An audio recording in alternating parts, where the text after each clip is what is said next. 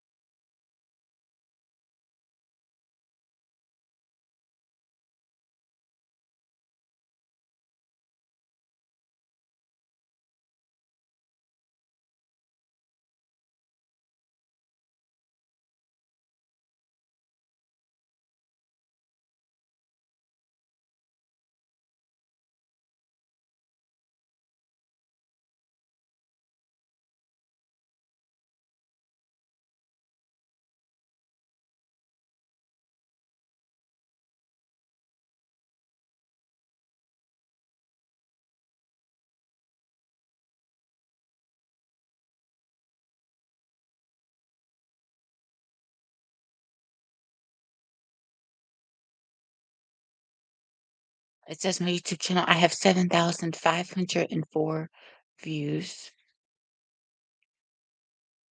Let me see who else I can look up.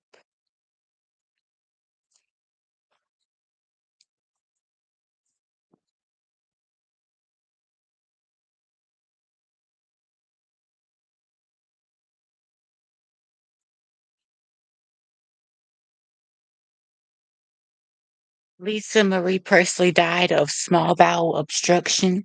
That was her cause of death has been released. She passed away on January 12th, 2023 in West Hills Hospital and Medical Center in Los Angeles, California. I seen right before Lisa Marie passed. I've never met Lisa, of course, but one of the last appearances that she made was at the Golden Globes in January of 2023, and she did look kind of, you know, weak, kind of frail in a way. And they said she had some surgery. She had complications from surgery she had years ago, and her cause of death was apparently she died of complications from prior weight loss surgery. Autopsy report states and caused by a small bowel obstruction. It's crazy, y'all. I just like the YouTube live stream. Make sure y'all like it as well.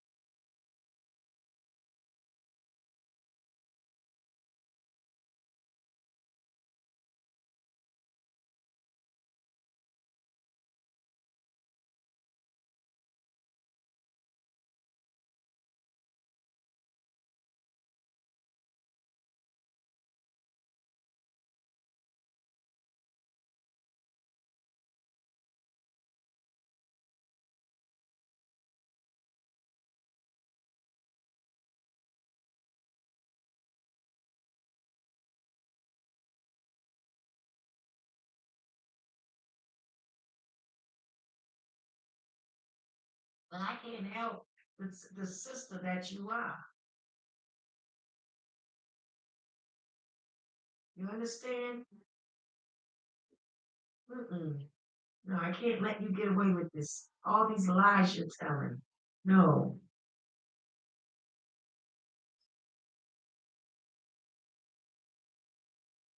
But anyway, guys, Whitney Houston has a story. She has a real good story. Now, I won't say good in meaning that her life was good, but a good story for you. And one day I will get to tell it. Yeah, I'm gonna be the one to do the real Whitney Houston and Bobby Brown movie. It ain't nobody gonna stop me. No, you can't. No, because I am one that witnessed a whole lot. Okay, that the all these lies and all this crap going around about Whitney and it don't make no sense. You don't even have the decency to say something, to do something nice for Whitney. I know why, because it's all payback. You still mad at how she treated you, huh? I know you are, Pat. I know you are. I know you are. And you can't deny it because I and a whole bunch of other people have witnessed it. Mm. You tried to make all of them look bad. Yes, she did. Yes, she did. But it's okay. And Whitney said she wanted, when Whitney started out, she may have said she wanted, I believe that's why she wanted someone that she can trust to go with her. Now, why would somebody say that? She can't trust her sister-in-law. She can't trust her brothers, her mother, father. So she turned to Robin. I believe that. And I know why. I know why. I want to put something on everybody's mind real quick. I want you all to really think if Whitney and Pat were as close as Pat says and liked each other, like Pat wants the world to believe me, I want you to think Whitney's getting married. She has no sisters. Sissy had her, Sissy raised her with two sons, right? So let Pat tell it when they were on that boat. Pat said, uh, she has Whitney saying, I want to celebrate with my sister-in-law, Pat, and my brother, Gary. If that happened, and she was so happy about Pat being her sister-in-law, why didn't she choose Pat for her wedding with my brother? Good question, huh? Pat was not in Whitney's wedding. No. Mm-mm. No, she was not. I was. Robin was the maid of honor, and I was the next person in line standing next to Robin. And Whitney had it in that order. That was her decision.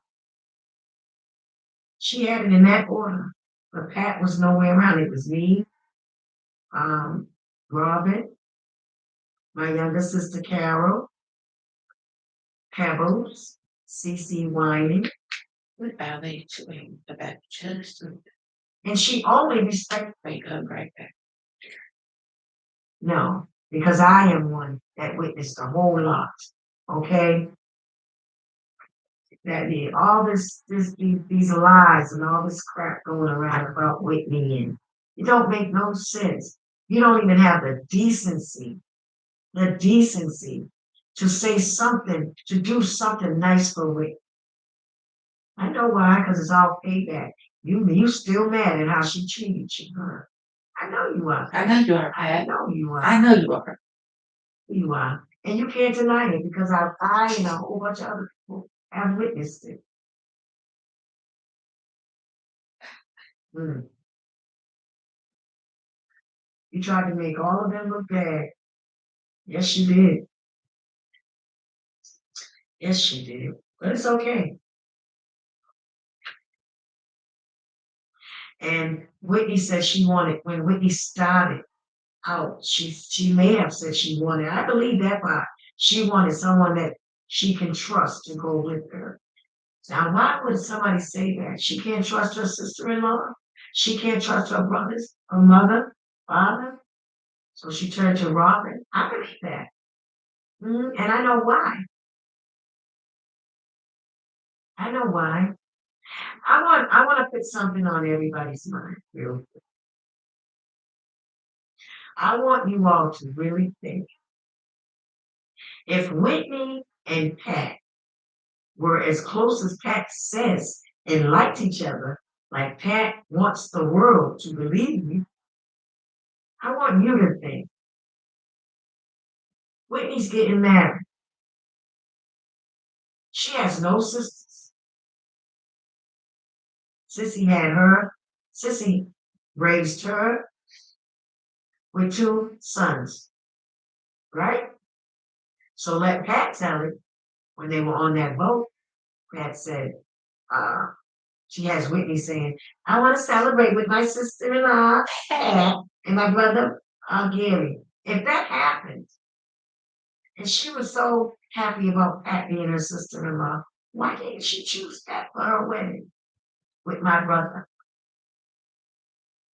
Good question, huh? Pat was not in Whitney's wedding. No, mm-mm. No, she was not. I was. Robin was the maid of honor. And there's a reason why Pat was not in Whitney's wedding.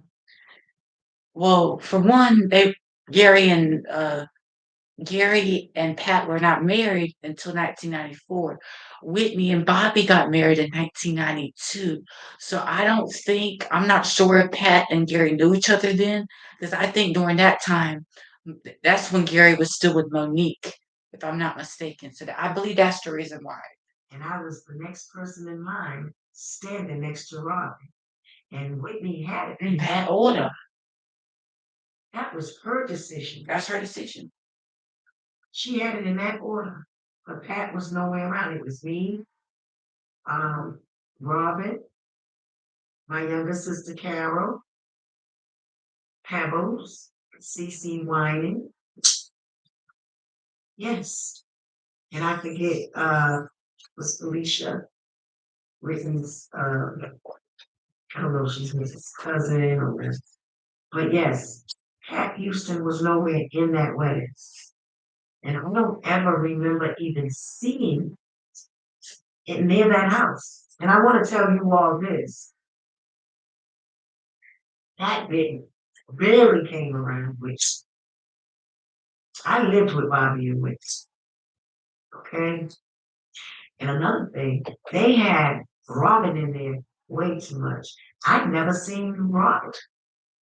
I'd never seen Robin visit the house. Never. I didn't. And I'm not saying that as uh, a lash at Robin. I'm just saying the way Pat did this movie. You understand me? It's a lot that's just it's just a lies. Just lies. Don't got no sense. Pat just focused on all the little terrible things throughout that movie. I'm sitting there watching saying, this is what you call a movie. But she did that on purpose. Oh yes, she did. She did that on purpose as a slap in the face to Whitney. Yes, she did.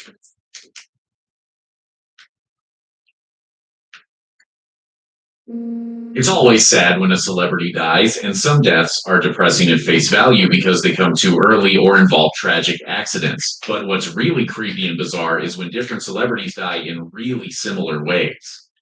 When two relatively young people died only months apart in the same house, people naturally assume something weird must be going on.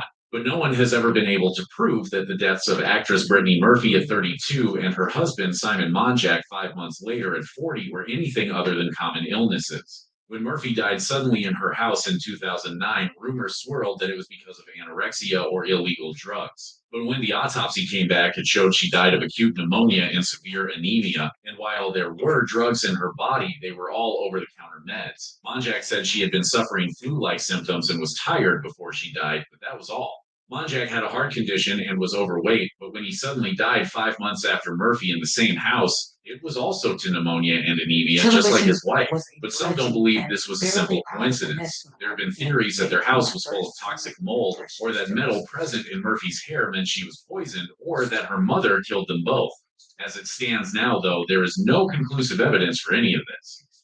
The similarities between the deaths of Edward Kennedy and John McCain, two political heavyweights, were impossible to ignore. When McCain announced he was ill, the New York Times even ran an article titled Eerie Parallels Between John McCain and Edward Kennedy. Both were diagnosed with the same relatively rare and aggressive form of brain cancer while in the middle of major healthcare debates in the Senate. Both lived just over a year after being diagnosed, and both died on the same day, August 25th, 9 years apart.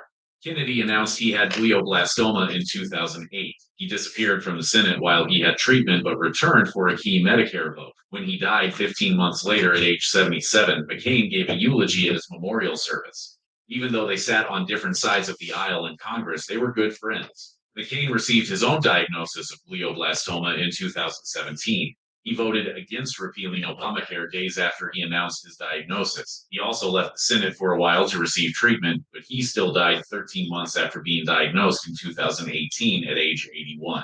But Ted and I shared the sentiment that a fight not joined was a fight not enjoyed. Natalie Wood's passing is one of the most infamous unexplained deaths in Hollywood history. That's why it's absolutely bizarre that just over 4 years later, another beautiful actress met an eerily similar fate. Both Wood and Carol Wayne, famous for appearing in sketches on The Tonight Show with Johnny Carson, mysteriously drowned in the Pacific Ocean after arguments with their significant others. Over Thanksgiving weekend in 1981, Wood was on a yacht off the coast of California with her husband, Robert Wagner, as well as Christopher Walken and the boat's captain. She was found dead at age 43 in the water on November 29th, which was odd since she was famously afraid of the ocean. The captain swore he saw a fight between Wood and Wagner the night before she was found. Despite this and the bruises on Wood's body, her death was ruled accidental. In January 1985, Carol Wayne was vacationing with friends and her boyfriend, Edward Durston, on the Pacific coast of Mexico. She was later found floating dead in the ocean. Like Wood, she was afraid of water and couldn't swim. It was reported that the last time Wayne was seen alive, she and Durston were having a massive argument. Suspicions were raised, but her death was also ruled accidental. She was just 42. Comedians metaphorically die on stage all the time, but it's rare that their lives literally end there, which makes the deaths of Tommy Cooper and Ian Cognito all the weirder. Both British funny men suffered heart attacks in front of live audiences, almost 35 years to the day apart. And since comedians often do strange things in their acts, neither audience thought anything was wrong at the time. Cooper was performing on the hit TV program Live from Her Majesty's on April 15th, 1984. Millions tuned in to watch. Cooper was in the middle of his routine when he suddenly dropped to his knees. Since he was known for slapstick and improv, no one, not even the people backstage, thought anything bad had happened. The audience kept laughing. Eventually, the presenter figured out it wasn't a joke and called for a commercial break. Cooper was taken to the hospital where he was declared dead. On April 11th, 2019, Ian Cognito was performing a stand up set in England. He was also known for his flamboyant performances, and he had made a joke about having a heart attack or stroke only minutes earlier. When he sat down, put his head back, and started twitching, it seemed like just a funny callback. Once again, the audience laughed as the comedian died of a heart attack. After a few minutes, someone finally called an ambulance, but Cognito was gone. Tell us what you think about our new twist on soft serve. Okay, guys, I'm going to show y'all something else. And this might be a little shocking to some people. But for those that do not know, if you have not gone back and watched certain things about Whitney's death, it's very, very scary the way she died. No one knew it then, but Whitney Houston's final performance was Thursday night, an impromptu duet at a Hollywood club. I believe, like I said, she was murdered, sacrificed for her money. I don't want to put this type of information out because I'm a celebrity and television star and American singer as myself. So I don't want nobody trying to, say nothing for me because I said that they were murdered. I'm not the only person saying that Whitney Houston was murdered. There's multiple other YouTubers, celebrities saying that she was murdered. I'm not the only celebrity saying that Whitney was murdered. Miss Leolah, my celebrity YouTube collaboration, YouTube's collaborator and friend, celebrity friend, she's also stated that Whitney was murdered during her videos. Bruce Howard's back now with more on that. He spoke with Kelly Price. She, of course, was the friend who sang with Whitney on Thursday. Hey, Yes. Chris. Hey, George, that's right. Kelly Price, of course, was a longtime friend of Whitney's and a very special person to her. She threw a pre-Grammy party on Thursday night, and Whitney was there. And the result was history. We laughed and we joked and we cracked up and we danced and we sang, and she was never more than 2 feet from me the entire night. So I just gave her a hug, and while I was talking, she was holding me like,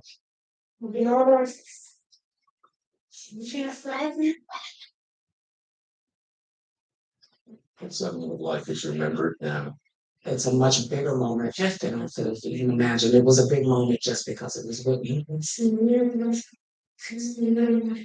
The world got a last gift in that they got an opportunity to see her perform one last time.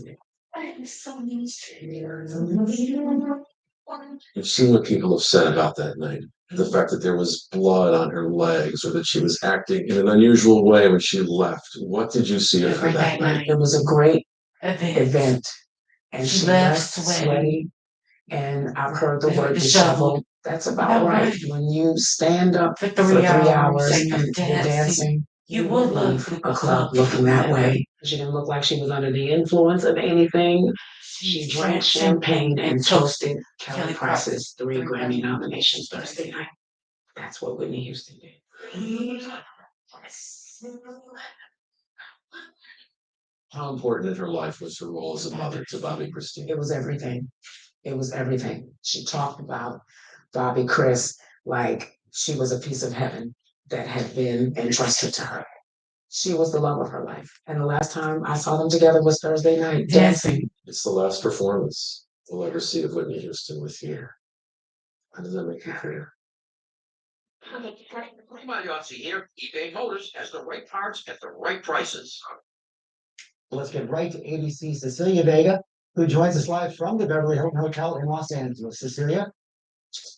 Yes, good morning, George. It happened here at 3:43 yesterday afternoon when a member of Houston's entourage located her body inside this hotel. So far, police and the coroner are refusing to offer details about what may have caused her tragic death. Exactly what happened inside the iconic Beverly Hilton remains a mystery. Paramedics raced to the 4th floor and found a lifeless Whitney Houston inside her hotel room bathtub. They tried in vain to resuscitate her with CPR. At 3:55 p.m. this afternoon, Whitney Houston was pronounced dead at the Beverly Hilton Hotel. The scene inside her room was chaotic. ABC has learned it appears members of Houston's entourage found her unresponsive body and called hotel security. But just about a half hour earlier, Houston's mother, Sissy, reportedly spoke to her daughter and said nothing was out of the ordinary. Houston's cousin, Dionne Warwick, also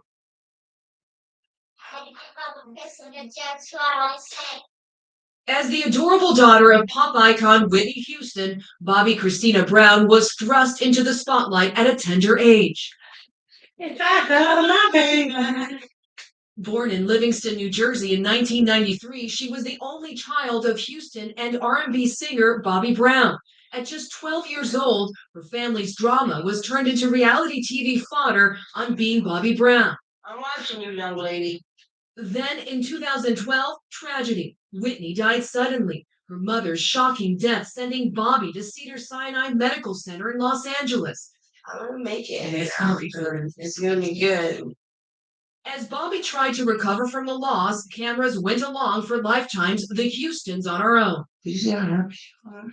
It really was. Gotta find this girl again. That girl's just been there a lot. It was here so much.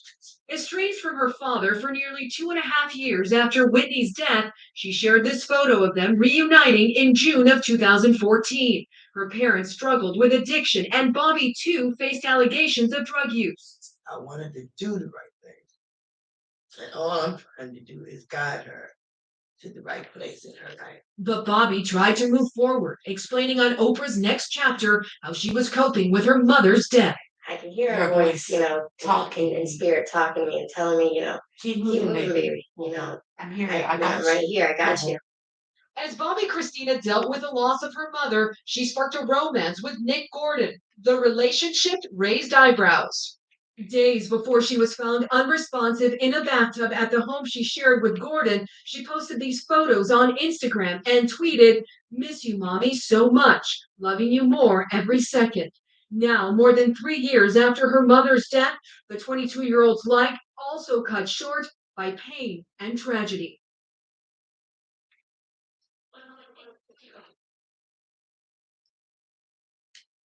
Almost no one had what Whitney Houston had, a talent so big that fans in the millions gave their hearts not only to her songs, but to the woman herself.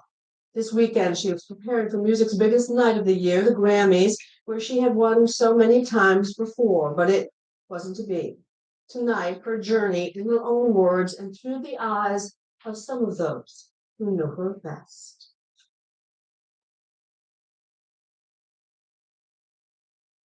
It's as if the world lost its voice, one fan said, and what a voice it was.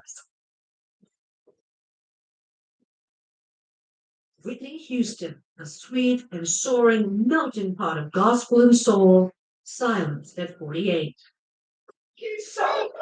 Last night, alongside the celebration of Adele's big win at the Grammys, Heavenly Father, Thank we you thank you for sharing our sister Whitney with us.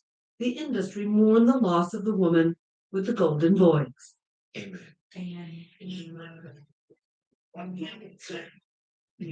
And tonight, fans in Los Angeles held an emotional vigil while her body was flown on a private jet from LA back to Newark, New Jersey, where she grew up. There, mourners have been leaving flowers and candles outside the church where she first sang in the choir as a little girl.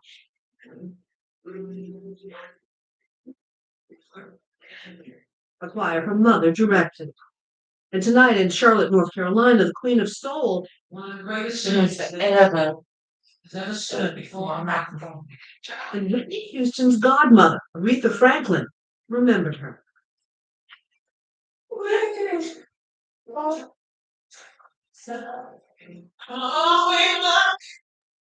Meanwhile, today in Los Angeles, the coroner's office ruled out foul play, but they said the official cause of her death will not be known for weeks, pending toxicology tests.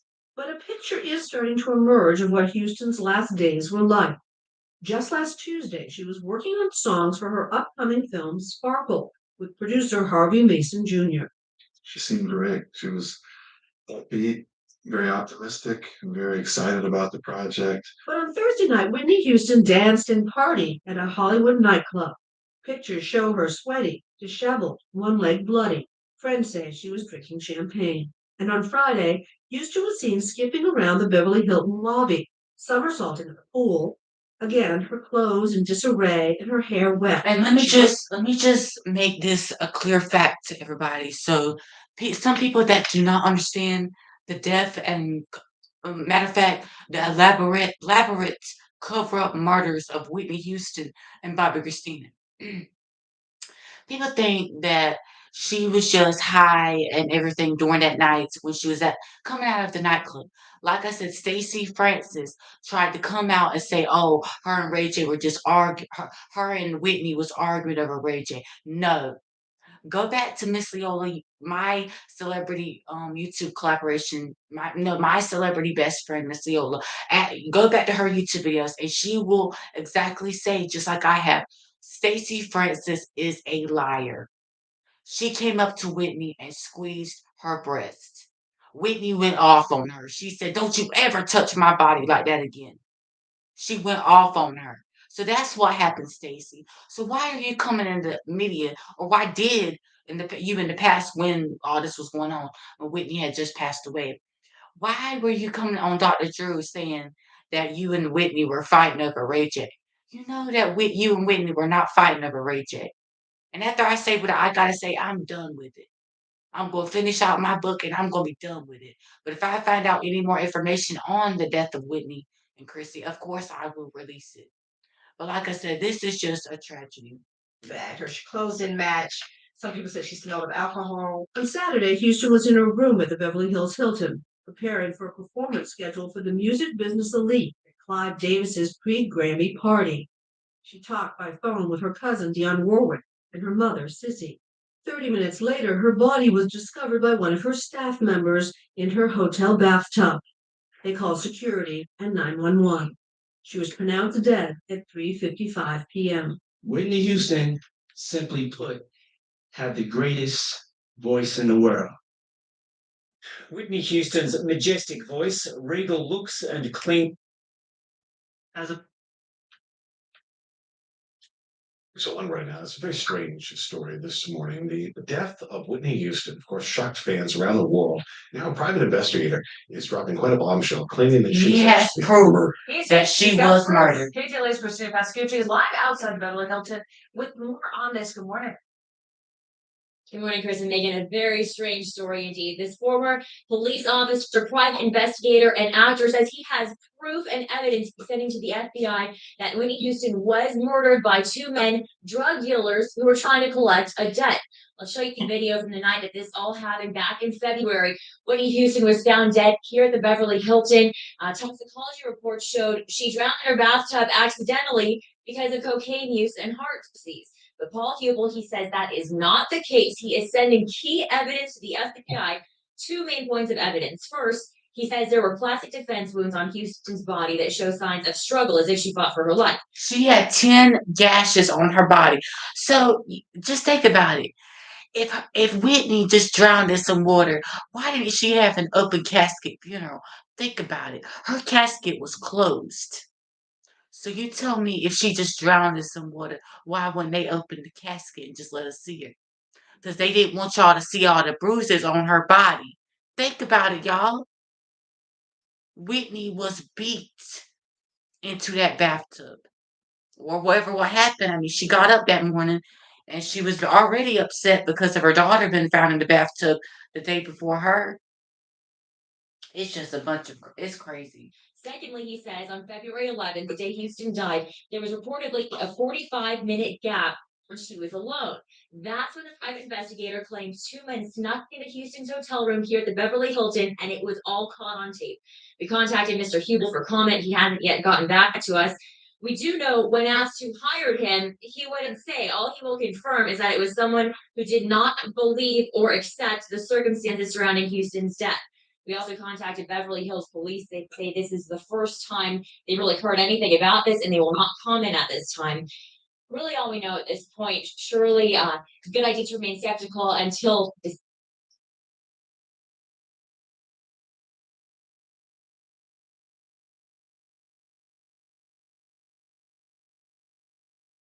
no one knew it that.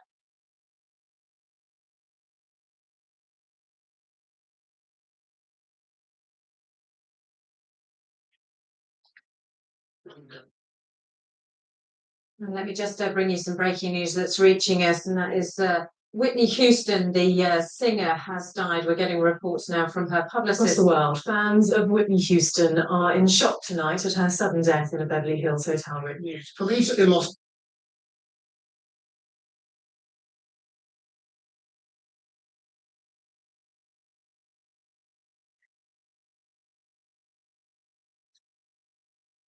Every bite is your perfect bite. It's almost too good to share. IA Total Split Cups.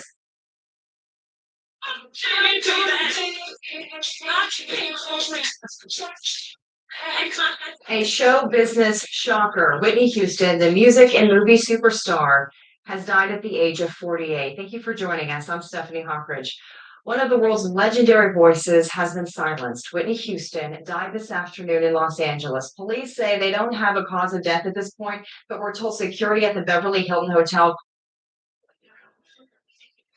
This is CNN breaking news. Every once in a while you have to report something that you thought would be the worst thing that could happen, and it was going to happen, and now it has. Singer Whitney Houston, one of the greatest voices of our generation, CNN has gotten confirmation from a representative, has died. Whitney Houston has died. Grammy-winning entertainer, 48 years old. You know, Whitney was a young entertainer back in the 80s. She came of age with pop hits, and then went on to fame with a movie.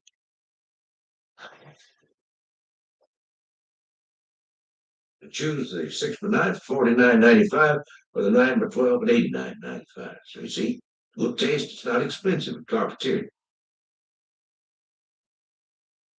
See what all you like to eat. There's a showroom near you in Here is a bulletin from Channel 5 News. Singer Elvis Presley has died at a Memphis, Tennessee hospital. The 45-year-old entertainer apparently died of a respiratory ailment. No other details were given.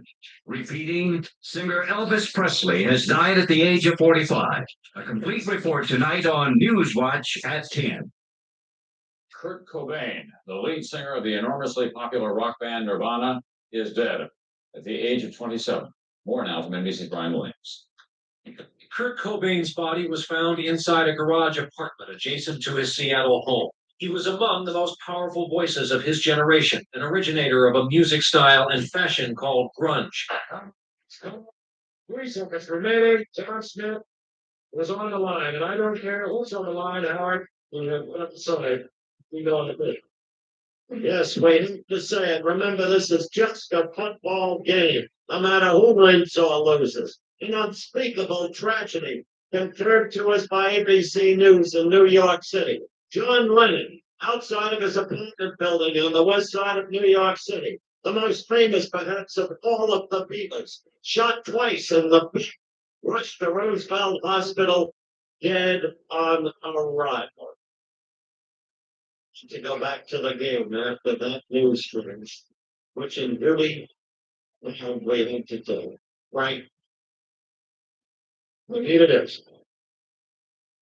The Jimi Hendrix experience is over. The acid rock musician died today in a London hospital. The lead singer of the rock band Alice in Chains has been found dead in his Seattle home.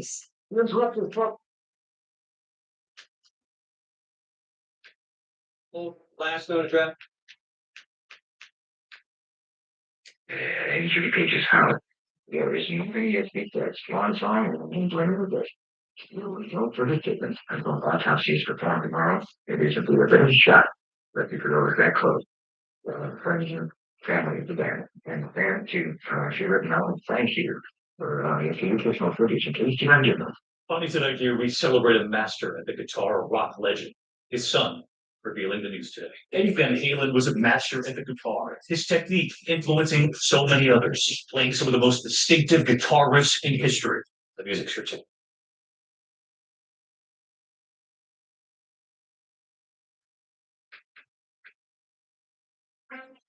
It is Hillside Farm. Oh, yes.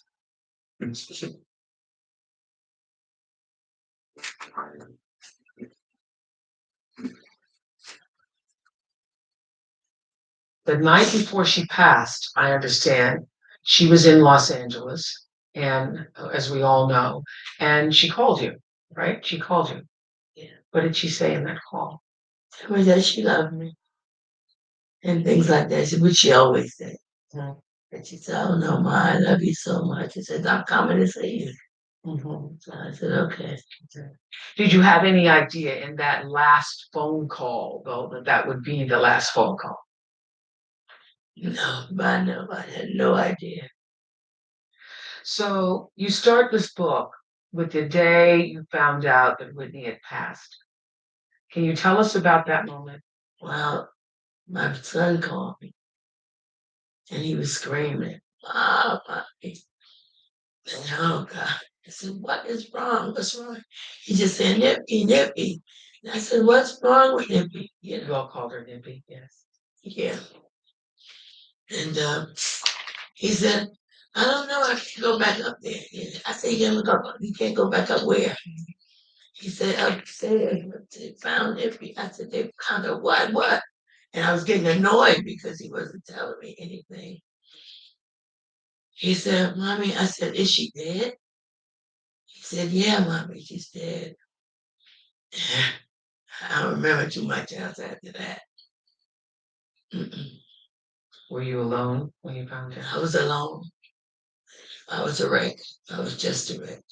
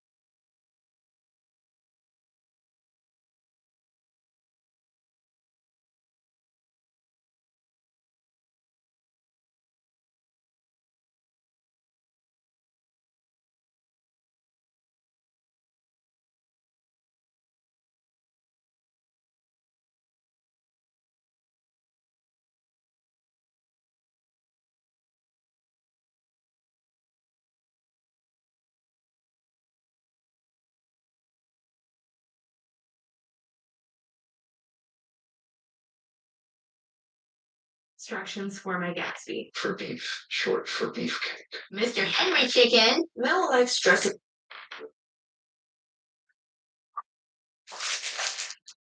Let's talk about the intervention. Tell me about the time you got the call. My son called. Gary called. Yeah. And what did he say? And Mama, we had to do something about it. And I said, okay. Went on down there and did what I had to do. One day my mother came to my house. It was kind of funny, but like now I look at it, I see the love and the passion that my mother has for me, and she has for me. And she walks in with these sheriffs and she says, I have a court junction here. You're either gonna do what you do it my way, or we're just not gonna do this at all. She said, we're both gonna go on TV and you're gonna retire. Wow. And say you're gonna give this up because she's not worth this is not Was the injunction to remove her from the house or to keep him from being with her? What was the injunction for? No. To go into rehab. To go into rehab. That's where she went, yeah. Okay. You say Bobby was home and when the door swung open. He was home. He didn't say a word. They were Get standing yourself there. together. Was she high? No. She wasn't high. She wasn't high. She was dressed. And she looked well. She never really, When Bobby saw the sheriffs, what did he do? he didn't do nothing. They told him, don't you move. He didn't do anything. He didn't try to prevent it or anything like that. I can't say that. She's not losing you to the world, I'm not losing you to things. She's not doing this. I want my daughter. I want you back. Oh, sorry. You sang background vocals for everybody from it. So here's your humble Here's a abode. bracelet This is great. that Elvis gave me. Let me see that. Wow. That's nice. Elvis Presley himself. Yeah. Why does it say squirrely in there? Because that's what he used to call me. Wow. That's beautiful. That you have it and that you kept it all this time. I'm gonna leave it to my daughter, but I don't want nobody else to have it. Really? Yeah. So I was Pass it on to one of the grandchildren. You could do that. You could.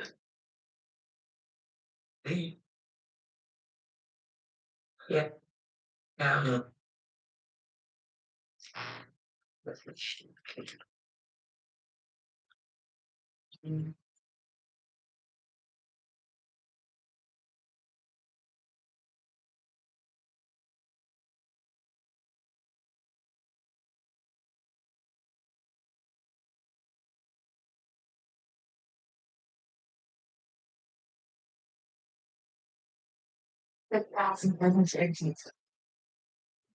That was Whitney Houston and her mother Sissy's memorable performance of the gospel song, I Know Him So Well. Yesterday marked the 1 year anniversary of the tragic death of Whitney, and now her mother is sharing the most intimate and troubling parts of her daughter's life in the new memoir, Remembering Whitney. Would you please welcome back Sissy Houston?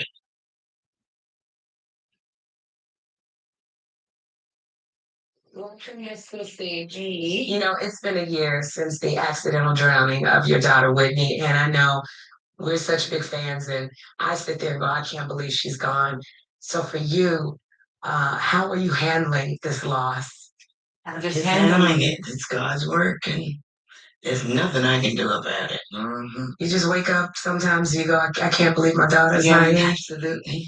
Oh my goodness, Almost every morning. But I'm getting through it. I'm getting to my day. I believe she's with her maker. You know, you had a childhood name for her, which was Nippy, and we had the perception of who Whitney was, but who is Nippy to you? The sweetest little girl you ever seen. Yeah. She was always, mommy, mommy, mommy. She would talk to people on the bus that she didn't know. Yeah. And I told her, you can't do that, baby. She said, but mommy, why? She's always why. But she had good morning, that language. She was just friendly and beautiful. You raised an open heart. That's what you did. Now, I want to ask you this, and I'm sure a lot of people are going to say this to you. What made you write the book? Because it feels like it's still so fresh. And why? Yeah, well, I thought I would write it. So everybody in the world was trying to write a book, so that's what made me write a book. I wanted to let everybody know that she was really nothing like they thought she was. Right. She was a wonderful, giving, loving kid. Kid still. She always wanted to not grow up, Yeah. She did that and she was good to people and just great, Had a little faults, but like everybody else, Like everybody else. Well, in your book, you wrote that Whitney Houston had been married to Bobby Brown for 15 years, and you wrote that you didn't particularly feel that Bobby Brown was good for your daughter, and wondered what life would have been like had they not been together. I don't know. Well, I would hope that she had found somebody else that really appreciated her. And I don't talk about children and people's children. I don't want nobody talking about mine. Right. So I'm just not, She loved him, I suppose, and she stayed with him and she tried to make it better. And it didn't work. People, you can't change people who they are. And she thought she could, I suppose, but hey, he didn't make her who she was. She was who she was. Yeah, that's true. And people have their own life in their own hands. In their own hands. Yeah. And I think you do what you do. At one point, I'm told she wanted to walk away from the hubbub of the career. Yeah. Why? Because she said, Mommy, all I wanted to do was sing. And that's what she loved, and that's what she did. Don't get me wrong, I love what I do now as being a television host and YouTuber, and that was my main drive. But I always wanted to be a singer as well. That was another one of my drives. But American talk show host and YouTuber and celebrity, I love them things as well. At one time they booed her, said she had no rhythm and all that, but some people can take that. Right. She was just, not, she hated confusion. Right. She hated disagreement, when my husband and I used to argue sometimes. Oh, please stop, that kind of thing. Right. But she was just a real simple, wonderful person. Well, back in the 80s, you were warned that Whitney was using drugs. And over the next 2 decades, she struggled with drug addiction. And you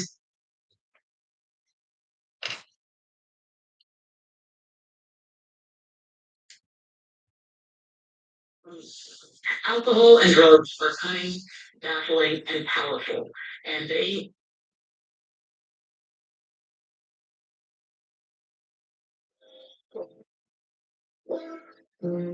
May she rest in peace, and she'll always, always be remembered and missed. She sang, she was in love, she was present.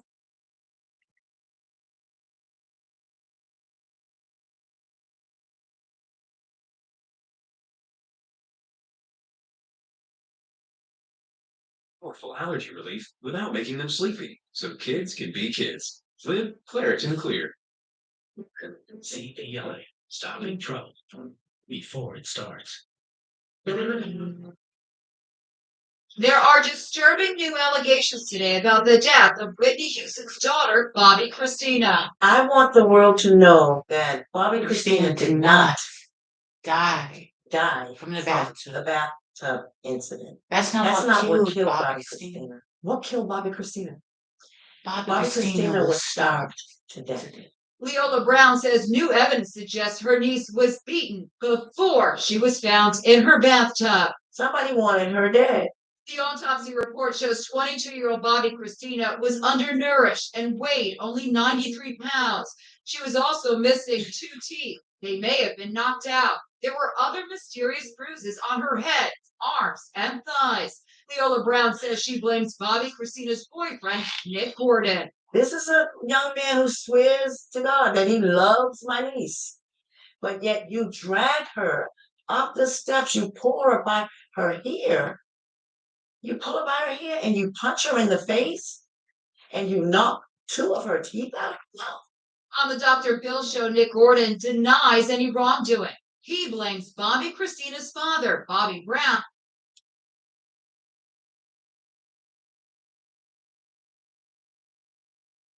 We know more about the plans for Whitney Houston's funeral, a dramatic contrast to the ceremony for another giant musical star, Michael Jackson.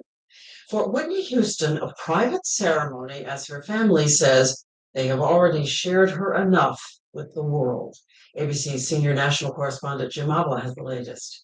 Room 434 at the Beverly Hilton Hotel is out of service indefinitely. Security not allowing sightseers on the 4th floor where Whitney Houston died. Excuse me, sir. This air is all limits. And the suite, evidence fully gathered, is closed to guests. Outside, a memorial to the troubled singer, visited by loyal fans and music royalty. That's Paul McCartney quietly laying yellow roses and softly blowing a kiss. No sign of police or coroner investigators here, as they wait for toxicology results to determine if the small amount of prescription drugs and alcohol ABC News has learned were found in her room had anything to do with Whitney Houston's death. Fans in Newark, New Jersey today found out this may be as close as they get to Saturday's memorial service. Houston's family, led by matriarch Sissy, who welcomed her daughter's body home last night, it arrived in a golden hearse, told fans today through the funeral director there is no room for them. This is their private times. They have shared her for 30 some years with the city, with the state, with the world. The funeral will be by invitation only at the church where Whitney once sang gospel music as a child. Elizabeth Houston. Among those expected to be invited, Whitney Houston's godmother, Aretha Franklin, who sang her own tribute in Charlotte last night. I'll always love you.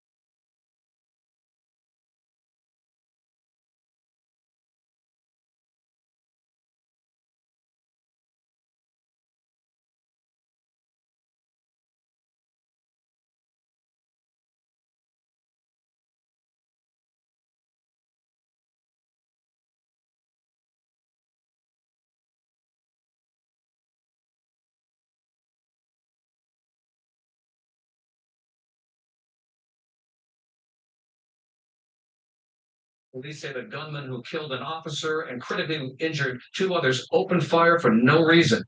23-year-old officer Jake Wallen died in the shootout between police and the suspect. Bill,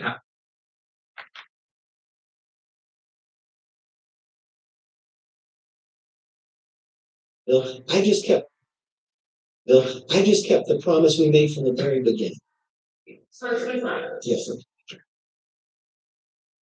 Yes,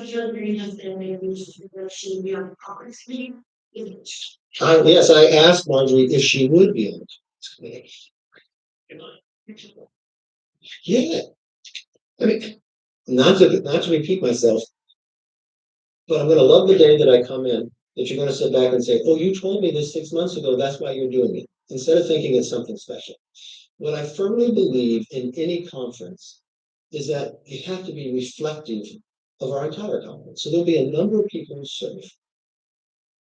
And I requested if Marjorie.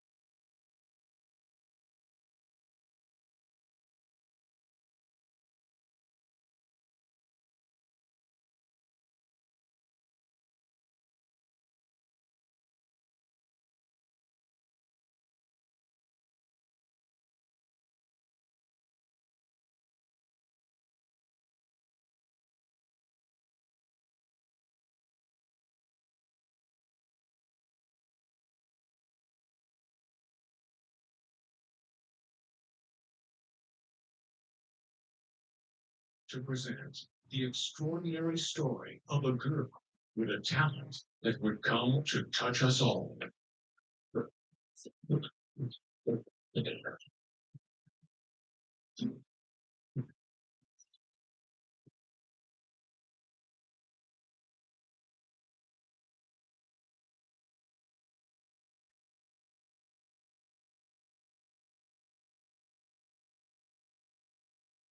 Skyrocketing to the #1 spot.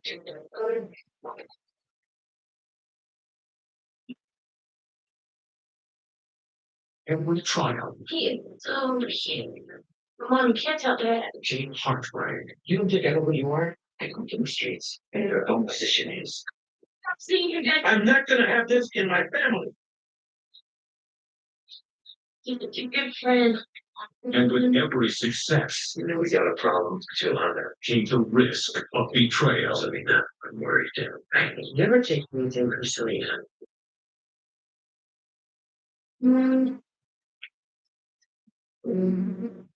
It's sleeping. I stay up and think of you. And I wish on a star that somewhere you are thinking of me too. Discover the true story of one of its darkest, brightest stars that faded too soon. Wow, y'all, I never on YouTube you can watch the Selena movie, but you have to pay for it. That's the difference. I would love to get one of my movies made, but of course you have to die to, get a movie like that to be done about you. But hopefully, nothing happens to me for a long time. But I'm just saying, if anything did, hopefully when I'm old, hopefully when I'm 100 years old. But that's in the Holy Spirit's hands. But everybody wants to live a long life. But we just have to be positive about the situation. But I would love to be in the gold casket when that time comes. Hopefully, like I said, hopefully when I'm 100, that's the Holy Spirit's willing and able for that to happen.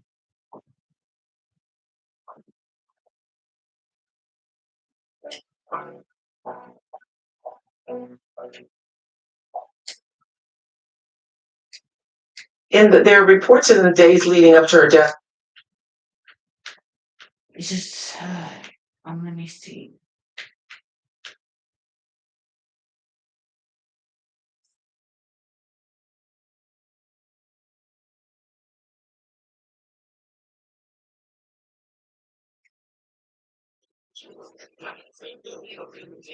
Just hours before Queen Elizabeth's death, a beautiful double rainbow appeared over Buckingham Palace.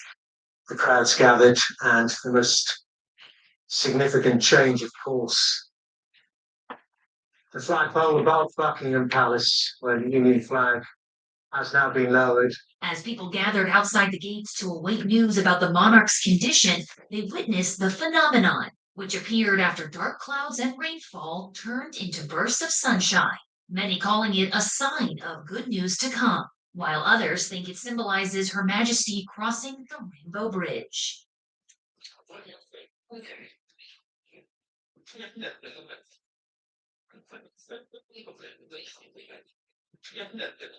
But not long after that stunning sky, Buckingham Palace revealed the Queen had died, surrounded by family. Quote, the Queen died peacefully at Balmoral this afternoon. The King and the Queen Consort will remain at Balmoral this evening and will return to London tomorrow.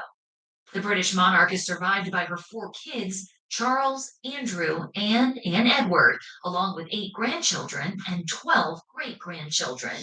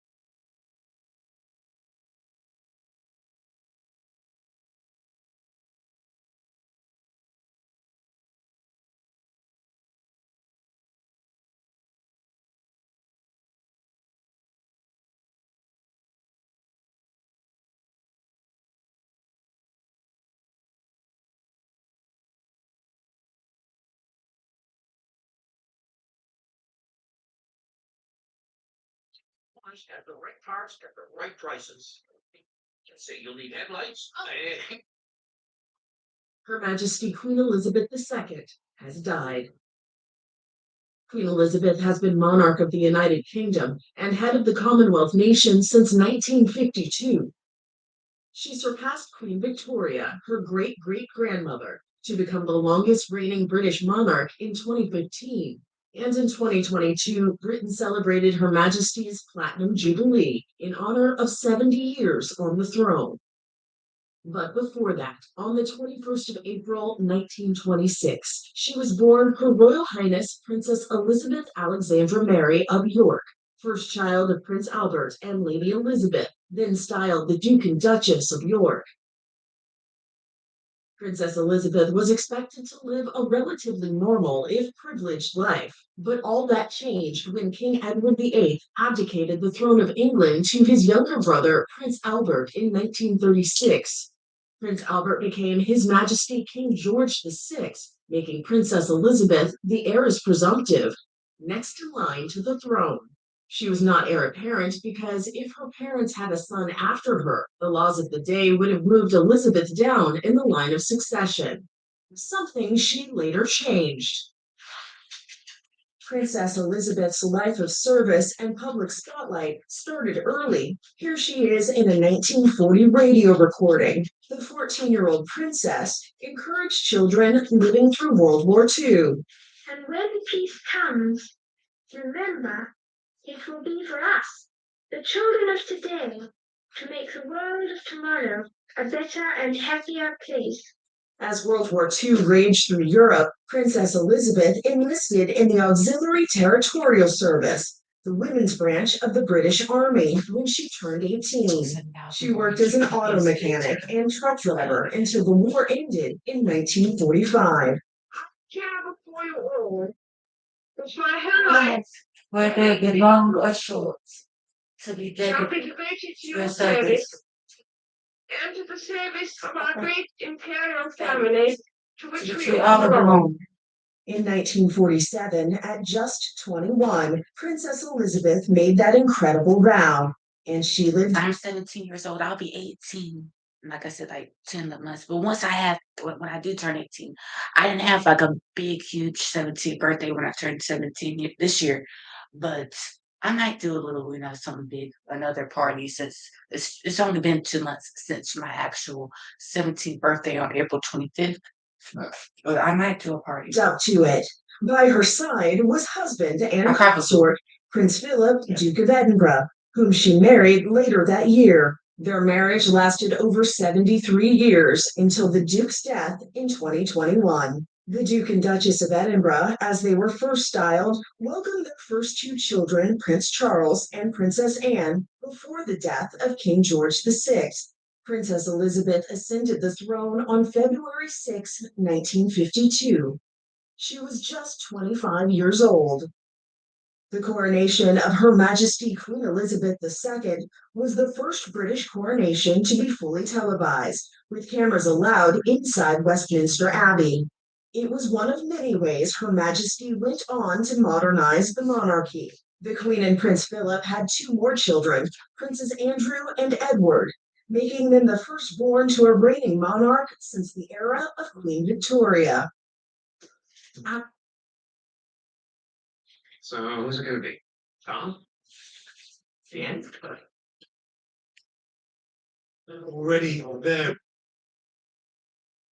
Good day, everyone. We're coming on the air with some sad breaking news. Queen Elizabeth II, Britain's longest reigning monarch, has died at the age of 96.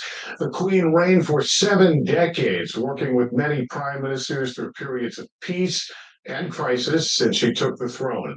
Her family rushing to be by her side today after doctors became concerned for her health. Her death comes after the passing of her husband, Prince Philip, last year. And her passing sets the stage for Prince Charles to become king, Britain's first new monarch in 70 years. Let's go now to NBC senior international correspondent Keir Simmons. He's outside Buckingham Palace. Keir. Well, Lester, you know that this moment is coming, but nothing really prepares you for it, does it? It's really stunning. One statement here, I'm just looking down from the royal family. The Queen died peacefully at Balmoral this afternoon. The King and Queen consort will remain at Balmoral. Hey, Christopher Michael. Is that my boo-boo, Christopher Michael? Hey, Tanya. Hey, Ty. Whatever, Lisa. Yes, thank you, TJ. My cash app is money sign LEOLAHEM. Yes. Sean. Lies and that movie, starting with the way that girl Right. even thank you. Didn't even look like Whitney. Had the light-skinned girl looking I said, what is wrong with her? She wished she looked like that. God forgive me. That is sad how she did that. Yeah, she had somebody look, the guy that played Bobby looked, oh my God. She wished she looked like that. And I said, that doesn't even, he don't even act like my brother. Don't even. Bobby didn't do that stuff. No. No. She made Robin look bad. She made Robin look bad and Whitney. And look at the person that played her. Right. Look So at this the should tell person you that's all playing something. her. It is so sad, you know, and it's sad because she's kicking Whitney down In her grave. in her grave. You understand me? It's not That's right. what Pat is doing. She's kicking her down in her Yes. grave. And this is a message to her to stop. Stop. Stop it, Pat. Stop it, Pat. I can see you. You see right through You you. know you don't like Whitney. That movie, and all they focused on was negative things. Everything was negative. I things that Whitney Houston did. Why would you do a movie like this? And it was so short. That tells you that it was just lies. That should have been like a 2-hour event, 3 hour, part one and part two. Come on, Whitney Houston. And all they showed was just little negative stuff. That's it. In lies. Whitney never went to no hospital day and said to her father, Pat's managing me now. That did not happen, Pat, and you know I'm telling the truth. So stop it. My God. I don't know why people, I don't know what the Houstons are afraid of you for. I don't know. But somebody needs to step up and stop you from doing what you're doing. For real. I'm starting to think somebody did something to Papa John now. And no. And in my other video, I talk about how Bobby did not spend Whitney's money. No, Bobby spent his money on his wife. And her father talked about that. Papa Johnny never said nothing bad about Bobby. Never. He said that he was tired of the public talking about his son-in-law because Bobby took care of Whitney very well.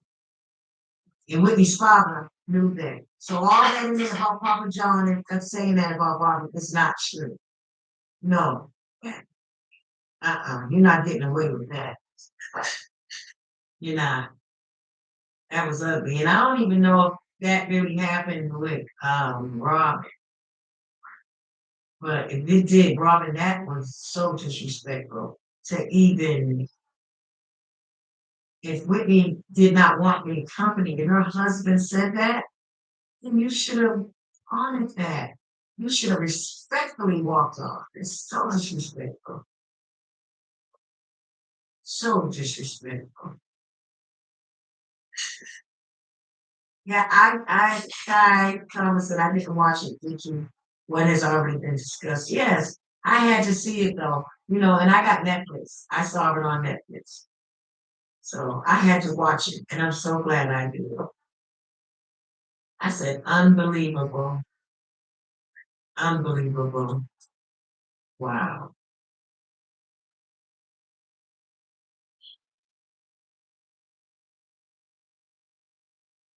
OG Patrice said, praise up to your brother Bobby Brown and Michael Pickens. What about Michael and Bobby? I didn't do another chat with CC. No. Guns. It was I haven't spoken to CC. BB is who I've met CC, but BB and I always, if BB sees me, he gets happy. Maybe. I love BB Warnings.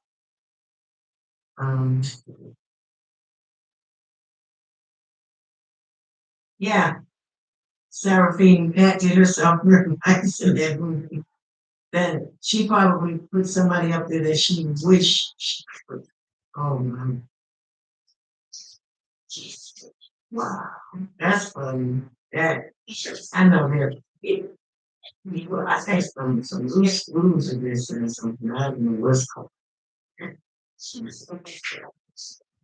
It's crazy for her to do what she did. That was terrible. And the movie was like just boring, but just boring. One talking about nothing, one doing nothing. It was just boring. It was very boring. and short too. Jesus, I think about it. I mean, it was 2 hours and 24 minutes, but this is Whitney Houston we're talking about here. You would have a very the movie was very short. I'm just gonna put it that way. It was short, and the things that Pat was just talking about was just all negative. She talked about how Whitney went to the hospital and said, "Oh, Pat's gonna manage me." That y'all don't believe that. That never happened because Whitney. Now, I would not be saying this if there was papers that said, "Oh, Whitney was Pat's manager." Now, I would kind of believe it in a way then, but Leola has stated Whitney has never signed any paperwork with Pat as her manager. So that's why I say what I say. If she was actually her manager and as close as she says she was to Whitney, why was she not in Whitney's wedding? Answer me that question, Pat.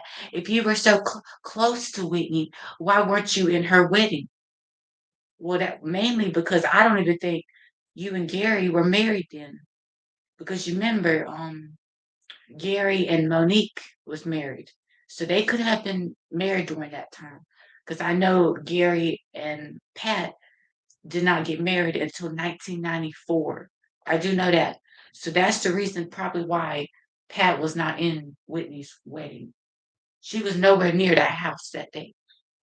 And this is not nowhere trying to disrespect Pat. It's just she did some very disrespectful things towards Chrissy and Whitney. For one, trying to put a plug on Chrissy, like I said before. She was the only person that voted to kill Chrissy. Not kill her, but basically she didn't want Dr. Jolly Harris said he could have put herbs in her brain to bring her back 100%. Pat Houston or Pat Houston Garland, whatever you want to call her, was the only one that stood up and said no. Her reason for saying no was saying, "Oh, I know Chrissy better than anyone." She would not want to live being a paraplegic, being bedridden, basically being a vegetable for the rest of her life. She would not want to live if she could not sing or dance. Pat, Chrissy was not worried about that. She was more so wanting to sing and act. I never heard about her wanting to dance. She wanted to sing a little bit and maybe act. She was acting, starting to become known in television shows. So everything is done for a reason. And wait till you see my video talking about it. Mm-hmm. Yeah. That was just a slap in the face to me. Yes, it was. A slap in the face. Yeah, she's all about money, the makeup she got and everything. Yeah? Yeah, she's wrong. Yeah, I know that's right. So I tell you, so I won't even support that movie. You ain't missing nothing. It was nothing. Like, why are you serious? You can tell by the way the movie was done that it was just too bashful. That was it. Out of all the good things that Whitney did, that was all. And they put it out like that. I said, oh my God, that was so sloppy. Oh, and the actors, I couldn't believe it. That movie gets a 0 for me. And that's my opinion about it. I give it a 0, honestly. And I'm being so real. I'm giving credit where it's due. That movie gets a 0. yeah, it gets a 0 for me too because now if she would have added some more interesting things to the movie, she didn't even add the part about Whitney's death. All it said was Whitney Houston died February 11th, 2012. That's all it said. It didn't even show her death or nothing. And I get, yeah, that's the only thing that she showed respect for Whitney for was her death. That was about it. Because sure as hell you didn't show her respect in life. Y'all, I'm just don't think I'm speaking with anger. I'm just being passionate about what I'm talking about, you know? Because it hurts me to see the way Whitney has still been treated and been punched in the grave, basically. She's still been, you know, ridiculed and criticized, and she can't even defend herself. She in the casket closed and has been closed for the past 11 years in a closed casket. And like I said, my book, My Sister's Keeper, Feed Miss Leola Brown, it's already out. I've already did the reading and everything for the first 7 chapters of my book. But once I start, what my plan is to interview Miss Leola first and see if I can get her side of the story because I've already got most of everything. I know just about everything that happened to Whitney. Like I said, she what happened was on February 9th, 2012, they say that Stacey Francis, like I said, she came up to Whitney. She went on Dr. Drew and said her and Whitney was fighting over Ray J, which I know is not true. Because Omarosa, girl, I know where you are. You are living it up. Because Omarosa perfectly, she said she was there. She was there when Stacey Francis came up to Whitney and squeezed her breast. That's what you and Whitney was arguing about. You squeezed Whitney's breast and she went off on you. She said, "Get away from me. Don't you ever touch me like that again." That's what Whitney did. And that's why y'all were arguing. So you don't have to lie about it anymore, Stacy. It's everything's out in the open.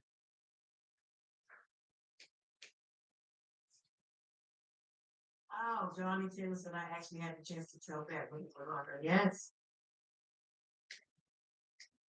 She blocks everybody. Oh yeah, she blocks everybody. You say anything good about Whitney, you go to Pat's page and say anything good about Whitney, she's gonna block you. I'm serious. Because she don't like it when you say anything good about Whitney. That just proves she don't like her. She's jealous because she wants to be Whitney, and she knows that she could. She knows that she could never sing like Whitney.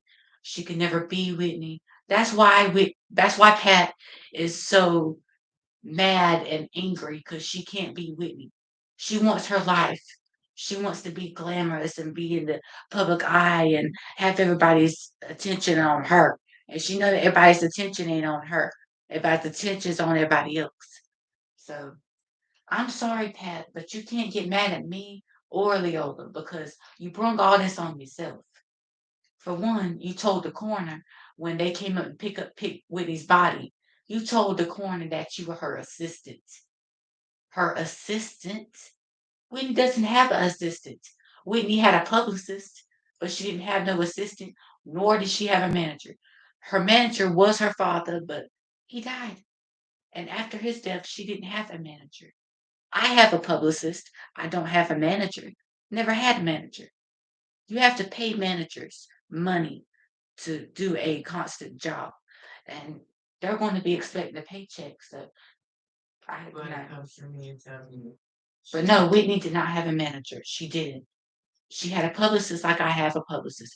Every talk show host, every YouTuber has a publicist. Somebody that is there to help them with their YouTube views or to add their YouTube viewers add the count.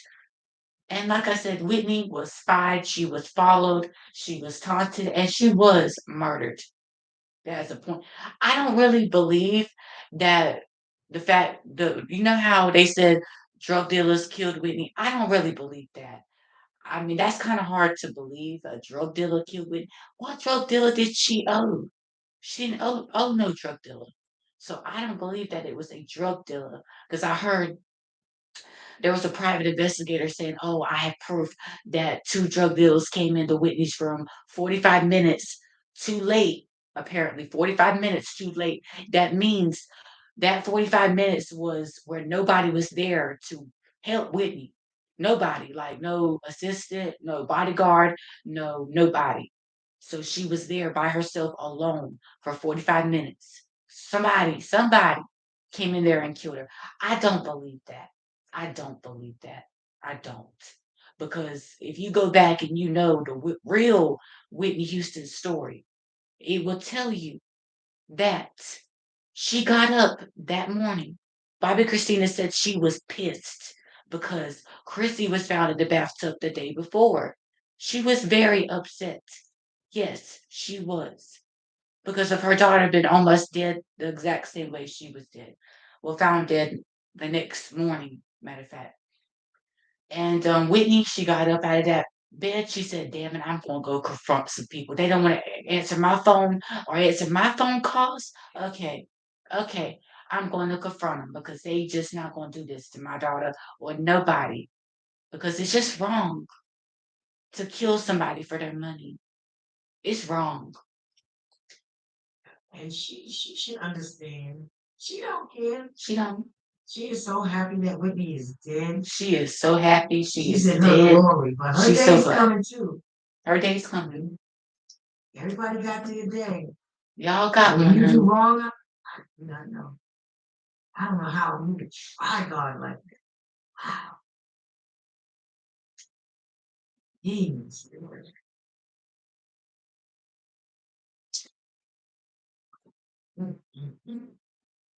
And I ain't seen Leolah on a doggone live and wow.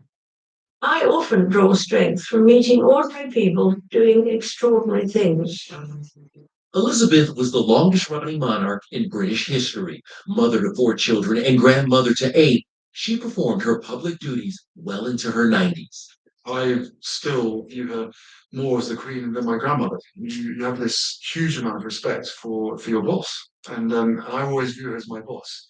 But royal life slowed down for the Queen after she lost her beloved husband, Prince Philip, in April of 2021. The widowed monarch sat all alone at his pared down pandemic funeral. The two had been married for 73 years. For me, in the months since the death of my beloved Philip, I have drawn great comfort from the warmth and affection of the many tributes to his life and work. The Queen carried on, but began to look frail and tired. In October of 2021, she spent a night in the hospital for an undisclosed ailment. Concerned for her health, Her Majesty's doctors ordered her to pause her public appearances and to rest. But determined to serve, in November of 2021, she made a video statement to world leaders at the Glasgow Climate Summit. The impact of the environment on human progress was a subject close to the heart of my dear late husband. After Philip's death, Elizabeth proved to be strong despite a number of challenges. In January 2022, she stripped her son, Prince Andrew, of his HRH title and all of his military honors following his alleged involvement in the Jeffrey Epstein scandal and a related sexual assault lawsuit. The Queen also had to deal with the fallout from the Harry and Meghan Megxit drama. I had 3 conversations with my grandmother and 2 conversations with my father before he stopped taking my calls. From their bombshell sit down with Oprah to the couple's constant legal battles with the press, the monarch publicly continued to voice support for the Sussex clan, who named their daughter Lilibet after the Queen's childhood nickname. Viewed by many as serious and old-fashioned, she was actually quite playful. Thank you, Mr. Prime Minister. Thank you very much, sir.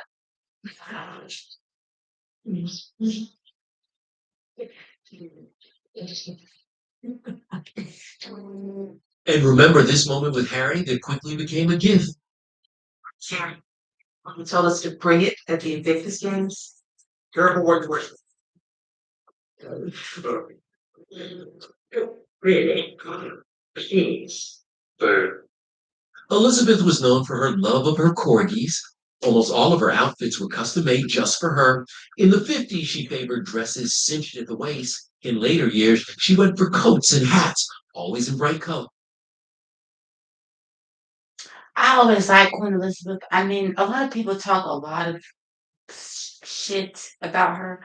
I'm not gonna say that word, but I've heard some rumors about the Queen, but she was just the Queen. I mean, she was the Queen ever since she was 25, and she had to live that life as the Queen, and that's really all she knew. Okay. But she did know how to freaking dress, I could tell you that.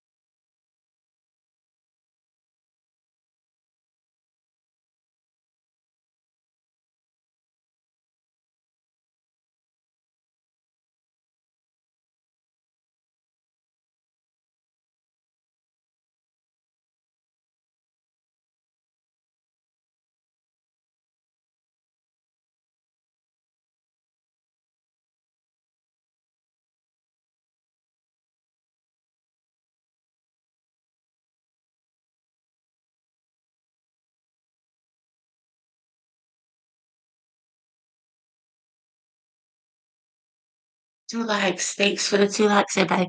I have over 7,480 views. So for all them folks, y'all can like it when y'all want.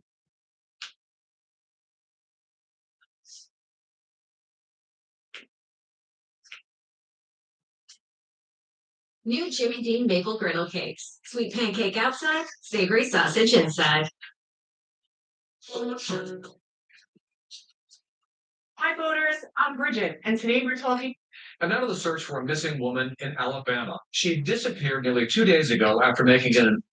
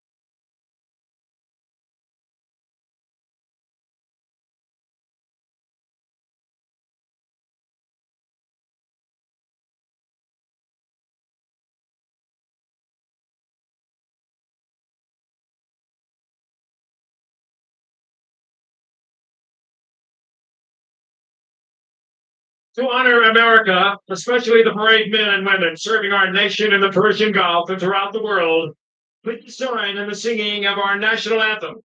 The anthem will be followed by a flyover of F-16 jets from the 56th Tactical Training Wing at MacDill Air Force Base, and will be performed by the Florida Orchestra under the direction of Maestro Yaha Ling and sung by Grammy Award winner Whitney Houston.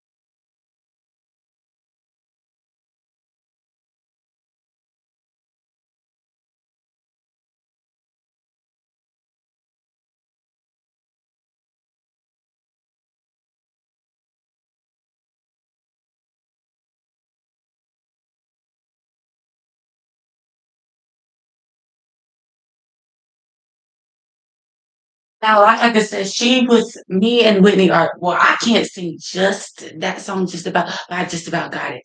She is the only singer that can sing that song just about right and get almost all the words right. Now I can't get every word of that song right, but majority of the words I can sing. Yeah, I'm still learning, but I'm get better. I'm trying to figure out what I should put on.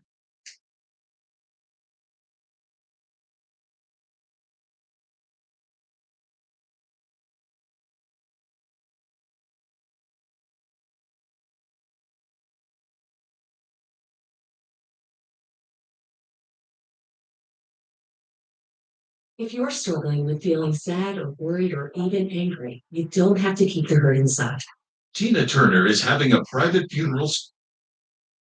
I mean, I'm not upset at how they did Tina, and that was her wishes, so I totally respect her wishes. But like I said, I don't want to be cremated. I mean, yes, it's a good thing you can keep their ashes in the house and everything, but think about the benefits of being in a casket. Your family can visit your mausoleum or grave, and you can put memorabilia at the gravesite. You can put anything you want there. Well, not anything, but you can just put, just about whatever they wanted there, whatever they loved in their life, whatever they liked, their favorite foods, their favorite, whatever. Queen Elizabeth II, Great Britain's longest serving monarch, died after living a life dedicated to duty. Born in 1926, the third grandchild of King And George think about V. it. Fun fact, y'all. Queen Elizabeth is born on April 21st, 1926. I was born April 25th, 2006. So I'm 17 years old. She's 97. So that means, good God, that is a lot of years. But I'd have to add and see how many years. I think she's like 80 years older. If I'm not mistaken, she's 80 years older than me, Queen Elizabeth. But basically what I was trying to say was me, Selena, and Queen Elizabeth have our birthdays are just about the same. Selena's birthday, Selena, the American singer Selena, the one that was tragically murdered, her birthday is April 16th, 1971. Mine is April 25th. So me and her birthdays is only 9 days apart. So we are very close. So I've always been close to Selena by that way as well. But when I became a, celebrity and everything, I even gravitated towards her even more because, she opened the doors for a lot of singers to become famous. I mean, I think I would have been famous either way, but she opened the doors even more for, Latina singers and, you know, people like that. Elizabeth would guide the nation and its monarchy through historic challenges. During the Blitz, the royal family stayed in London despite the nightly bombing raids from Nazi Germany. To the people of Britain, there was this message from their future queen.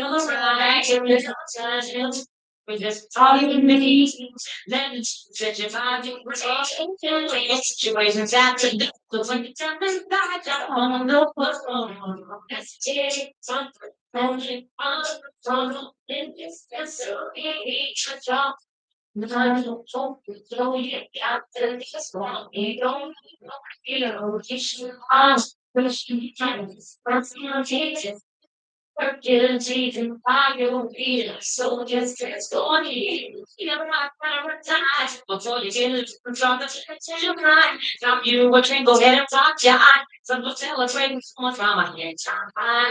Rap pump in every time. Jump, you go ahead and twist your step and get your fire bumping. I told him to take your situation time to go. So grab my body, yeah, your ass is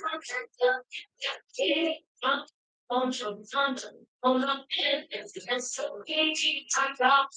I can play it out that's what you don't keep the obligation and just so it's circulating and fire waiting so take it on me don't sit take time. Meet Grammarly Go, your go-to solution for getting quality work done quickly. Houston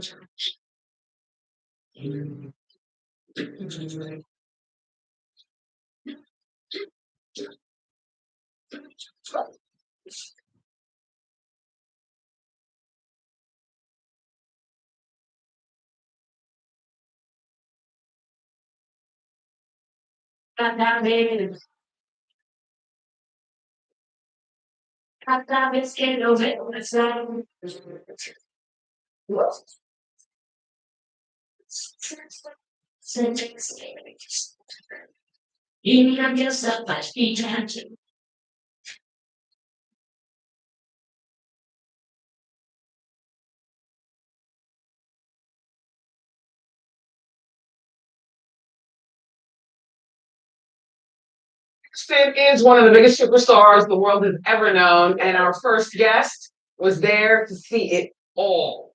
Now, after a couple of decades of silence, she's sharing her story of friendship and romance in Whitney's in her new book. It's called "A Song for You, My Life" with Whitney Houston. Please welcome for the first time to our show our Wendy exclusive, Robin Crawford.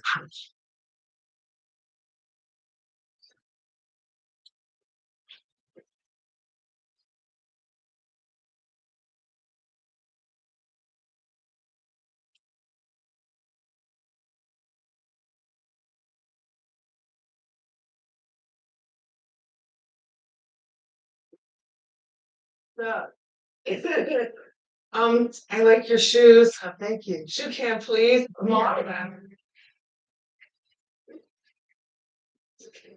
Nice, Robin. Thanks. Did you pick those out yourself? I did. I do that. I heard that your children had a hand in it. Yes, my son told me to wear black and white laces. So now he's 10. He's 10. They're both 10. My daughter's 10. Yeah. Robin's got 2 children and a wife and a happy life in the tri-state area. See if you don't. Robin and I were telling you, we already had a conversation on the phone, just to say hey and how you doing? How you doing? How you doing? So you met with me when you were teens. How old were you girls? I had just turned 19 and she was soon to be 17 that summer. And where did you meet? We met at the Community Development Center in East Orange, New Jersey. That was summer jobs. Okay. And how was Whitney back then, like when you first met her? She was awesome. She had this presence that was just like, what's your name? And she said, Whitney Elizabeth Houston. Oh. That's how she introduced She big time you. with a handle. With a handle. Okay. Uh-huh. That's good. I'll keep an eye out for you. So then summer camp ends and you guys maintain friendship. We got to know each other. What does that mean? Well, like any other 2 girls. Being silly. 2 young teenage girls working at a summer camp. You just kind of find out who you gravitate to. Yeah. And we had a connection. And we would go out for lunch together and we just clicked. And at that time, Whitney's mother, Sissy, was big in the gospel community. Whitney's mother was big in the background Singing singing community. That's how Whitney introduced her to me. Okay. As yes, she was the ministress of music at New Hope Baptist Church. But Whitney took me through every single last artist and background vocals where her mother was tearing it up. And she does could tear it tear up. it. Wow. In the book, I lay out the tracks for you. You need to know, Sissy Houston, as Whitney put it, was no joke being paid triple scale. Wow. Wow. So many of us had our first kiss at summer camp. Did you guys? First kiss at summer camp? Well, I did. Yes, Camp Center. I wasn't gonna. You know, all right. So how did the romance start? As we got further into knowing each other and feeling comfortable, you know, like Whitney was like, I'm a singer. I said, okay, that's cool. And then I'd say to her something like, well, where do you sing? She said, well, at my church, New Hope Baptist Church, but I also auditioned for The Wiz, which Tisha Campbell, I think, got that part. Okay. She's also from East Orange. Uh-huh. I had that right. So anyway, we just kept spending time together and wanted to be together. And she'd tell me these amazing stories about the music business. And music was huge back then. You had the album cover with the liner notes and I had to sit and go through. And my family was big on music as well. Right. So we had a nice seesaw relationship on who was who in the music business. And much later that summer, she asked me to walk her to her home, and I did. And we just sat back on her sofa on the floor, and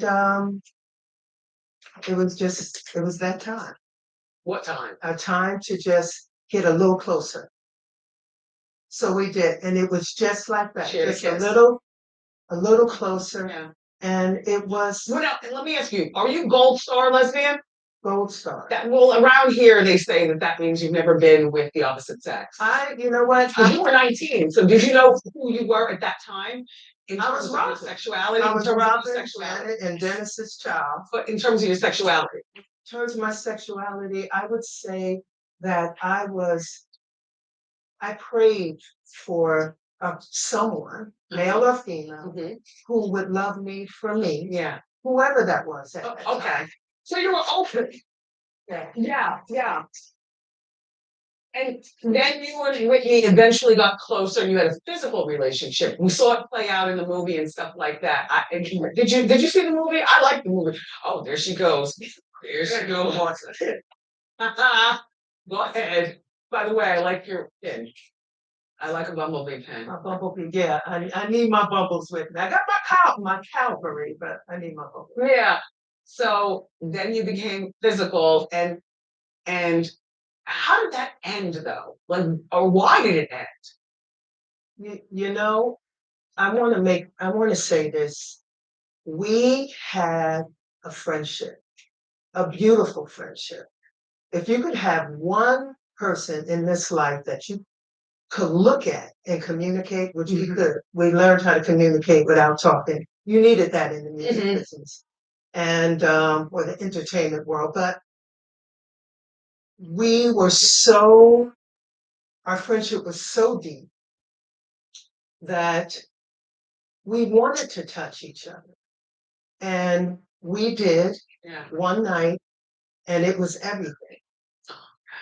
And we knew then that everything was not all that would be. Yeah, You sex know, is only a part of a sex, relationship. sex. Yeah. You know what? Or touching, only a part of a relationship. It was just embracing everything that we had shared. Yeah. And it was our moment. No one else was there, but maybe the creator.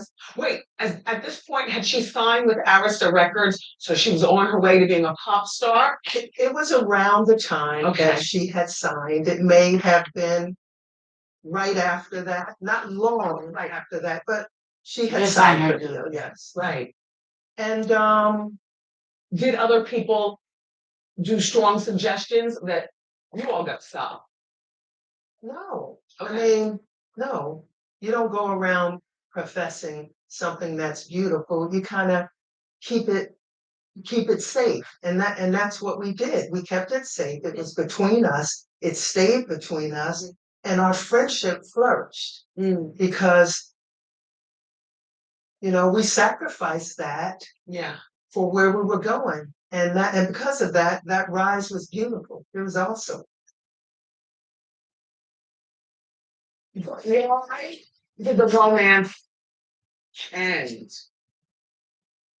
The romance. The romance. You say, okay, you know, Whitney said to me one day, she came to my house and she said, I don't think we should be physical.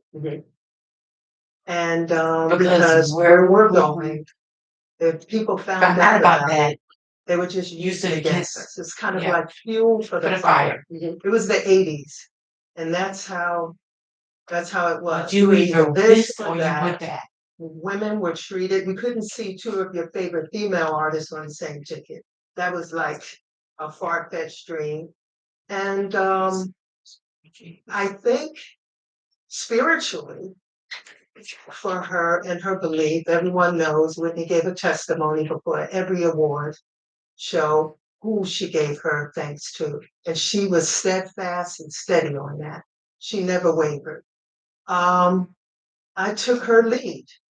I chose to love her unconditionally. I didn't really know what that word meant. Yeah, she gave me a Bible. It was in a box, and she gave me a Bible, and she said, "Love me unconditionally."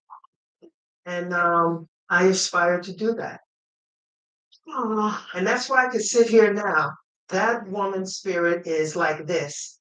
She'd be here. So, right here. so prior to her meeting and marrying Bobby Brown, she did have a few different boyfriends, including Eddie Murphy and including it was a football player or basketball player. I forget. I was on the radio yip yapping. Yeah, yeah, you were. All right. Yeah. But she had these different relationships. And Jermaine Jackson, who I understand, he was the one that you weren't jealous of Eddie, but I wasn't jealous of anyone. That I wasn't at all. I didn't have to be.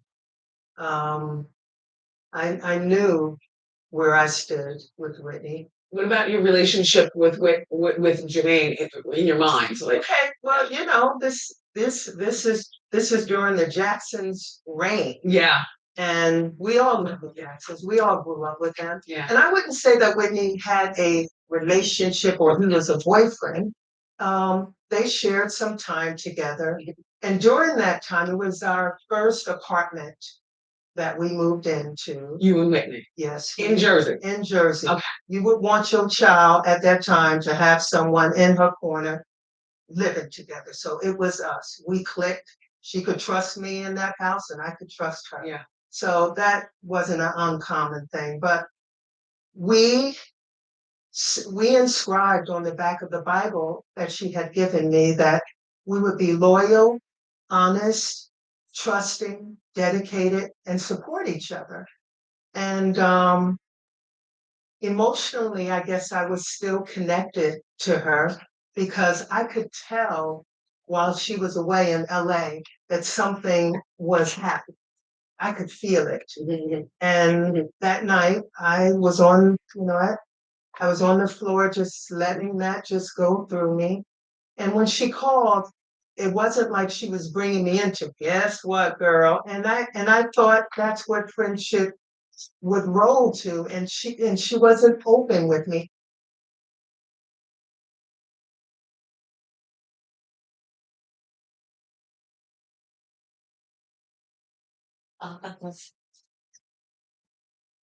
The most read piece that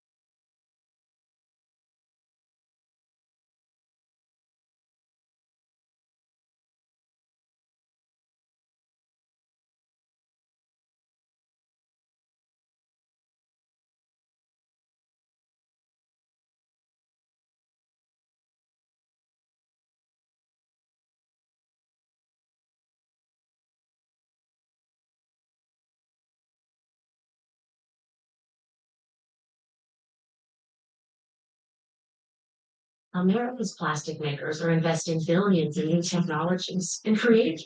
On the news today, legal experts say it was the exemplary record of Manson family member Leslie Van Houten that won her freedom after 53 years. But that's not good enough for the families of her victims. They say she should have been kept behind bars. Fury is growing today over Manson family member Leslie Van Houten's release from prison after serving 53 years of her life sentence.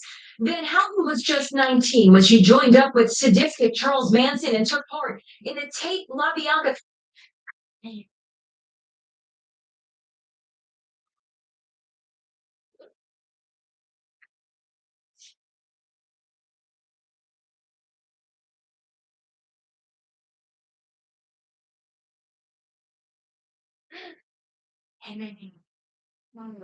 Oh, okay.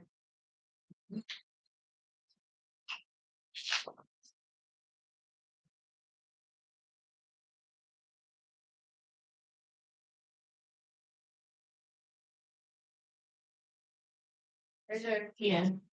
Here. Thanks.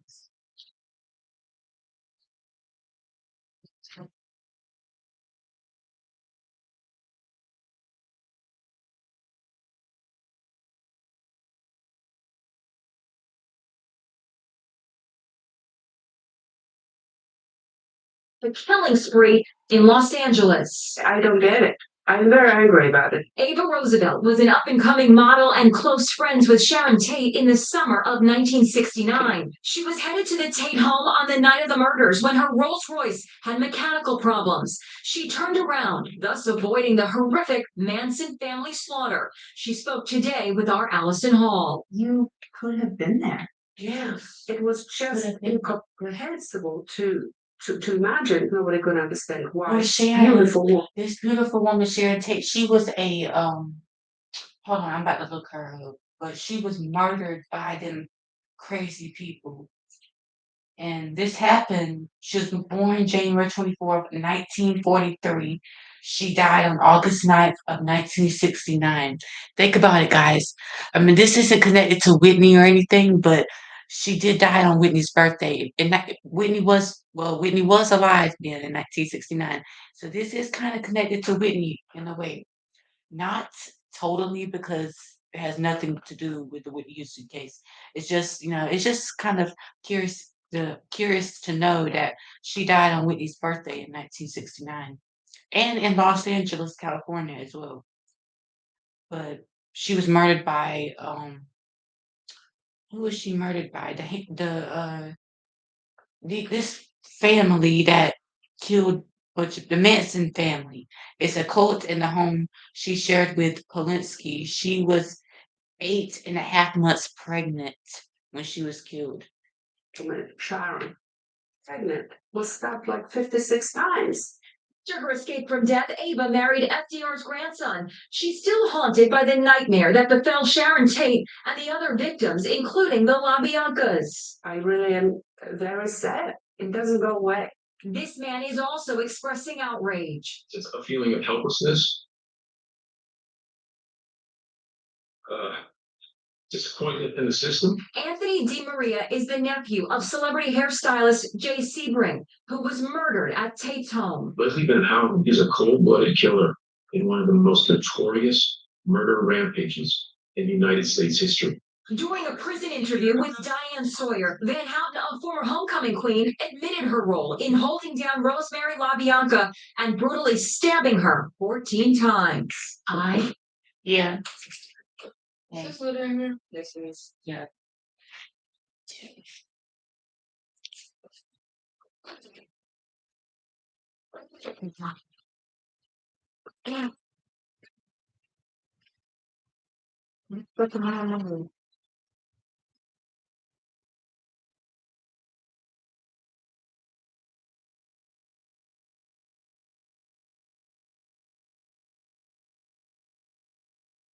Hey, there's food game around. You hear a food line, the first one is like, what?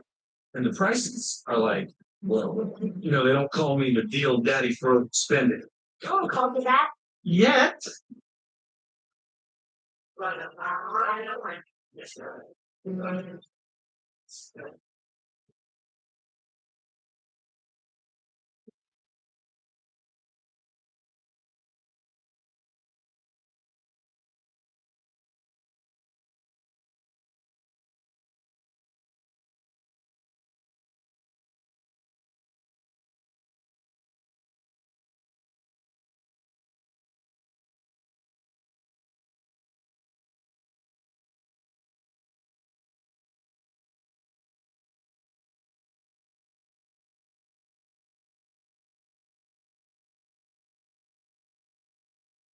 Wait, Nikki, where? Oh, Nikki, oh my God!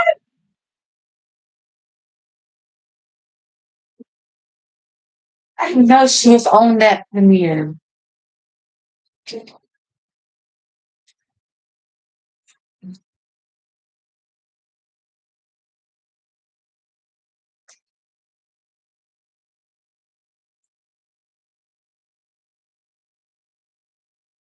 We're learning more tonight about the dark and final days of legendary superstar Whitney Houston. Her ex-husband, Bobby Brown, revealing new and intimate details of the couple's turbulent marriage, including their drug abuse. And Brown is pointing fingers tonight about the tragic loss of his daughter, Bobby Christina. ABC's Robin Roberts has the exclusive conversation.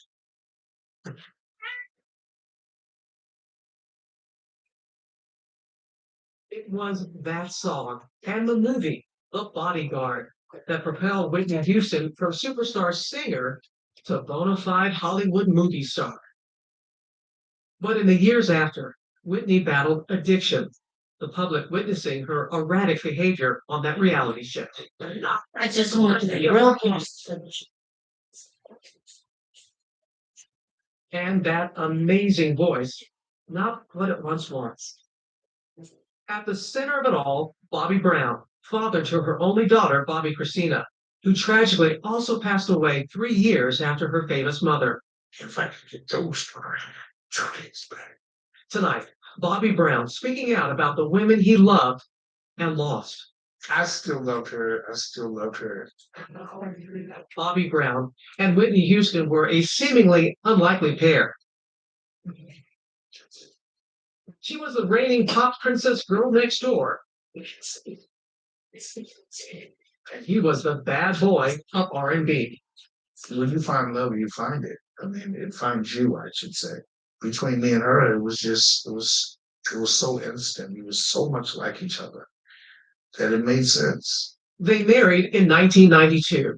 So you broke tradition a little bit and saw her before the wedding. Mm-hmm. Well, that was the first time I had actually saw her do drugs.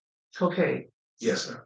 Bobby says in his upcoming book, Every Little Step, he found his bride-to-be, quote, hunched over a bureau, snorting a line of coke. He says she offered him a hit, but he didn't indulge at that moment. What was through your mind when you saw that? The drugs wasn't her. She did drugs, but drugs didn't do her. And I don't know if y'all watched. Well, I know everybody knows who Ryan Seacrest is. He's going to be one of the new hosts for he was he co-hosted and served as executive producer of Live with Kelly and Ryan, and has hosted other media shows including American Idol, American Top 40, and On Air with Ryan Seacrest. He's 48 years old. He was born in 1974. And he's way older than me. Way older. Well, I'll be 18. So he's about 30 years older than me. I'm 17, but I'll be 18 April 25th of 24, or 2024, because I just turned 17 of this year, of April 25th of 23. I'm trying to figure out something.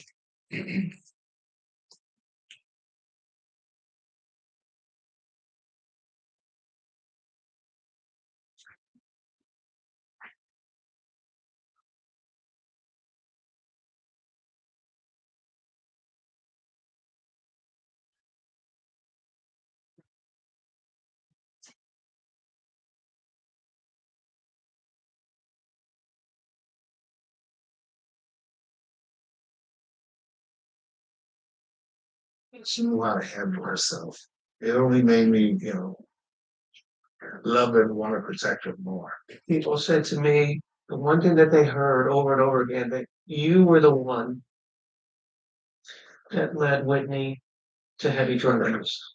Well, you were the one. It wasn't me. It started her. And I take my part, and I take it hard for me even being a part of it. But we all have our own minds. In public, the young couple glowed with promise. at the Bodyguard movie premiere. And more good news. In March 1993, Bobby and Whitney welcomed their precious baby girl, Bobby Christina Brown, into the spotlight. This is love. But their happy home life wasn't all it seemed. Bobby Brown had multiple arrests, ranging from marijuana possession to drunk driving and various parole violations. But Whitney stood by her man, even recording a duet.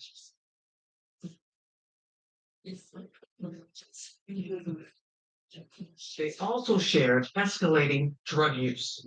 Bobby says they would lock themselves in one wing of the house getting high, while daughter Bobby Christina was cared for by nannies. Did you ever do it in front of her? No. Never. But she probably had to know. I always made it a point to not let her see me or my wife in that type of situation. I mean, it's hard when you're doing it every day. But the world was beginning to take notice. At a certain point, when you're using drugs, you don't know that the outside people that are seeing you. People remember vividly my colleague and friend, Diane Sawyer. Crack is whack.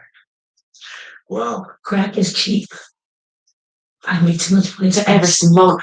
Let's get that straight, okay? We don't do crack. We don't do that. This crack is whack. People cannot let that go. Diane Sawyer, love her, love her, love her. It's just bad timing. Just bad timing. We both needed to get away from what we were doing. There was no reason for it to be on television at that time. But she didn't get away from the cameras. The opposite, in fact.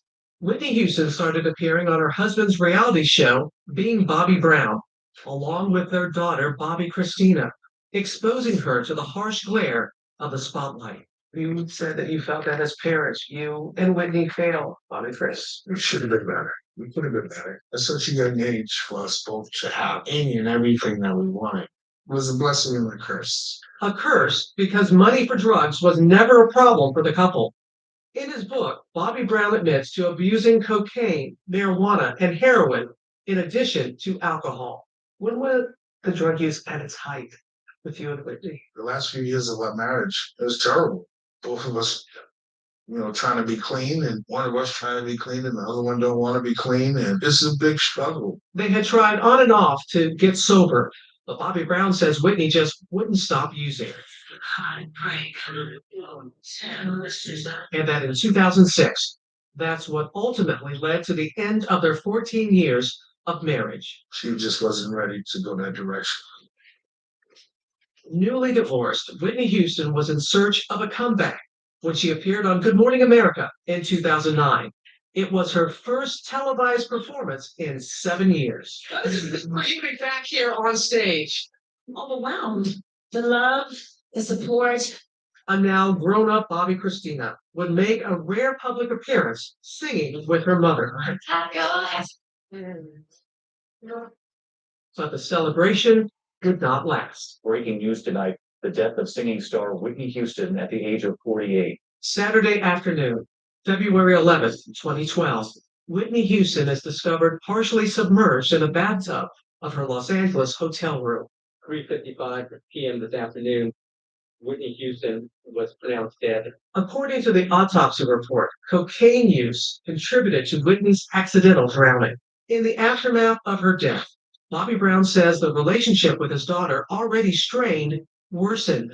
The Brown family also believed Bobby Christina was being manipulated by another person, Nick Gordon. Gordon was rumored to be Whitney's adopted son. Bobby Christina called him her brother. After Whitney's death, the couple claimed to be much more.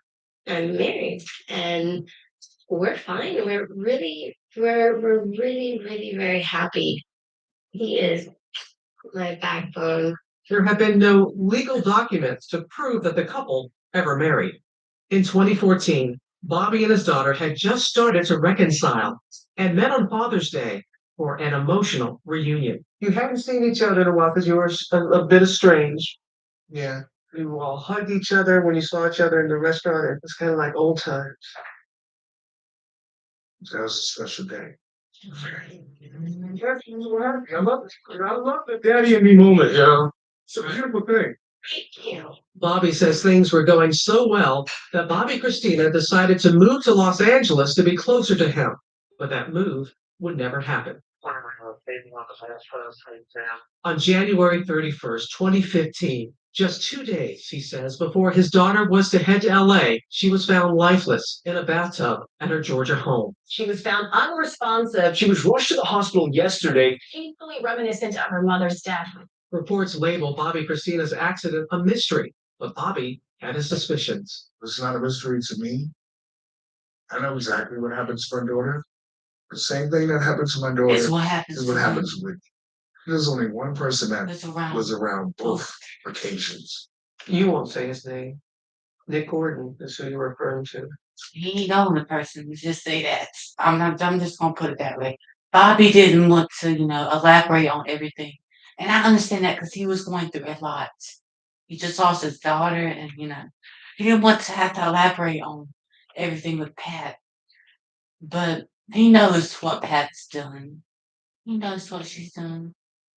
And I'm not going to talk about Pat in a bad way anymore. I'm just saying I don't like the way she's trying to take over Whitney's estate right after Chrissy dies. And, well, Bobby said that Chrissy specifically said she didn't want no Houston around her bed. That's what she told him.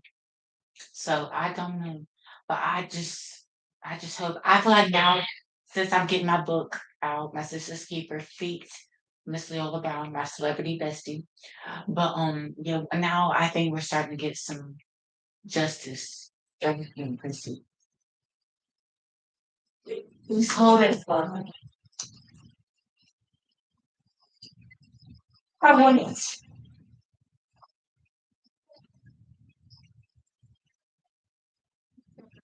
What's that over there, okay? Once again, I'd like to thank Yeah. for the campus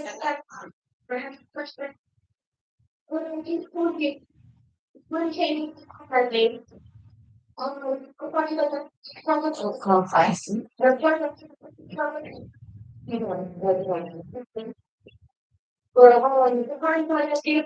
Was from Texas who loved to sing. And then a sensation on the verge of international stardom when the unimaginable happened. The death that sent shockwaves throughout the country. Her biggest fan was arrested for murder. Tonight, you'll see rare video of the woman who gave voice to a musical movement and became an idol to millions. John Quinones asks, who was the extraordinary talent silenced too soon? A primetime investigation. It has the rapt attention of millions of Americans. A judge admitted into evidence a confession. In it, an obsessed fan, a middle-aged woman, told how she came to kill the glamorous young object of her fascination, a young girl called Selena. We decided to take a closer look at this story tonight because Selena was not just another rising young star. She lit up a whole road of hope and possibility for a generation. So John Quinones went back to his home, South Texas, to learn what was promised by Selena's life and what was extinguished with her death.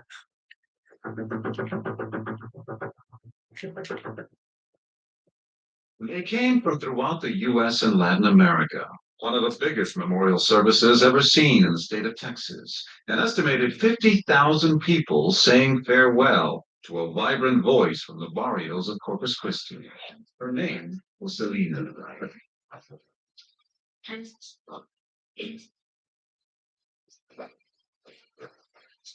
She was nothing short of phenomenal, an electrifying blend of music and personality. Just 23 years old and already the winner of the prestigious Grammy Award and 8 consecutive Entertainer of the Year awards in Texas. Selena was on the brink of international stardom. But her success was all American. Her father, Abraham Quintanilla. This is what This is what it's all about. It's the American dream. We are Americans. that happen to be of Spanish descent, of Mexican descent, but we are Americans. We were born here. Selena was adored by millions of fans, so many that the singer named one of those admirers, Yolanda Saldivar, president of her fan club. For a while, the partnership worked. In fact, when Selena opened her own clothing boutique, Saldivar was hired to run it. But then last winter, the friendship began to sour over money. This is what the prosecution is charging. On the morning of March 31st, Selena came to this motel in Corpus Christi to confront Yolanda about thousands of dollars that were missing. Money that fans had sent in to buy t-shirts, CDs, and autographed pictures. Mementos they never received. At some point during their talk, Yolanda Saldivar pulled a gun and shot Selena in the back. She staggered through this courtyard to the front desk, where she collapsed. Witnesses say that in her last words, Selena uttered the room number where she was shot and named Yolanda as her assailant. Saldivar claims the shooting was accidental. When I went to inside the emergency room, They told me that Selena was they dead. told me that she had died. I was shocked. I don't remember anything after that for a few days. I just I don't remember. My mind just went blank. What ended that day had begun more than 15 years before, when Selena was just a child.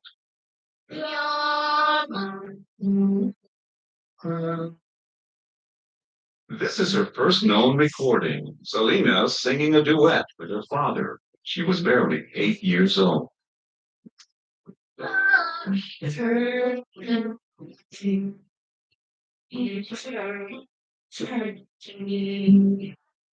It was taped by Johnny Herrera, a family friend. I told her father, She's died. she doesn't go out of tune. She built the song out. But what happened? And sure enough, She made it. she made it big. But even back then, a very special relationship was developing between the singer-born Selena Quintanilla and the father who would become her manager. Daughters are always attached to daddy. And but also, in Selena, I saw a lot of me when I was young. 2 years ago, Abraham. No, huh? Maybe you should yours. I don't know. I was just asking how your day was. Oh, listen. Day was so. Everything sucks. Um, do you have a good day then? Like, it was okay. Made $10 on tips. So that's good. What you doing on video?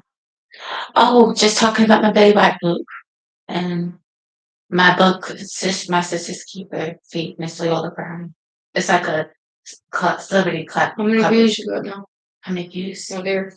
On this book, oh, I only got 2 likes on this video, but in total views, 7,480. That's good. Okay. Wow.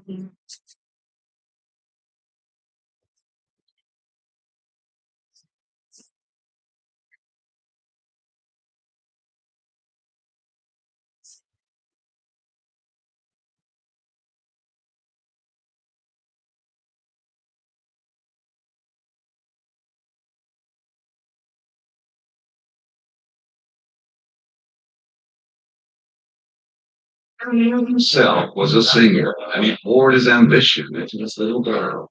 He knew the Texas music circuit and many of its promoters. So in the early 80s, he formed a family band with Selena as the lead singer, and he took them on the road, crisscrossing the state in the back of an old van. Finally, 10 years ago, their first big break, an appearance on the Johnny Canales Show, a popular variety show syndicated on Spanish television. When I first met her for the first show, she said, if we do an interview, let's do it in English. English, please, because she doesn't speak Spanish at all. Selena literally grew up in the Canales Show, eventually mastering not I only mean, I can speak a little Spanish, but I'm still learning. I could. the Spanish language, but also Tejano. It's a kind of music that mixes Mexican ballads with German polkas, the tunes of the early Texas settlers. Selena explained it all in this public service announcement. The German immigrants to Monterrey brought the accordion, polka, waltz, and other European dance styles, which became popular throughout Mexico and South Texas. Nowhere was Selena's music more popular than San Antonio, a city where more than half of the population is Hispanic. This is now known as the Nashville of Tejano music, but it wasn't always that way. I was born and raised here, and I remember when I was a teenager, Tejano was the music of the older generation, nothing young people would ever want to be associated with. But Selena came along and changed all that.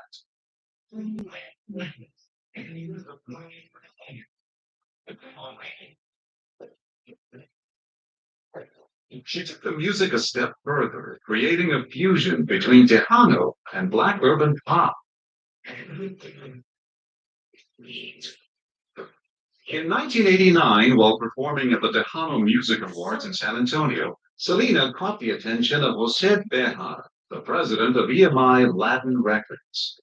One of the primary goals that I had was to find the next Gloria Estefan. An artist that would be not only bilingual but bicultural. Gloria had opened the door, and the door was ajar, but I think Selena blew it wide open. She was just good. She was cool. She was genuinely Hispanic, Mexican roots at heart. In spite of the sexy costumes she wore on stage, she had a squeaky clean image. She didn't smoke or drink alcohol or do drugs. Her fans were people who often felt neither Mexican nor American. They were shut out from mainstream in both countries. Selena was the first major star who truly represented this bicultural community. She never forgot her roots. In fact, even at the height of her success, she still lived in a modest home right next door to her parents, in the same neighborhood where she grew up. Those values had everything to do with her mass appeal. I like to thank my family, my parents. I love you so much. She wanted to have a big family, but we never got around to it. Chris Bettis was Selena's guitar player. He joined the band in 1989. They fell in love. 3 years later, got married. She cared so much that she opened herself up so much that she get hurt. And she's not here because of it.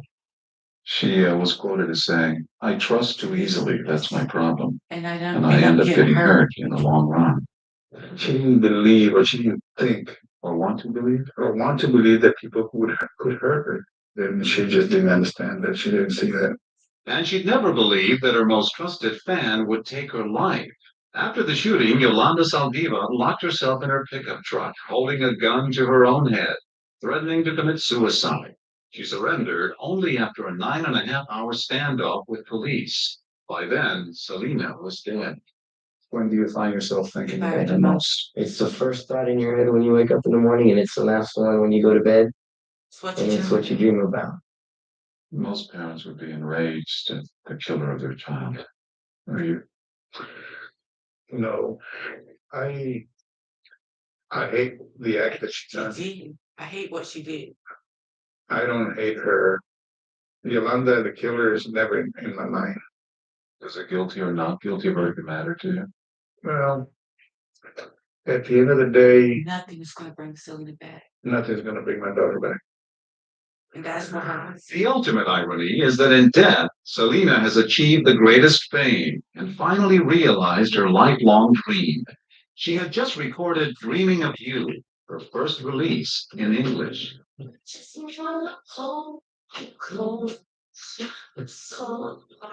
The album has already sold almost 2 million copies, double platinum. Sales of her other albums have quadrupled since her death. I see Selena Every every day Every day. on the television, on the news, her music. Every time I turn the radio on, it's there.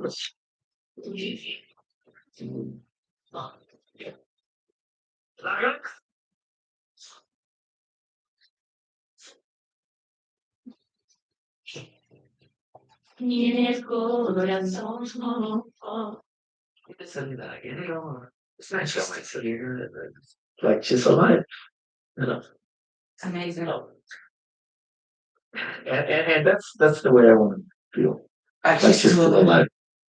You know. And I feel it.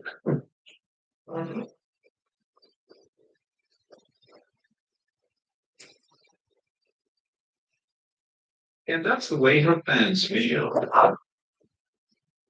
Y'all, I have not seen this reading. So I've been, y'all know I love psychic readings and I'm very into stuff like that. So I've already watched every Selena psychic reading that Sombella has done. And I'm on another YouTuber now, and she did one on Whitney. But now she's got one on Selena, and I'm about to watch it. Repair for fine hair. Redken's acidic bonding concentrate, lightweight liquid conditioner. Weightless repair. What's up, gang? I'm back. Shout out to Magical Flowers Tarot Gang. I love y'all. Shout out to my new subscribers. Welcome to the gang. You can definitely reach me at www.magicalflowerstarot.com. And for my YouTube requests, you can email me at magicalflowerstarot@yahoo.com. So I love y'all so much. So y'all, we're gonna get right into this. I ain't even gonna keep talking about it. I definitely have been getting some requests about the Selena reading. And at first I'm like, you know what? There's a lot of readings I think on her. I ain't never seen it, but y'all already know ain't nobody gonna read like I read. So y'all be fucking me up, but I love y'all so much for real. Shout out to y'all. Y'all keep me very, very humble and I appreciate y'all. So let's get into this. I'm not gonna waste no time. It's been so much mystery around her situation. Y'all want to know about Yolanda. Did she mean to pull that trigger? I mean, she meant to do Y'all it. talked about Chris Abraham, her sister snitching on her. Child, I didn't even know that she had an affair with a doctor. So y'all already know what time it is. I'm gonna do how I always do. I'm gonna start off with tapping into our energy. Selena, Quintanilla, Selena, Quintanilla, Selena, Quintanilla. So here's the first and foremost. Y'all want to know how does she really feel about her father Abraham? What's he pushing? What's he like the Spanish Joe Jackson? Was he all for himself? Did he take her in consideration and her, how she really felt about herself, about life, about love? Y'all want to know how does she really feel about her dad? Spiritual, Selena truly feel about her father Abraham. What was their energy? What were the real energies between the two of them? What's the true energy between them? Please show me, show me. Show me the energy. Selena came to what's reassured. What was the true energy between Selena and Father? What was the real deal? Tempers, a discord. That was not on one accord. It was a lot of disharmony between the two of them. And I also feel like patience was a big factor. Her father lacked a lot of that, and she that hurt her in a lot of ways. This is definitely Selena, Six of Wands, the celebrated one, the exhausted one, the devil. A lot of bad habits, a lot of things that y'all don't know about. When I see this devil, balance. She was just trying to balance who she was. And her father only seen her one way. Two of Cups. That's the relationship between the two of them. So of course it wasn't all bad. She loves him. That was her dad, but it's a lot of deep dark secrets, hidden things that you guys don't know about. And hopefully that's what this reading is getting ready to reveal. Because y'all know my spirits don't play. Death. This is Selena. Come through. Come through, baby. I'm Come through, through. It's girl. okay. Come through and tell us what it is. Eight of Wands, a message. The High Priestess. I told y'all it was a lot of deep dark secrets that y'all don't know about. And I already know what y'all want me to ask. I know my game. We're gonna get to that. Y'all just keep reading. I'm sorry. I'm gonna keep reading. Y'all keep watching. Y'all read with me. Because I teach y'all stuff. And I'm gonna pull from my shadow deck too. But y'all see what time it is with this. They fought a lot too. Two of Wands. Somebody planned something on her. So we're talking about Abraham, right? He had plans for her, but they weren't always the most wisest plans. I'm gonna just keep it like that. Like I always say, when I see the two of Wands, just remind me of ill intentions, premeditated things. Y'all Or she see? was tired. She was tired. They fought so much. She was trying to balance herself, sacrifice. Y'all see what time it is. Y'all Make sure y'all watch this video to the end. Sacrifice y'all for my people that's new, my subscribers. We already know to the stores, mean decision making, Disney, blah, blah, blah, blah. I'm an intuitive reader, you know. I read what I feel and what I see. Y'all So when see? I see somebody in all white blindfolded, I think of the sacrifice of trust with them. And you know, when we think about things deeper, a decision is a sacrifice because you cannot decide on one thing without sacrificing the other thing. For one decision that you choose, sacrificing the one that you didn't. So the next question was, so y'all got right into it. Was Selena having an affair? If we get into the deep dark stuff, y'all want to know, was Selena having an affair? Now I wrote y'all questions down as I've seen them, so they might seem all over the place, but the point is we get answers.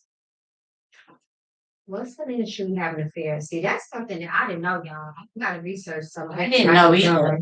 They talked about she had an affair with the doctor. I mean, I heard that Selena got liposuctions in her to reduce her stomach and her thighs. She did not get no type of liposuction in her butt. Her butt was all organic and natural. People talking, they lied. They lied. Affair with a doctor named Dr. Martin. Was that true? Was Selena having an affair? If he confirmed it, come down in the comments. Let's see what Spears y'all say. Was Selena and Dr. Martin having an affair? Not cuffs. Pentacles. There we go. I see what it is. It's trusting at Knight of Cups drop. And because it's reversed, I feel like it wasn't a fair. It wasn't all the way righteous. I say that. And this is Selena. This is her representing her legacy. Y'all come on, First Spirit. A new love. A new, so it's very new. Your swords, but you know with some tears, it's a betrayal about a situation. Wheel of fortune, bad timing. Misfortune, bad luck, wrong place, wrong time. Past regret, shame, guilt. So she definitely was ashamed about it, and she didn't want to tell people about it. The tower, there it go. So y'all see what time it is. It wasn't all good. Everything is fine, reverse. Everything is not fine. Y'all see what time it is. In the story, the time for the truth to come out. That's all y'all. My spirit's gonna play. Make sure y'all subscribe. Subscribe if y'all haven't. Subscribe if you have not already subscribed. Because like I said, all my channel members, I keep a record of all my members. So once you subscribe, I will put your name in the books. Because I keep a record of everybody. All right. You'll be a channel So the member. next I just question- haven't started the actual channel membership where you'll have to pay the $49.99 a month.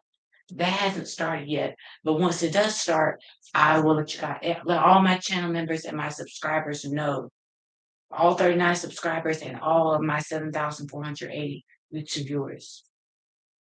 I'm gonna try to make it reading a little short.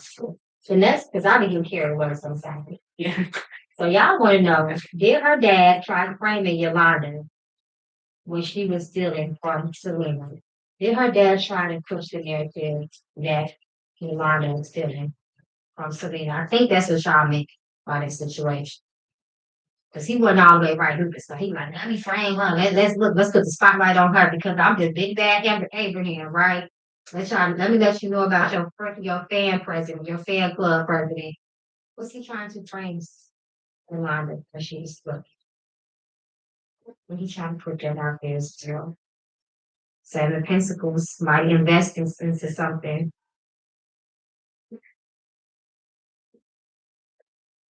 He definitely was watching. He was watching Yolanda like a mug. King of Swords, and he did not like her.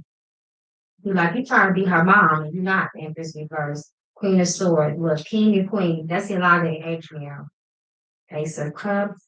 Look, misfortune, you tried to steal. This represents poverty, Five of Pentacles. They fought. I told y'all they didn't like each other. So yeah, he wasn't with the shits. Knight of Swords really had Selena fucked up too. Ten of Cups. Her family dynamic is broken at this time, Selena. There was some issues between her and her dad and her marriage. Four of Wands. See, it was a lot of smoke and mirrors when it comes to this story. A lot of illusion. Three of Cups. Wrong company. Reverse. Judgment. Hell yeah. Hell yeah. He's trying to push that narrative. High Priestess, deep dark secrets. Magic. an evil eye, jealousy, over it. He was over her. This is Selena. Selena. This is her on That's top of all Selena. this energy.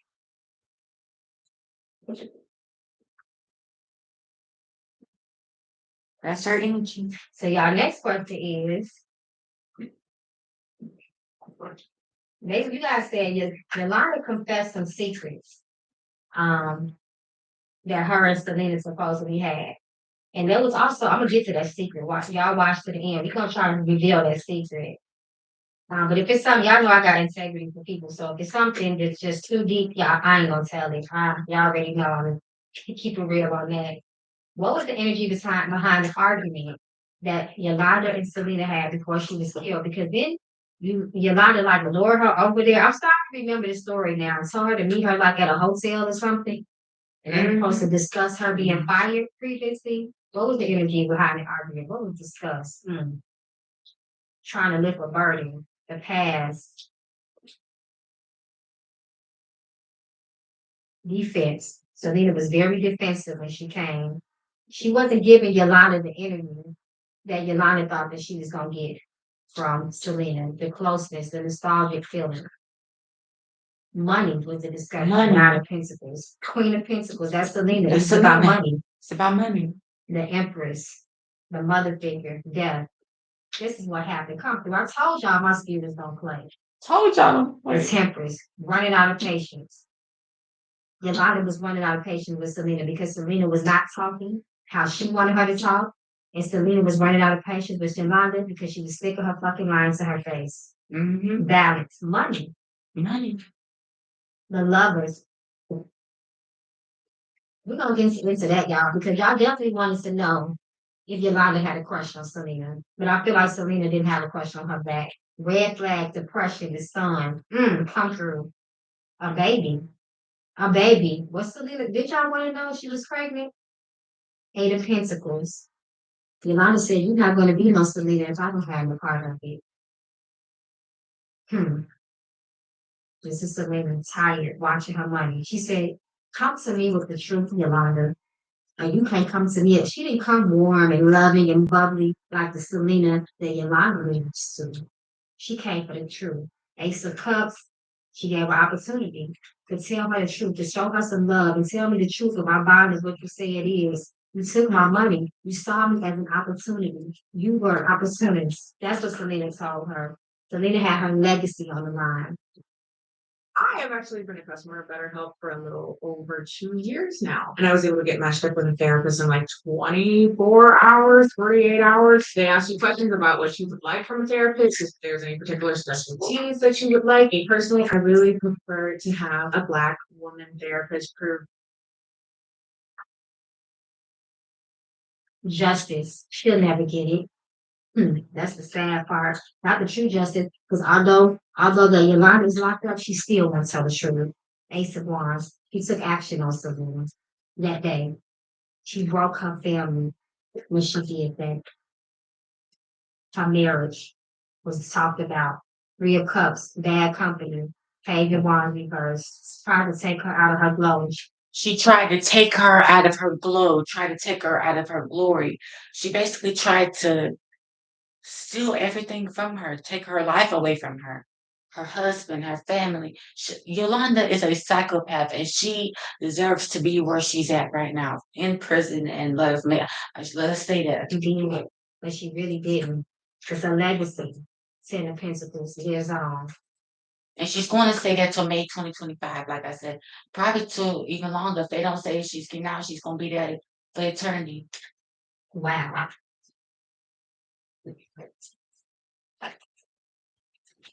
So y'all want to know, I'm going to say that to the did he kill her on purpose? But y'all seen what that was. Okay, so moving on a little bit from that until we start the background. What's Selena mentally suffering? What's she mentally suffering? Spirit. I'm gonna tell y'all everything that I see. Because she still needs integrity in me. That's how we do this around. What's the mentally especially on her last days. What she makes of it. To Ravon, she knew a lot of people were trying to plot on her. She always questioned people's intention. What are you really planning? What do you want? Yeah, I'll be right back, y'all. I'll be right back.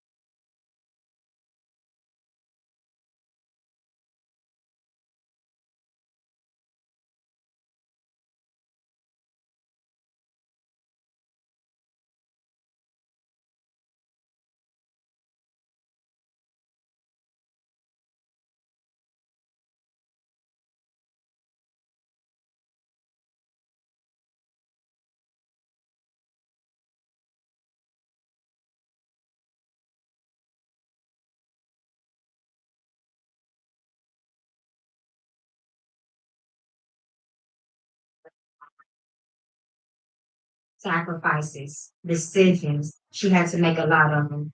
This is her being celebrated, but she always looked like the perfect, beautiful star. Six of Pentacles, people stealing from her. Six of Pentacles reverse. Knight of Cups, her marriage. Her marriage, her relationship's not going right. People acting like they loved her so much. Her legacy was on her mind. This is her being a star. She is the star. Judgment. It was a lot of that in her life. Manipulation. Two of Wands. The magician reverse. Manipulation. There was a lot of fuckery around her. A lot of lies. A A lot lot of of lies and deception. And that drive you crazy. Seven of Wands. Very vulnerable. She wanted to let her defenses down so bad. King of Wands reverse. Just not feeling herself the way she used to. Eight of Wands, she wanted to move on for something. But to me, she also let me know she got a message. Ten of Swords. She just wanted a lot of things to end and be over. A lot of lies. A lot of harshness. She was ready for a change, but they didn't want to give it to her. They said a lot of lies. The moon, deep dark secrets, even magical manipulation, play, misfortune. Oh, baby. This is her, the Queen of Pentacles. Y'all seen what it is. Sacrifice, the magician. Sacrifice. Misfortune. Whitney, look about it. Selena, Whitney, all these people were sacrificed. Now, when I first thought about Selena's case, I really did not know if, personally, if she was sacrificed personally or not. I didn't know if she was sacrificed or not. I really just thought Yolanda murdered her. I mean, I didn't know who else could have killed her. I didn't think the music industry was, on killing people back in 1995, which I think has been going on for multiple years, even before 1995 and after. I think it's been going on. Look at Whitney. I definitely believe Whitney Houston and Bobby Christina were sacrificed for their money because it's evident these women were worth more dead than they were alive. Honestly, they had a lot of money when they were alive. I'm not going to say that they didn't, but when they passed away, they got even more. So it's a lot.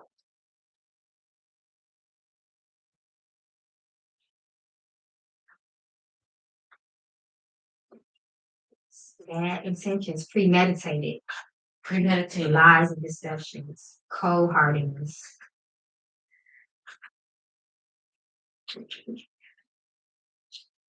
Energetic manipulation. Some call it magic. Magic at play. Stop be deeper than what y'all think it is. But y'all know that. That's why y'all come here. Y'all want to know, did Abraham have anything to do with her death? Let's go right into it. I definitely believe he did. Did Abraham? Wow. Wow. Have anything The lovers. Who was the lovers? Abraham never wanted her to marry Chris. Don't forget that small fact. But he had a lot of ill feelings.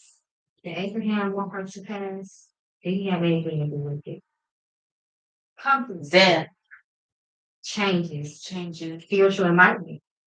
Page of Cups. Was she pregnant?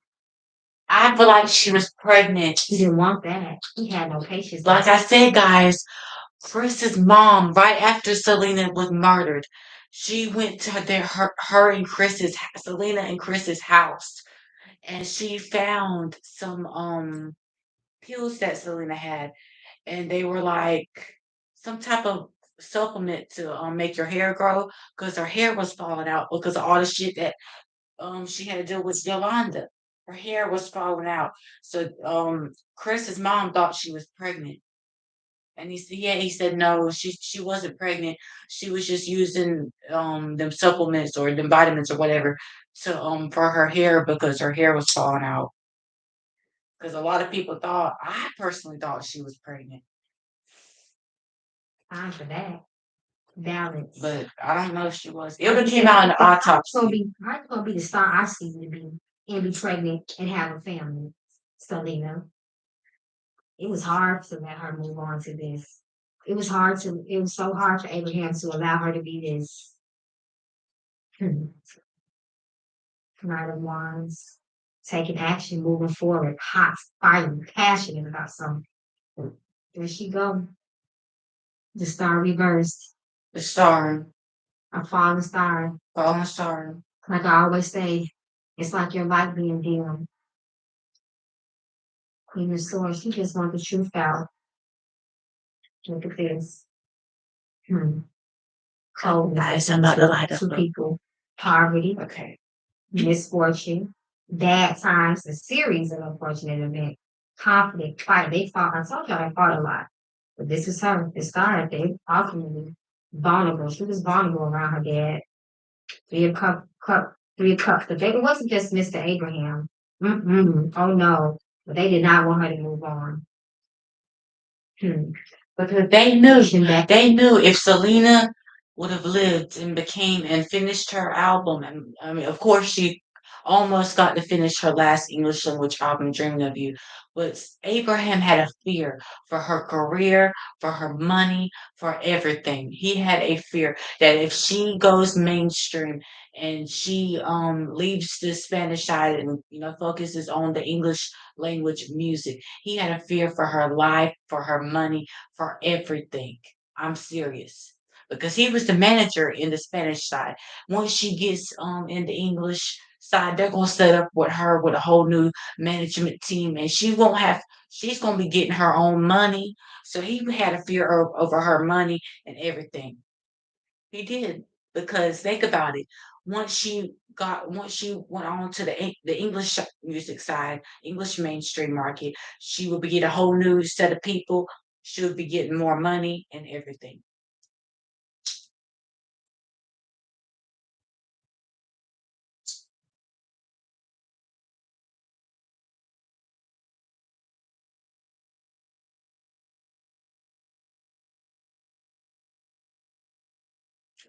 And on people.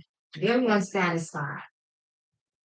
To make it an illusion of what really happened. Knight of Cups, he didn't want this for Selena. Y'all see what it is.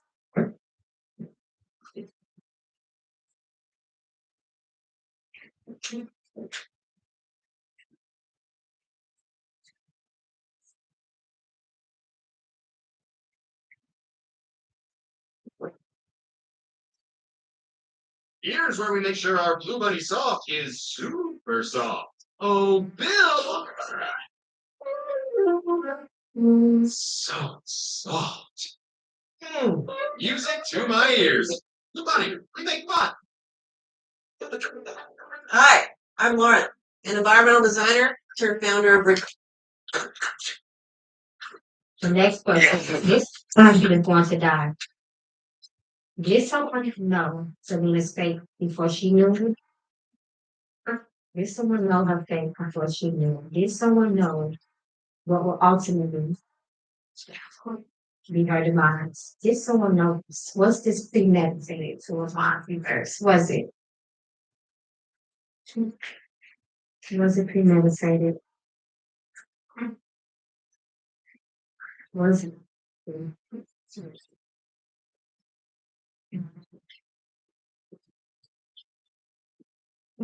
Was it premeditated? The mother, the empress, the mother of the tarot, pregnancy, defensive. She was trying to, I ain't gonna say that. I'm gonna give her some integrity. Page of Pentacles. See these pages, children. Temper, the temperance reverse. Somebody been running out of patience with her. Right, and they took action on that. Because I believe personally, Whitney knew somebody was after her because her daughter was found in the bathtub. That's constantly in the back of my head because I can't wrap that around my head. How her daughter was found in the bathtub the day before her. She knew somebody was coming for her. She knew it. I totally believe that. She knew that they were coming for her next because her daughter, they were trying to kill Chrissy first. And then they was going to come and they were coming for Whitney next. So Whitney had to kind of she kind of had to go into witness protection, if you say, because I say if she would have went back to like the music industry and went back to work or something would have happened. Something, especially at the Beverly Hilton Hotel. Celebrities, I mean, of course they're going to party They're going to party and do what they want at them hotels. They are. Impulsiveness, impulsive behavior, ate of stores. This was Selena. She was paranoid up until her last days.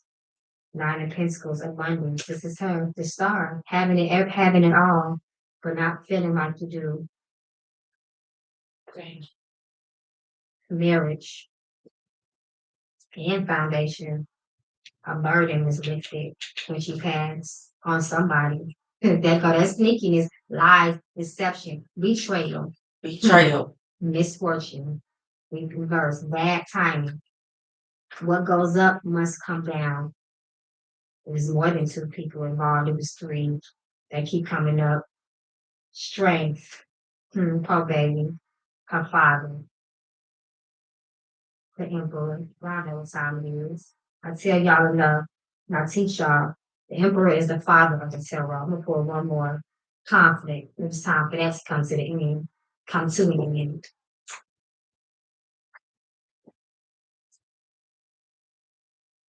You know what? Y'all stay tuned because I'm gonna do a shadow read on her. I'm gonna pull a couple of love cards on her and her relationships, and then I'm gonna hit that words of truth deck. Y'all know the time it is when I hit the words of truth deck.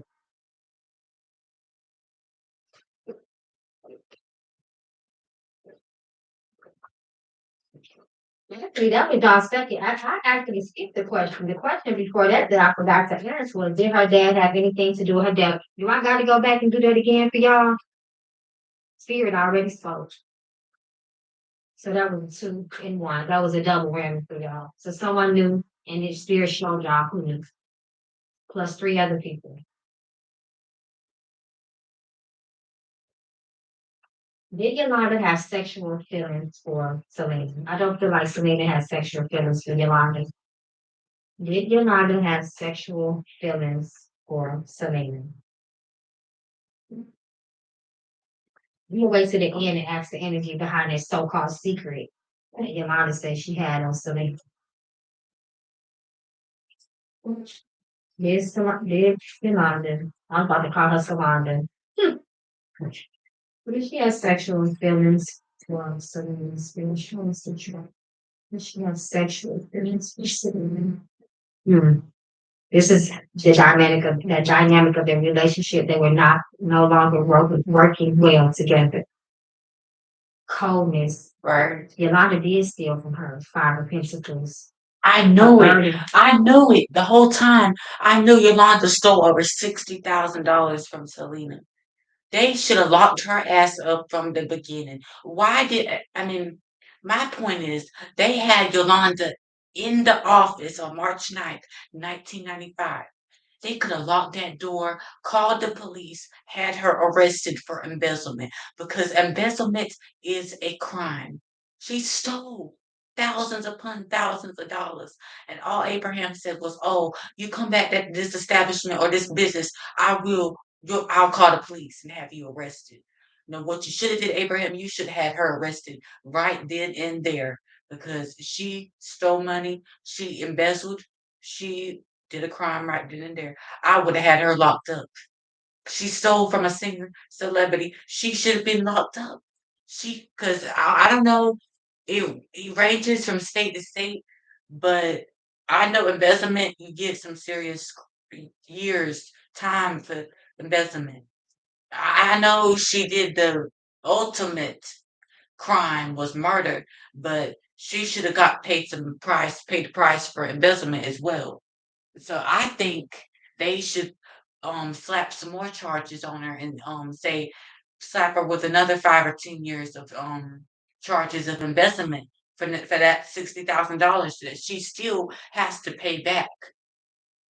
I don't care. Yes, Selena is deceased and she's not here to really tell the story of what happened. No, but one day, maybe one day a good psychic can do a reading on the ghost box or do a ghost box session for Selena and try to contact her spirit or something in the afterlife world. That's worse because she's now in the afterlife because she's dead. When you're dead, think about it.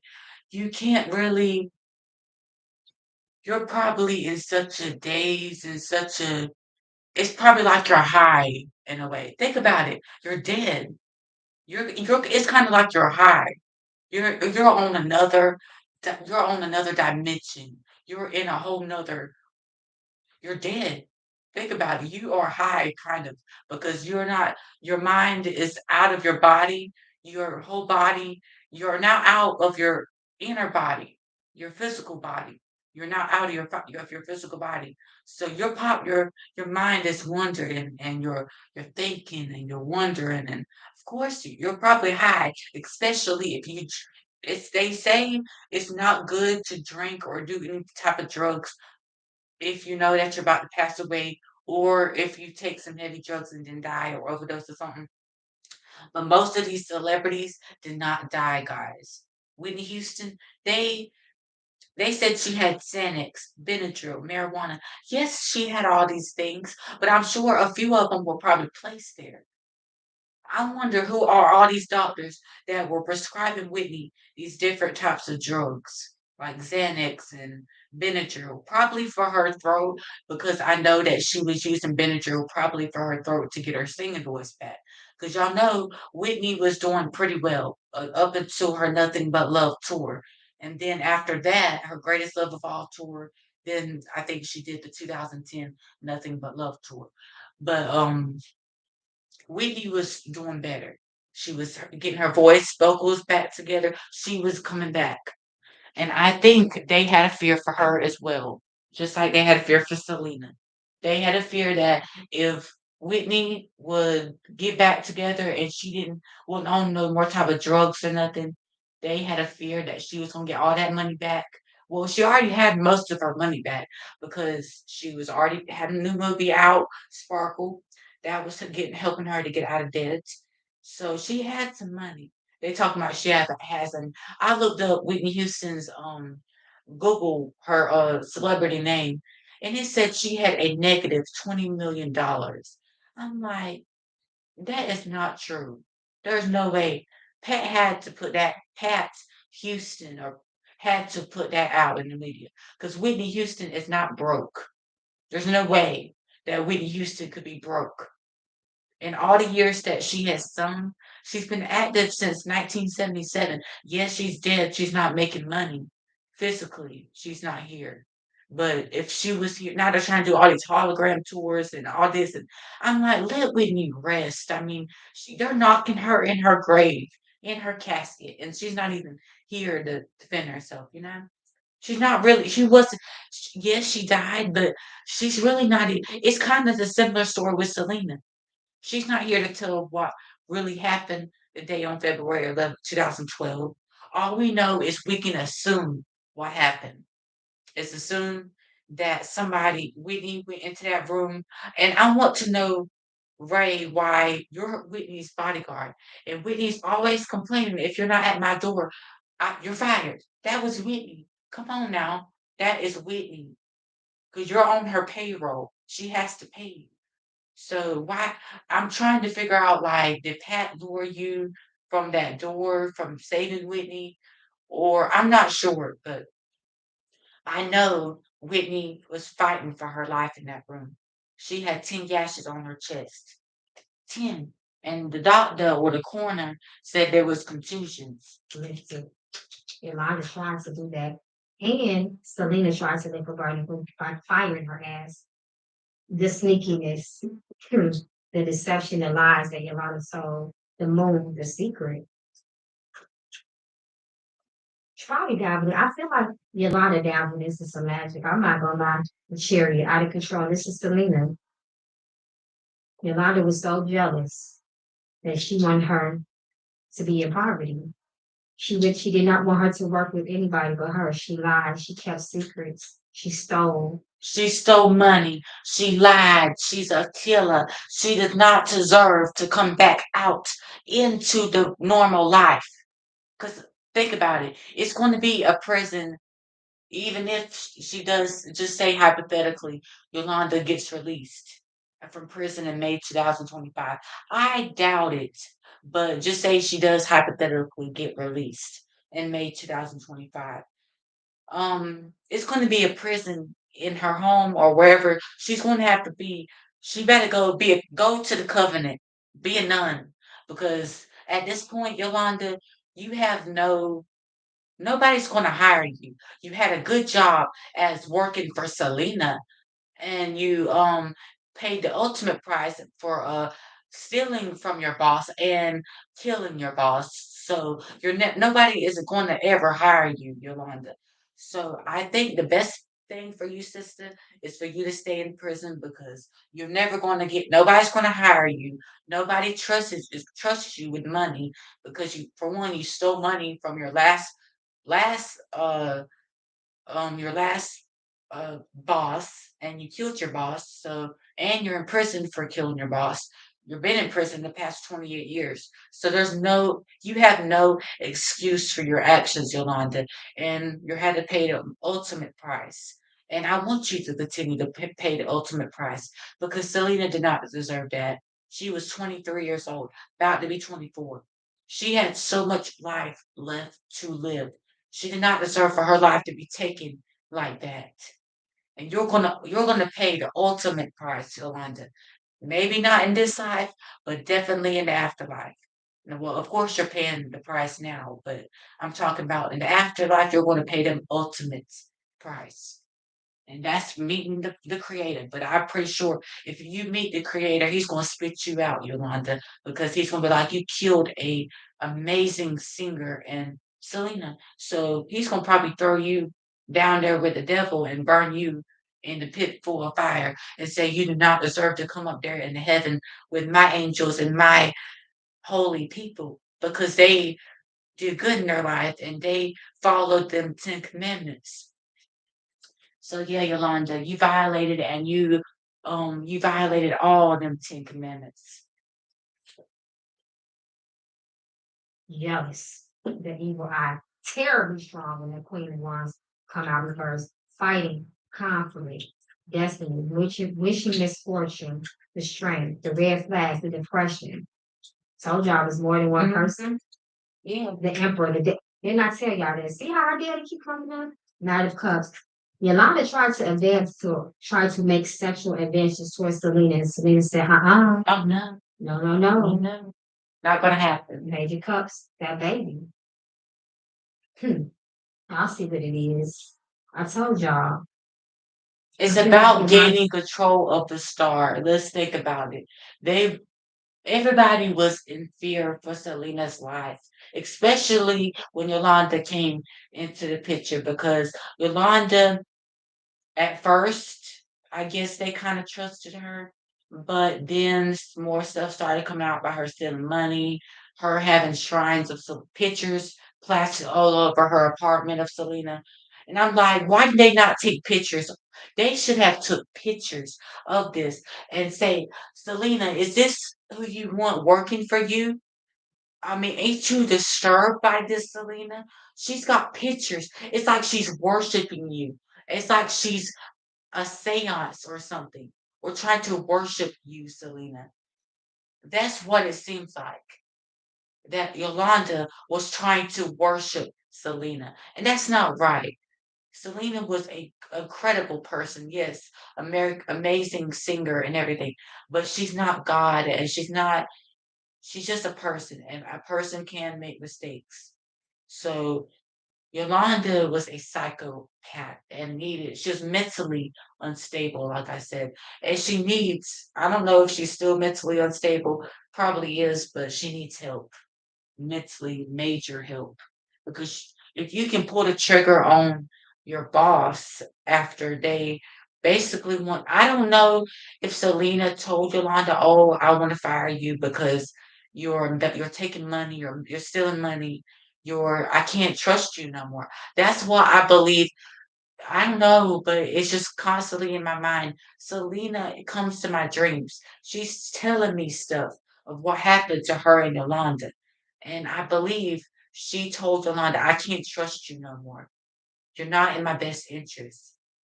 And I definitely believe Selena was on there that day to fire Yolanda because she knew she was already getting all her paperwork together from what Yolanda had already stole. So money. Dabbled into some magic. The wine. This is someone who is terribly, terribly impulsive. She wanted to see her down.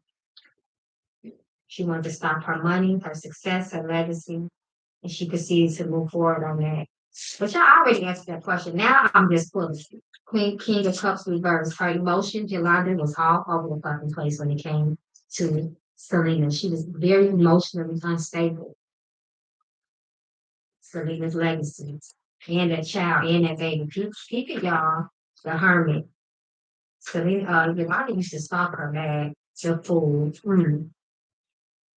The magician reverse. That's to me, that just all solidifies what I need to see. Y'all see what it is. Thank you to all my 7,480 YouTube viewers, and I'm so blessed and thankful. Thank y'all so much for participating in today's live meet and greet tour for my upcoming Nothing But Love tour. HA's is Nothing But Love World Tour. Y'all see what time it is. And HA's Sexy and Glamorous World Tour as well. That'll come out after the Nothing But Love tour. Y'all see what time it is. I ain't even got a cord no more. I'm so blessed for all the love and support.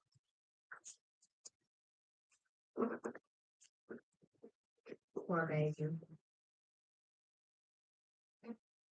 And no, I'm not gonna ask who that baby belonged to beside. I'm not gonna do that.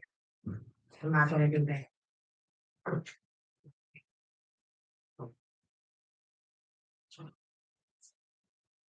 No matter where you're starting to, bring the snack and everyone will enjoy. Let's spark summer, Golden Island. So y'all wanna know, let's spin around to Chris. Well, her and Chris separated, divorced, broken up when Selena was murdered. Was her and Chris separated?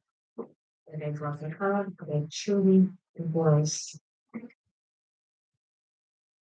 And truly divorced.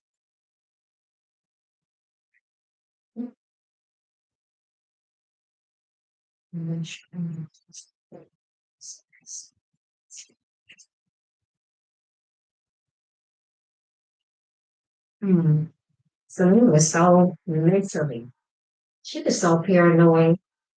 This was Selena at night, y'all. Her and Chris was on terrible terms. Changes occurred because of this. The world that was not advancing and moving to the next level in their relationship at that time. Six of Cups, her ancestors, Ace of Pentacles. She felt like she couldn't trust Chris. She questioned why was he really in her life? Was he another opportunist like Yolanda and her daddy? The Hermit. Something came out. She found out something about him. It was really hard for her to move on from Chris. That really broke her heart. Depression. She was depressed. Look at that red flag. Look at that baby. Look at that. Knight of Cups reversed. They were on terrible terms. She met a friend, Two of Cups. Started new, ended something, started something new. 10 swords, upright. Very vulnerable in that time she was. Page of Swords. Who was watching her? Two pages. That's babies. Regret, guilt, shame. Mirror card, Four of Wands. Y'all see what it is.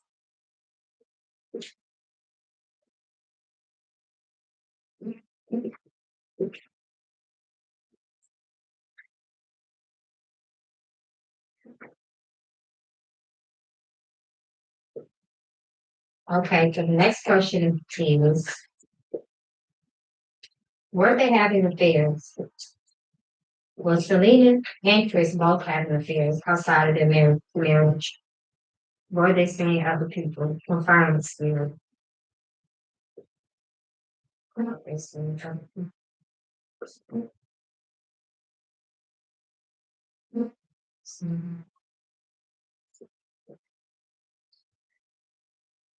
Knight of Wands, a flirt. Fighting over that. Sneakiness, deception, lies, a baby.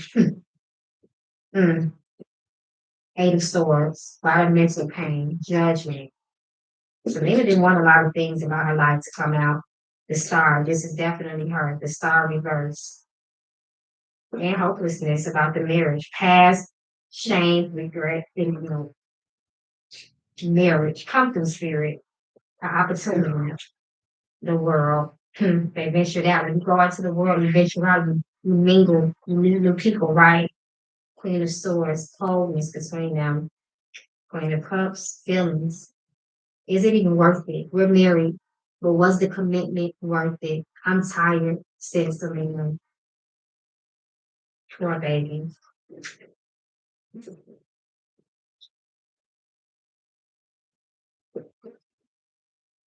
Hmm. Okay. Before I answer these last three questions, y'all want to know what's it before we dive deep into these last three questions. Y'all want to know how did Selena truly feel about her sister Suzette snitching on her relationship to Abraham, which even caused more problems and pain in Selena's life. How did she feel towards Suzette? Did she really truly ever forgive her? Would that change the dynamic between the two of them? How did you feel when Suzette with her? Why would Suzette do that? Was she jealous? King of Wands. Fiery. Two of Cups. This is representing the relationship between her and her sister. Justice. She said that was so unfair, Suzette. Why would you do that? You know how daddy is. You know how dad is. The devil. You tricked me. I thought I could trust you. You told my secrets. That was manipulative. That was wrong. That was hurtful.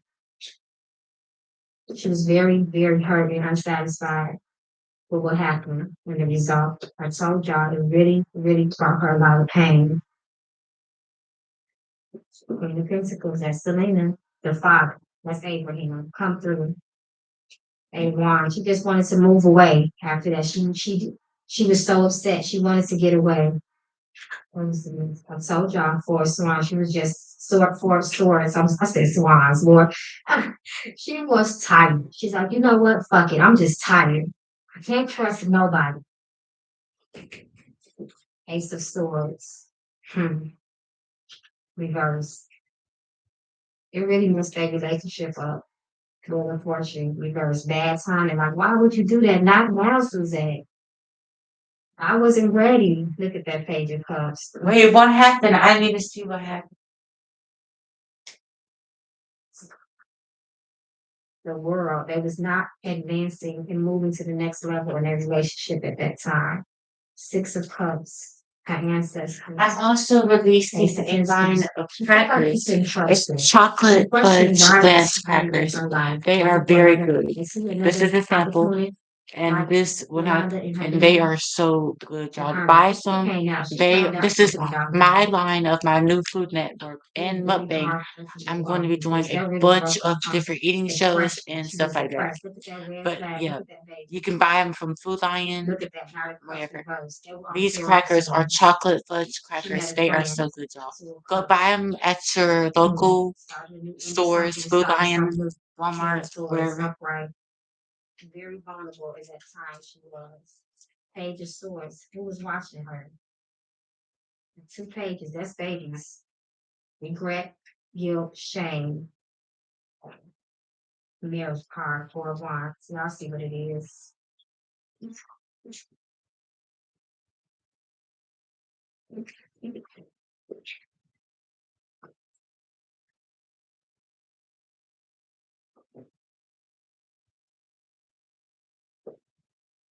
Okay, so the next question is, were they having affairs? Well, Selena and Chris both having affairs outside of their marriage. Were they seeing other people? Confirm it's true. Were they seeing other people? So,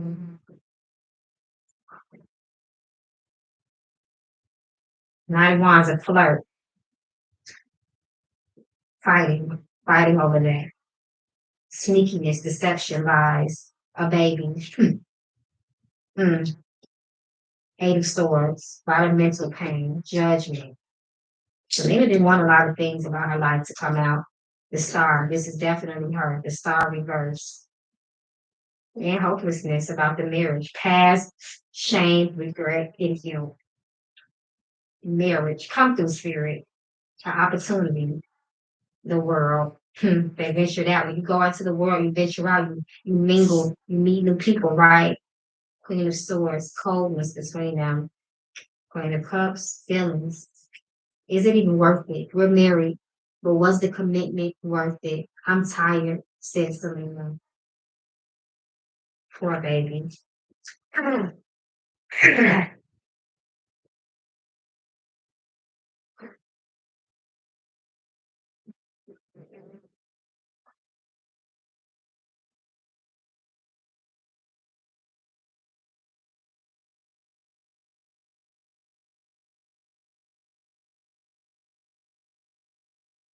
My name is Mark Critch. My childhood was full of precious memories. Son of a Critch. New series premieres July 24th. Stream free next day on the CW.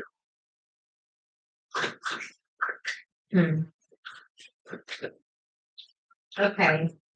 Before I answer these last three questions, y'all want to know what's your, before we dive deep into these last three questions.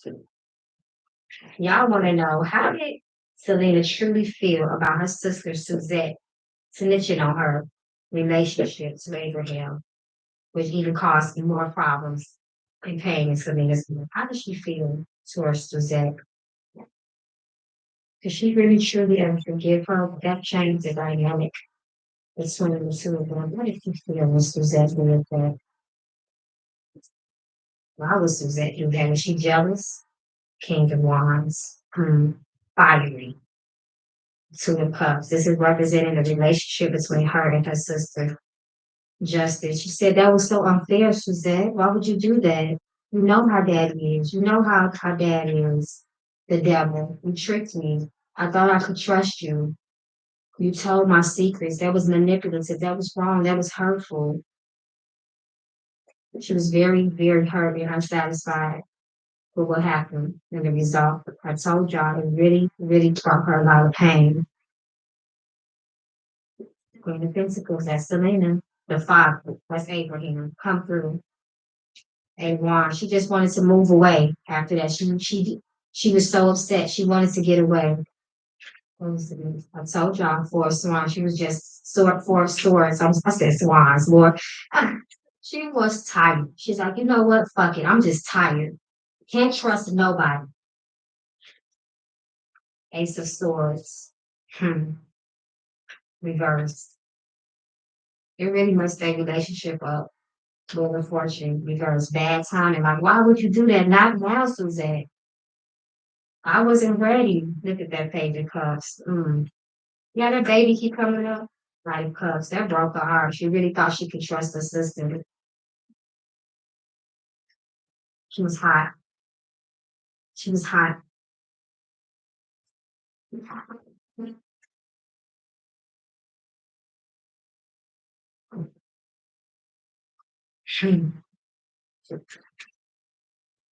What was the interview between? What was the interview between Selena and Dr. Martin Johnson? What was the interview between Selena and Dr. Martin? Show us the truth. What was the interview between Selena and Dr. Martin? Look at the image. Selena keeps showing y'all that page of cups for a reason. What was the energy spirit? The hermit. She didn't want that to come out. Hermit reverse. Betrayal, heartbreak, tears. Didn't I pull for this already? Yeah, when I asked her, she having a feel. So now this is just confirming everything I said. It had to end. Go back and remember that was the first. That was the second question I asked. Watch the similarities. Justice reverse. She didn't want that to come out. Eight of Wands. Somebody snitched on that relationship. Somebody told. Ten of Swords, Ten of Swords up. It started and it ended. Eight of Swords. She didn't want nobody to know. mentally. See all this mental energy that stressed her because she was still looked at as a married woman. That was the energy. I'm not about to get into that. I've seen enough. For y'all. Love y'all. But I try to. Y'all know I'm not that type of reader. I'm not going. I get deep, so I still do it with integrity. So let's get to the down to the dark corner. Was she ever pregnant?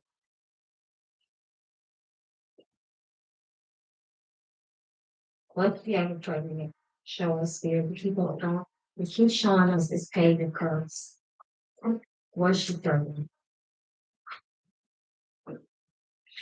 Was she pregnant?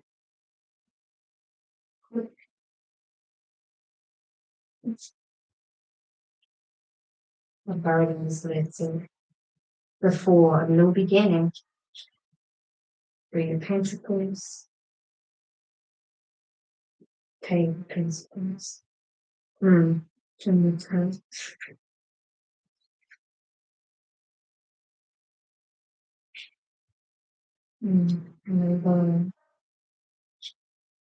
Look at this. She's coming through so strong right now. She said, I already told y'all, judged it. She didn't want nobody to know that. Deception lies. And I feel like she still don't really want to flat out say it. But she gave it to y'all. She was so proud of y'all. Because she let y'all know she still have a problem with trust. The devil, death, her secrets. Knight of Cups. There we go. She didn't want to tell y'all that. She's very private. But God wants it.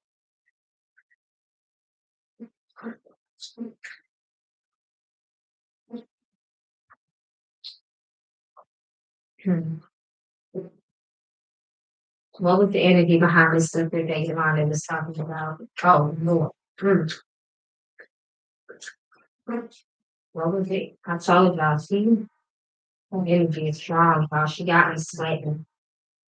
What was the energy behind Selena's secret? The secret that Yolanda says that they had between each other. You like taking stuff to the grave, don't you, Yolanda?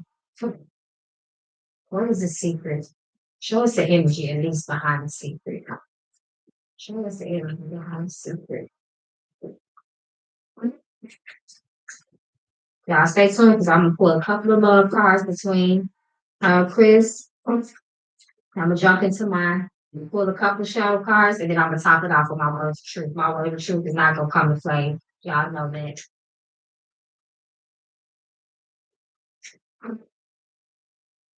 What was the energy behind that secret? Let us know.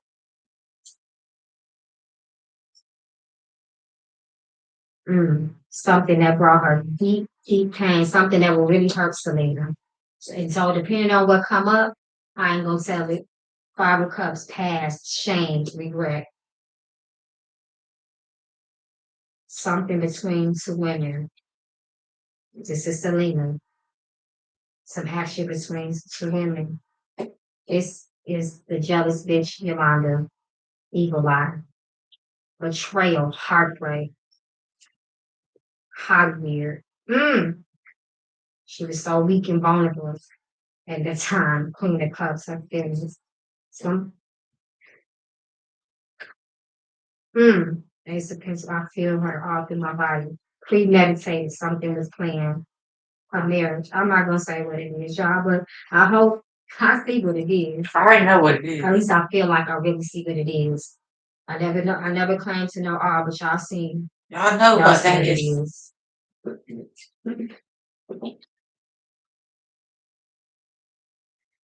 So I know y'all want to know. Did Yolanda really pull that trigger on purpose? I've actually been a customer of BetterHelp for a little over 2 years now. And I was able to get matched up with a therapist in like 24 hours, 48 hours. They ask you questions about what you would like from a therapist, if there's any particular specialties. Do Yolanda pull that trigger? So I'm not going to purpose. Did she pull up the trigger intentionally murder Selena into the giving the purposeful murder from that's that premeditated with that plan shows through the magician.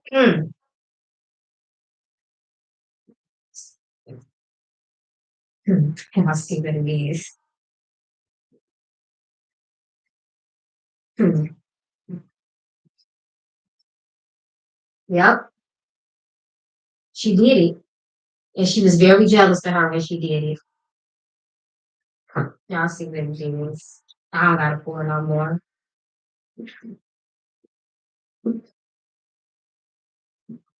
So before I jump into the shadow deck, like I told y'all, I was gonna pull for my love oracle deck.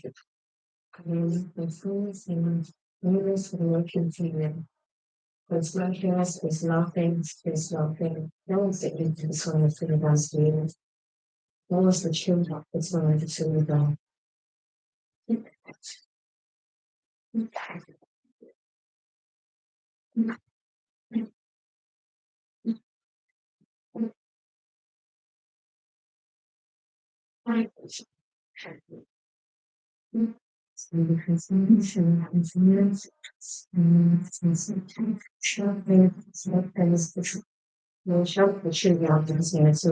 A message. What is the message? So, twin flame.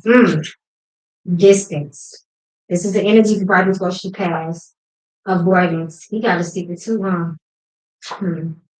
Family oriented. She did want to have a baby with him. Planning. Reverse. She didn't trust him. He planned something on her that was wrong. Emotionally unavailable. Spiritual lesson. Empty handed. What are you coming with? Cheating and deception. Come through spirit. Reconciliation. Puppy love. Crush. Triggered. So y'all see what it is. Hold on one second, y'all.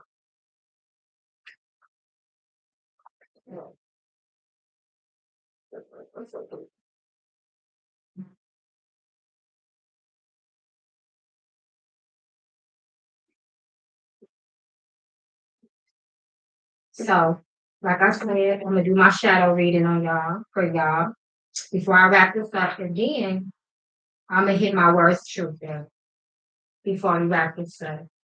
Clean continuous continuous canceling. Lord, cars and jumping. I told y'all her energy is really strong, y'all. There shows a shadow energy around certain around her final days. What is the shadow energy that's surrounding her? What is the shadow energy that's surrounding her?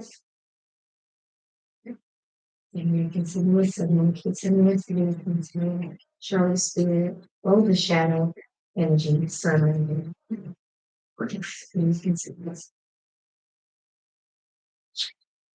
This was her Six of Cups, the beautiful one, the one everyone loved, the one everybody exalted, the one everybody celebrated. Paid the cups of baby. Five of Wands, pettiness, arguments, people trying to stop her, people playing games. Ten of Pentacles, trying to take her out of her legacy, deception and lies. Two of Swords, sacrifice, conflict. Five, Four of Cups, very sad and unsatisfied. She felt alone and isolated. Two of Cups reversed, a friend betrayed her. Look at the blood on the floor. Pay attention, y'all. Knight of Pentacles, her money was in jeopardy. Six of Cups, somebody didn't want to walk away from her. Judgment, can tell it. A message. What is the message? Somebody manifested something on her. Three of Wands. She also had hard times on herself in the grave. Four of Swords. Unrested, restless. See this person in the grave? Y'all see who it is. Knight of Cups. Her feelings. The Magician. Reverse. Manipulation. Magic lies. I told y'all it was three people. The Hermit. This is her. I told y'all she felt separated. King of Swords. The truth. Lies and deception. The star, there she goes, 7 picture, by the way. Temperance, who's the angel, the spirit being, the fool, a new beginning, the chariot. A lot of things were out of control and out of her control. Five of Cups reversed, blood on the floor, shame and lies. Look, somebody teasing y'all with the truth. Nine of Pentacles reversed. I'm gonna take you out of your glory, is what they wanted to do to her. Queen of Cups, her feelings and her emotions were so hurt around that time. Her money, King of Money. Pentacles. Where's the my love. money? Y'all see that. That's what she was wanting to A know. burden. She wanted more of her money. Someone didn't want to break up with her and leave her alone. Depression, the star reverse. Seven of Cups, trying to move on. And this is her just being an artist, being who she was. Strength, sadness, weakness, vulnerable. Ten of Swords reversed. Knight of Swords, of course, two more. The world, they want to see her shine. Betrayal and heartbreak. I see that too. Bring spirits. Marriage. Y'all see what it is. Blood on the floor. Murder. Ooh, y'all, this is a lot. Well, I'm telling you, I didn't even mean to go this far for this week. I could go do another reading for y'all, but I'm gonna have to wait till tomorrow for that. Y'all see the time of years.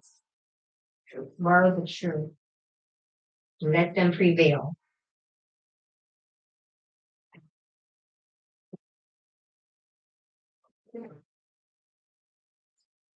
Sabina, Sabina, Sabina, Sabina, Sabina, hope I'm pronouncing it. Sabina, Sabina, Sabina. What is she offers to you? What is the woman's names? What is she from Sydney? Before we wrap this up, the women's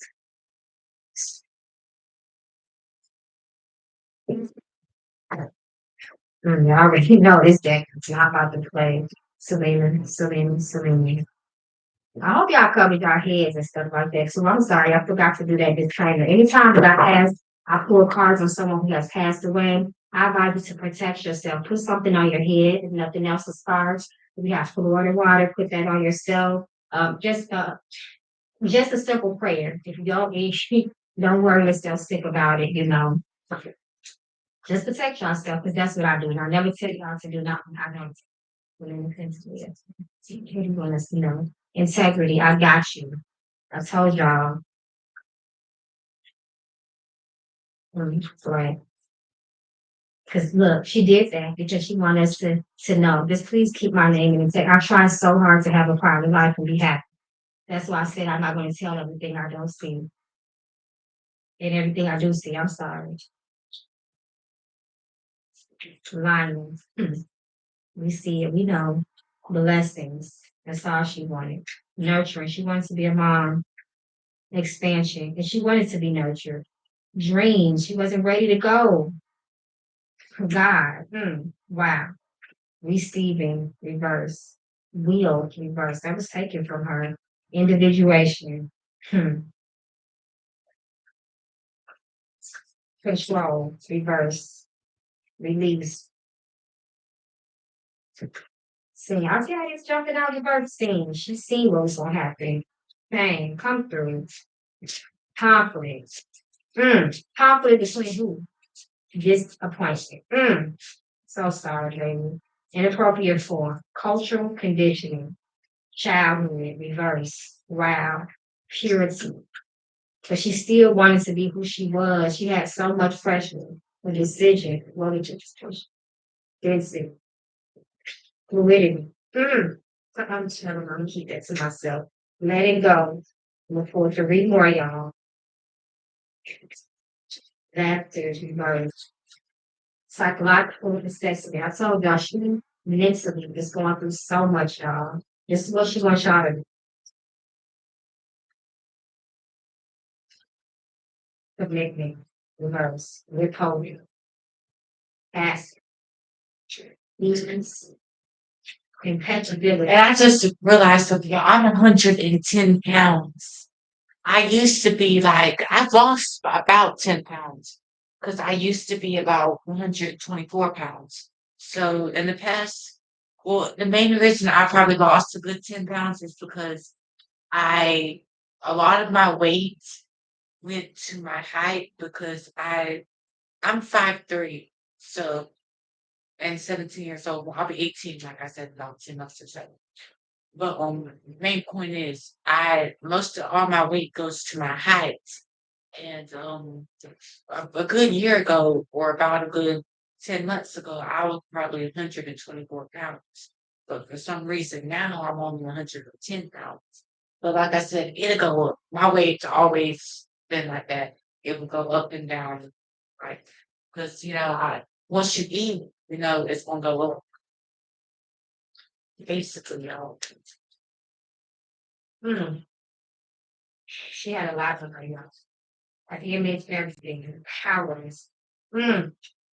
She had a lot more purpose. She felt so powerless, source, fear, rebellion,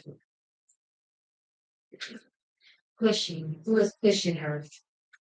A breakthrough, appropriate relationships, telepathic breakthrough, providing experience. He learned some hard lessons right before she passed away, even moments before she passed away. So y'all, this concludes the reading. Wow, that was beautiful. I'm hot.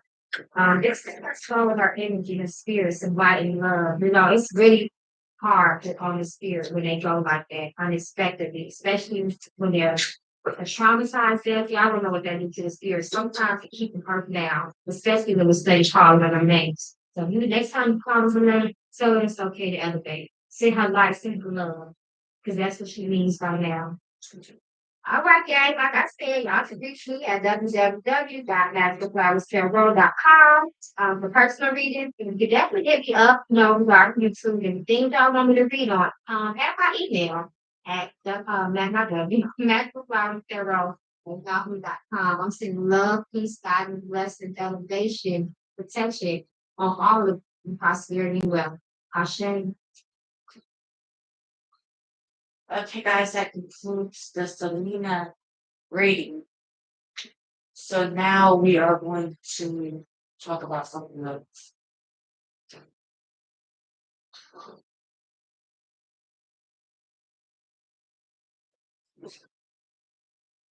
This weekend is bringing an intense heat wave to tens and thousands of Americans.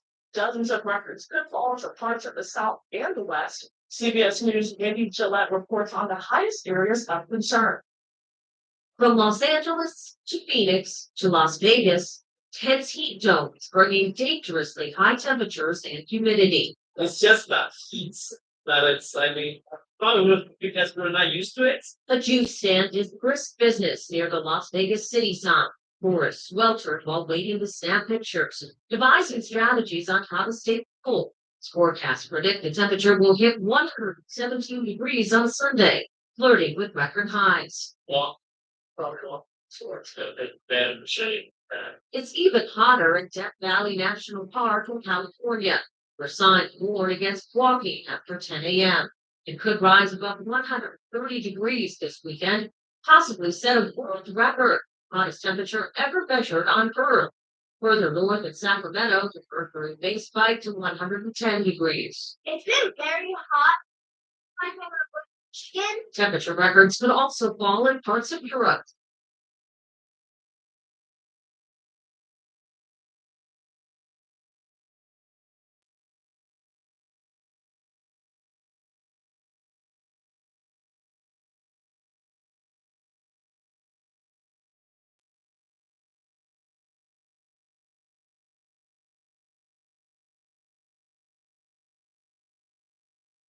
Now, the major developments late today in the Kobe Bryant helicopter crash investigation. The preliminary report from the NTSB just tonight.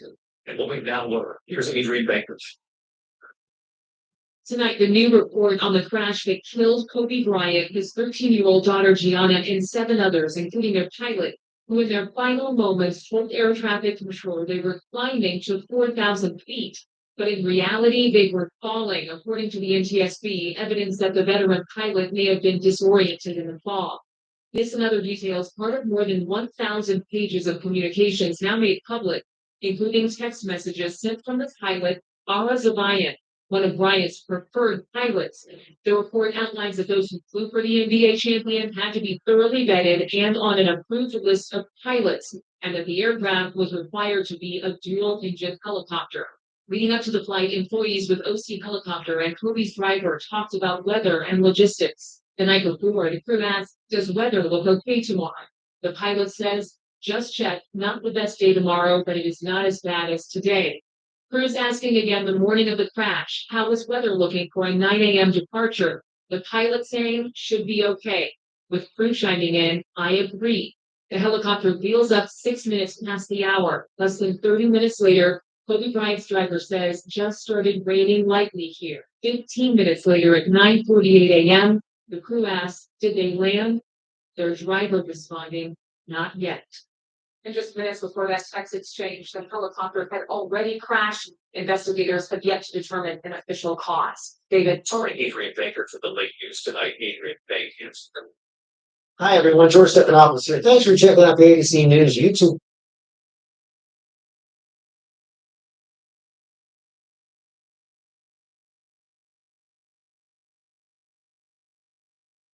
I'd like to introduce the person who invited us all here today on 224 because she knew we needed it. And we cannot celebrate the lives of Kobe and Gigi and all the people we lost without honoring the woman that Kobe and Gigi loved most. Please welcome Vanessa Bryant.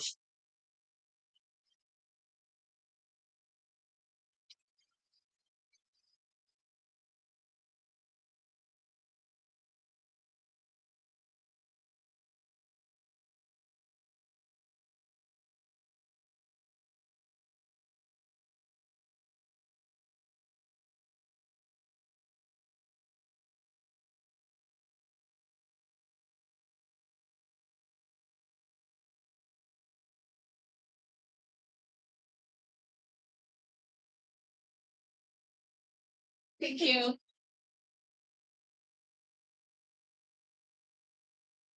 Thank you all so much for being here. It means so much to us. Love you too.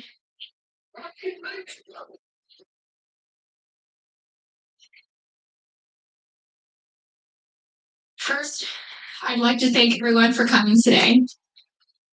The outpouring of love and support that my family has felt from around the world has been so uplifting. Thank you so much for all your prayers. I'd like to talk about both Kobe and Gigi. I'll start with my baby girl first. Sometimes it takes a different approach. So to imagine your future differently. My baby girl.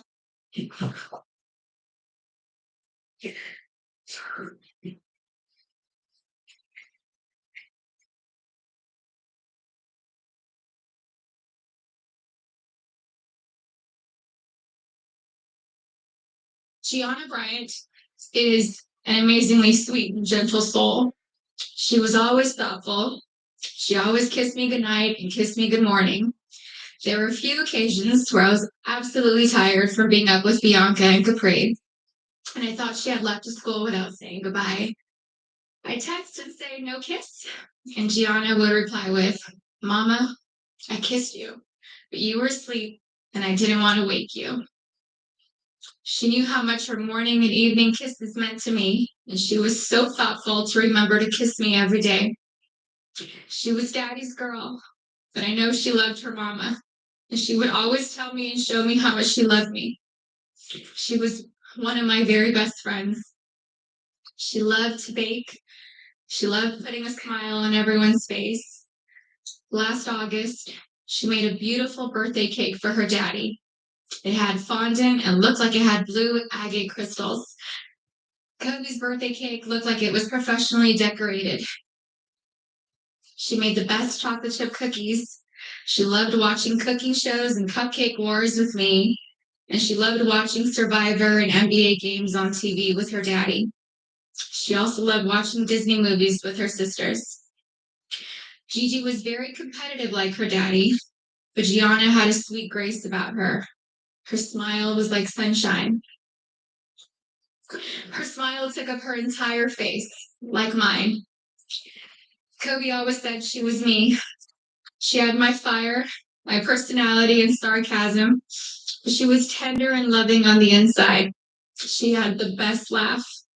It was infectious. It was pure and genuine. Kobe and Gianna naturally gravitated towards each other. She had Kobe's ability to listen to a song and have all the lyrics memorized after listening to the song a couple of times. It was their secret talent. She was an incredible athlete. She was great at gymnastics, soccer, softball, dance, and basketball. She was an incredible dancer too. She loved to swim, dance, do cartwheels, and jumps into our swimming pool, and Gigi loved her TikTok dances. Gigi was confident, but not in an arrogant way. She loved helping and teaching other people things. At school, she offered the boys' basketball coaches to help give the boys' basketball team some pointers, like the triangle offense. She was very much like her daddy, and that they both liked helping people learn new things and master them. They were great teachers. Gigi was very sweet. She always made sure everyone was okay. She was our shepherd. She always kept our family together. She loved family traditions. Family movie night and game night on vacations were important to her. Gigi always looked out for everyone. She was very much in tune with our feelings and wanted the best for us. Gianna was smart. She knew how to read, speak, and write Mandarin. She knew Spanish. She had great grades and kept them up, all while becoming an incredible basketball player. She was president of School Spirit on student council. She was director's assistant for her school play, just like her big sister. She was looking forward to graduating 8th grade and moving on to high school with her big sister, Natalia. I'm so happy she was given the opportunity to know that she was accepted to the same high school. She was really happy. Gianna made us all proud, and she still does. Gianna never tried to conform. She was always herself. She was a nice person, a leader, a teacher, wearing a white tee, black leggings, a denim jacket, white high-top Converse, and a flannel tied around her waist with straight hair was her go-to style. She had so much swag and rhythm ever since she was a baby. She gave the best hugs and the best kisses. She had gorgeous soft lips like her daddy. She would hug me and hold me so tight. I could feel her love me. I loved the way she looked up at me while hugging me. It was as if she was soaking me all in. We love each other so much. I miss her so much. She was so energetic. I couldn't keep up with her energy. She lapped Natalia and I on a track once. She was about 6 years old. We let her have a head start. She still does to us. I missed her sweet kisses. I missed her cleverness. I missed her sarcasm, her wit, and that adorable sly side smile, followed with a grin and a burst of laughter. We shared the same cat that ate the canary grin. Gigi was sunshine. She brightened up my day every day. I miss looking at her beautiful face. She was always so good, a rule follower. I knew I could always count on her to do the right thing. She was the most loving daughter, thoughtful little sister, and silly big sister.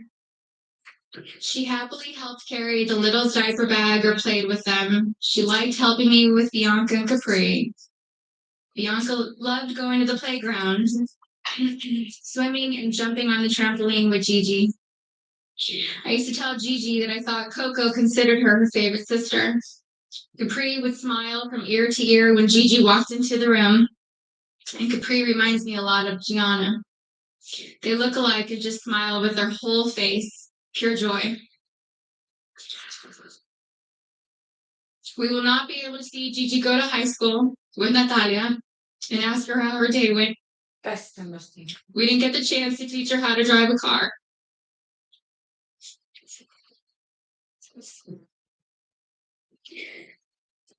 I won't be able to tell her how gorgeous she looks on her wedding day.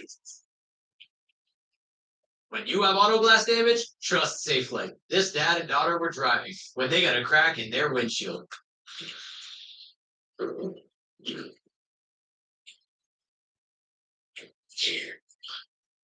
I'll never get to see my baby girl walk down the aisle, have a father-daughter dance with her daddy, dance on the dance floor with me, or have babies of her own. Gianna would have been an amazing mommy. She was very maternal ever since she was really little. Gigi would have most likely become the best player in the WNBA. She would have made a huge difference.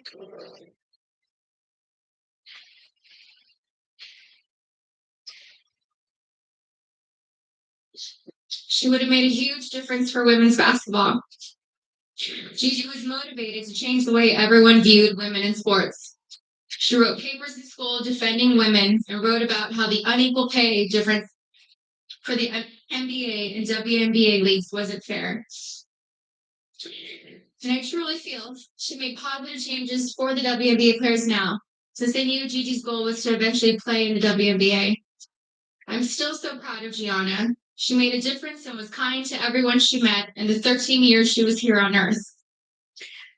Her classmates shared many fond memories about Gianna with us, and those stories reminded me that Gianna loved and showed everyone that no act of kindness is ever too small to make a difference in someone's life. She was always considerate of others and their feelings. She was a beautiful, kind, happy, silly, thoughtful, and loving daughter and sister. She was so full of life and has so much more to offer this world. I cannot imagine life without her. Mommy, Natalia, Bianca, Capri, and Daddy, I love you so much, Gigi. I will miss your sweet handmade cards, your sweet kisses, and your gorgeous smile. I miss you, all of you, every day. I love you.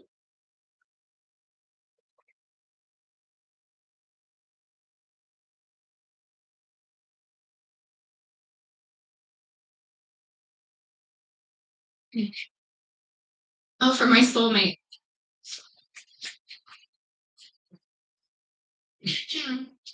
Kobe was known as a fierce competitor on the basketball court. The greatest of all time, a writer, an Oscar winner, and the Black Mamba.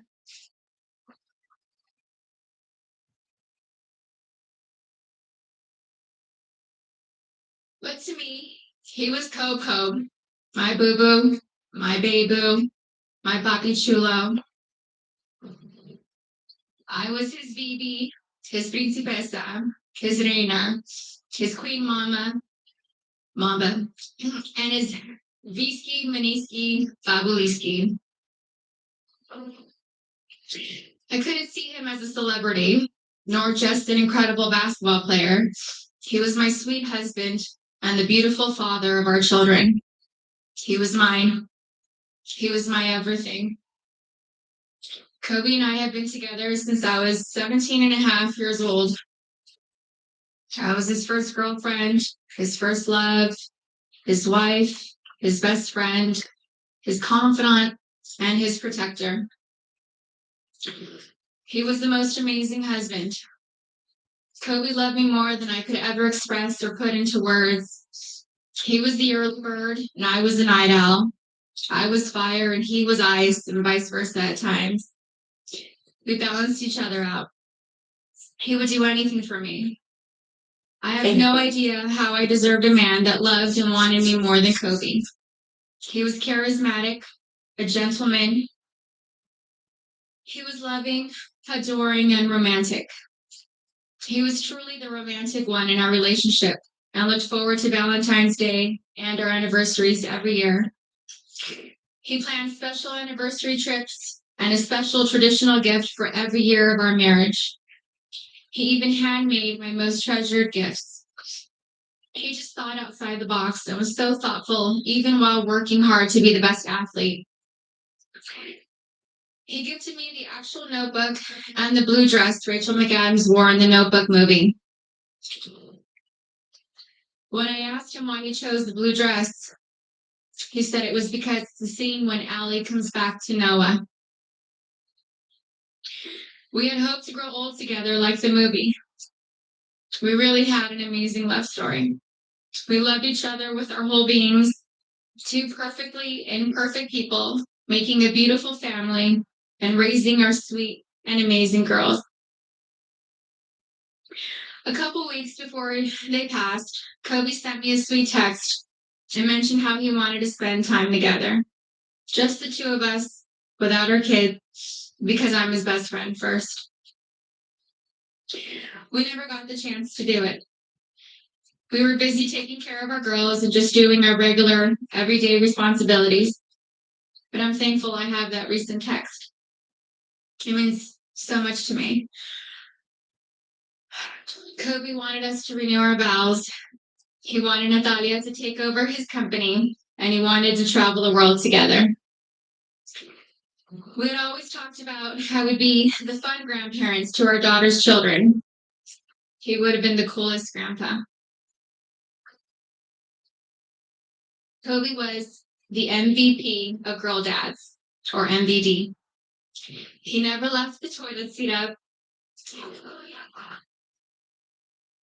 He always told the girls how beautiful and smart they are. He taught them how to be brave and how to keep pushing forward when things get tough. And when Kobe retired from the NBA, he took over dropping off and picking up our girls from school since I was at home pregnant with Bianca and just recently home nursing Capri. When Kobe was still playing, I used to show up an hour early to be the first in line to pick up Natalia and Gianna from school. And I told him he couldn't drop the ball once he took over. He was late one time, and we most definitely let him know that I was never late. So we showed up 1 hour and 20 minutes early after that. He always knew there was room for improvement and wanted to do better. He happily did carpool and enjoyed spending. Yeah, that is just so.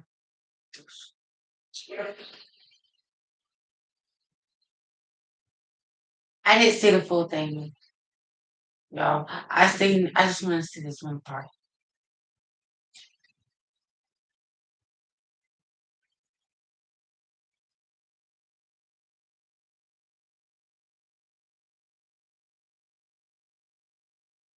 Now I'd like to introduce the person who invited us all here today on 224. And I seen that part.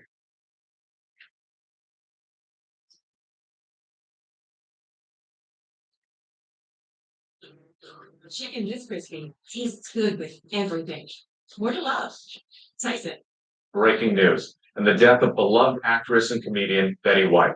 Authorities say she passed away in her home in Los Angeles just weeks before what would have been her 100th birthday. Celebrations were already in the works. Betty White was seemingly ageless with generations of fans, her remarkable career spanning nearly 8 decades. Best known for her roles on The Mary Tyler Moore Show and The Golden Girls, the list of credits dating back to the 1940s.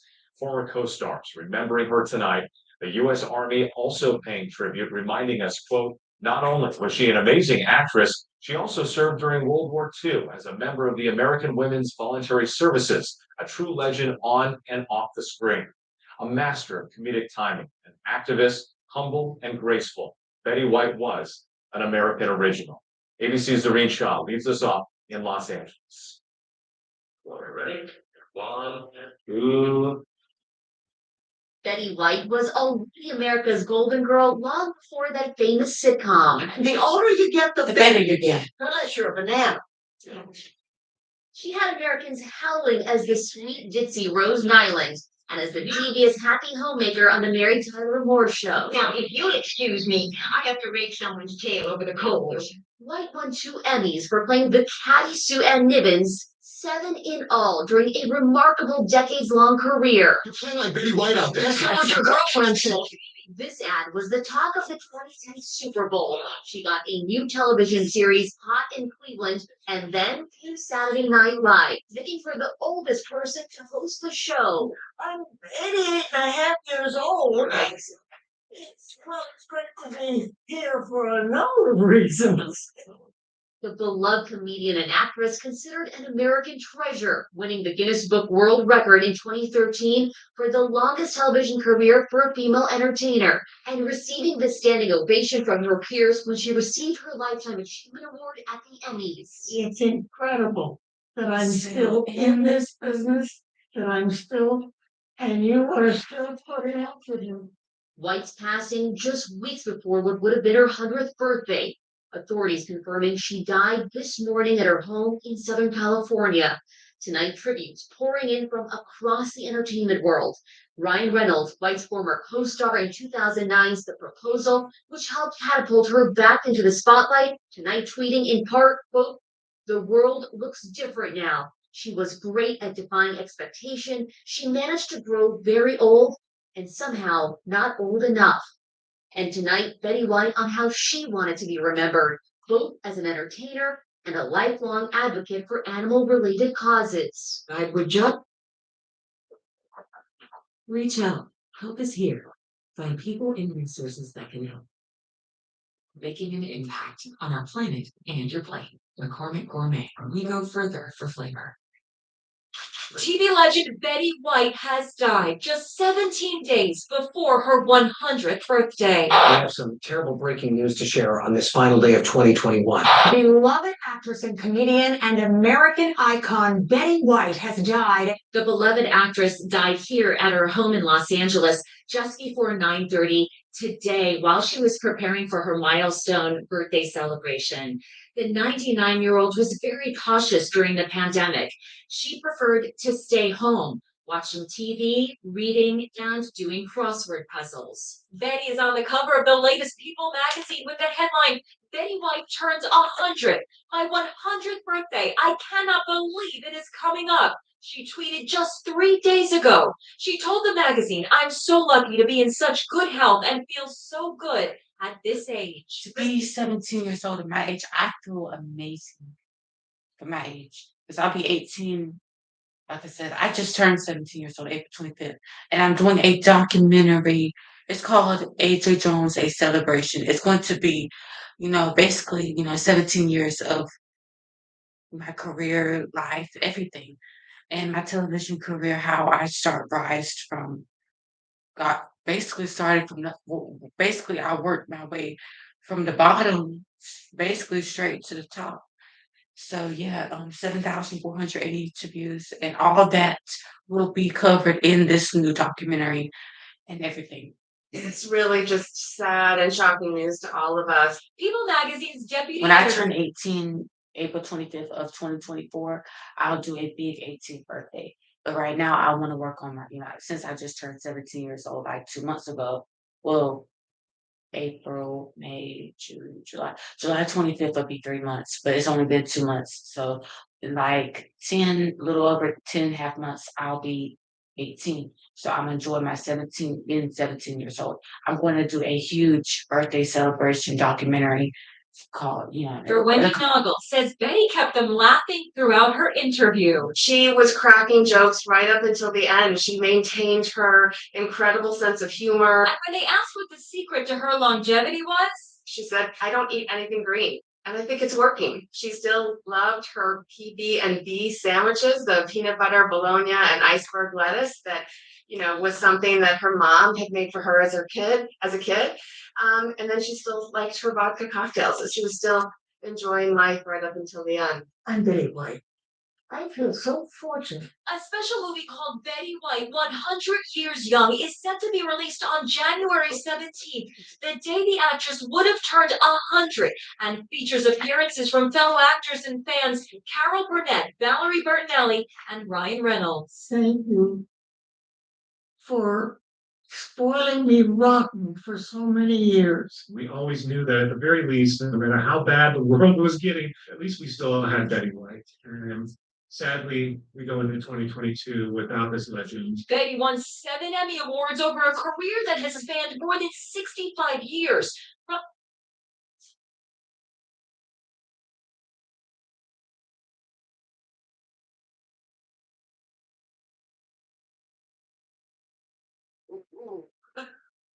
I'll be the judge of that. Searchable, verified reviews. That's better than the ham, as I've never said. Booking.com, Booking. Yeah. Tava was born out of our need to do this. Today, it's a way of staying true to yourself while realizing you're part of something much bigger. Original sets us apart. Universal brings us together. This is an ABC News special report.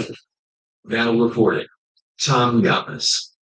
Hey, good evening, and we are coming back on the air with new details on the tragic death of NBA legend Kobe Bryant. ABC News confirming the 5-time NBA champion for the Los Angeles Lakers was among 5 people killed when a helicopter crashed and caught fire in Southern California. Authorities in Los Angeles County are holding a news conference now. Let's go to that.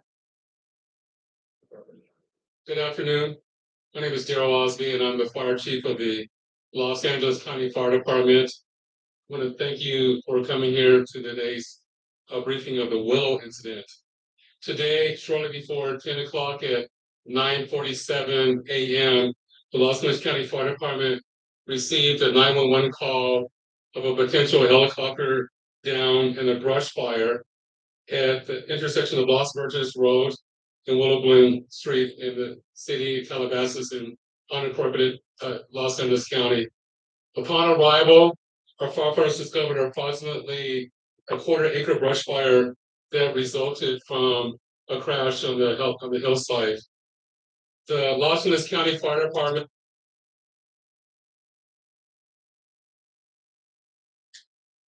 Investigators are still combing through the wreckage of the helicopter crash that killed Kobe Bryant, his daughter, and 7 others. Authorities say that the aircraft was flying in fog so heavy even police helicopters.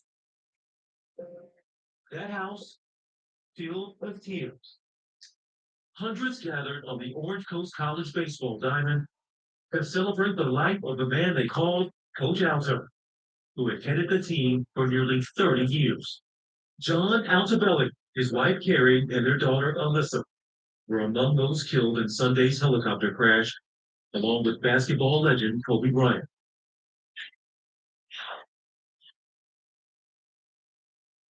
The 5-time NBA champ, 18-time All-Star, 2-time Olympic gold medalist, Oscar winner, husband, and father. At the Staples Center and around the world, fans and family are trying to come to terms with the shocking deaths of Bryant, his 13-year-old daughter Gianna, and 7 others. Through the tears and tributes comes many questions, mostly why and how that helicopter crashed.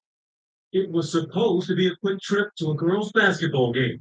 5 parents and 3 teenagers flown by a pilot with more than 20 years experience. The Bryant's day had started with an early morning mass. He was here before the 7 a.m. mass, so that's our first mass of the day. 9:06 a.m., Kobe Bryant's helicopter left Orange County Airport to head to Thousand Oaks. They normally go up kind of around Burbank and Van Nuys and then head over to the Thousand Oaks area. And there was a problem at Burbank. The weather was there, and he was told to circle for a while.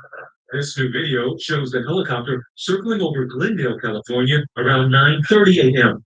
At 9:44, witnesses reported hearing a helicopter flying low. The house was shaking, and there was the sound of like 30 Harley Davidson choppers, and that's how loud it is. David Ludmirski told my colleague Tom Yamas that he was startled to see how low it was flying. He says he's given his video to the NTSB. New reporting at this hour in the helicopter crash that killed Kobe Bryant and 8 others, including one of his own daughters. This new video tonight showing a helicopter circling over Glendale, California at the time Bryant's chopper was tracked circling the area, and new images tonight of the fiery scene where it crashed. Tonight, the bodies of all 9 victims have now been recovered. All of them are being mourned tonight. And LeBron James saying today, "I'm not ready, but here I go." offering his own tribute. ABC's chief national affairs correspondent Tom Yamas is at the Staples Center tonight. Tonight, this new video could become part of the NTSB's investigation. There, flying through the clouds and fog, it's believed, is Kobe Bryant's helicopter. It's surreal. This is a suburban neighborhood and there's a giant helicopter. Glendale resident David Ludmirski shot the video. He says his home was shaking from the rumble of the chopper. Like gunning its engine. It was really loud and it was banking and turning really steep. 15 minutes later, Kobe Bryant's chartered helicopter would crash into a canyon, killing everyone on board. These new images showing the fireball and catastrophic damage. Investigators picking through a mangled mess of wires, charred metal, and shredded fiberglass. How much did they clear missing the mountain by? Maybe 20, 30 feet. Investigators say there was no black box, no cockpit voice recorder, but there may have been an iPad with an app pilots use to navigate, which could provide important clues. Investigators still trying to figure out why the experienced pilot, Era Zobayan, apparently made a rapid acceleration and sudden turn before slamming into the hillside. The NTSB now asking the public for weather photos around the crash site at the time of the accident. The hunt for clues coming as memorials around the Staples Center are growing by the day, and players paying tribute on social media. Lakers star LeBron James posting, "I'm not ready, but here I go. Sitting here, trying to write something for this post, but every time I try, I begin crying again. I promise I'll continue your legacy." Tonight, former teammate Shaquille O'Neal saying this. I haven't felt the pain that sharply, man, in a while after watching little brother. Tonight, a tribute for some of the other victims. The Orange Coast baseball team remembering Coach Altobelli, his wife Carrie, and 13-year-old daughter Alyssa.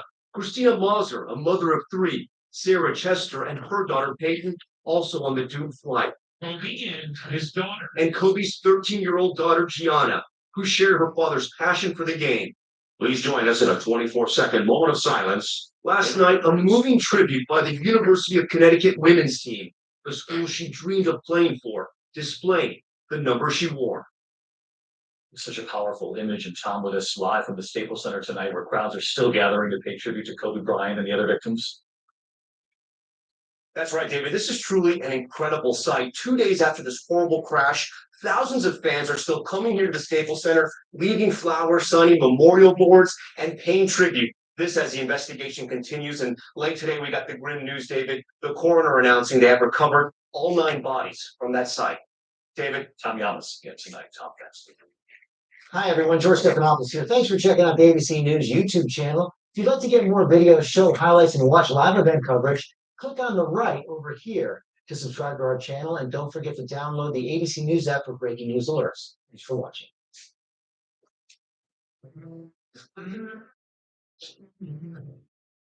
It's not just a liberty. This is knowing even superheroes in your society. You can't get the programs.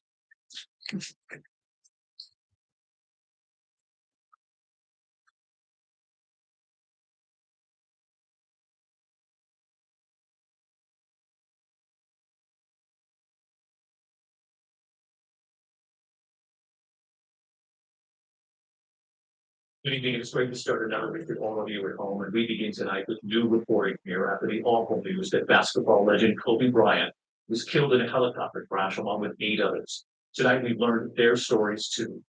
The news broke on Sunday, the untimely death of sports legend who was flying to a youth basketball game with his 13-year-old daughter and 7 others. No one survived.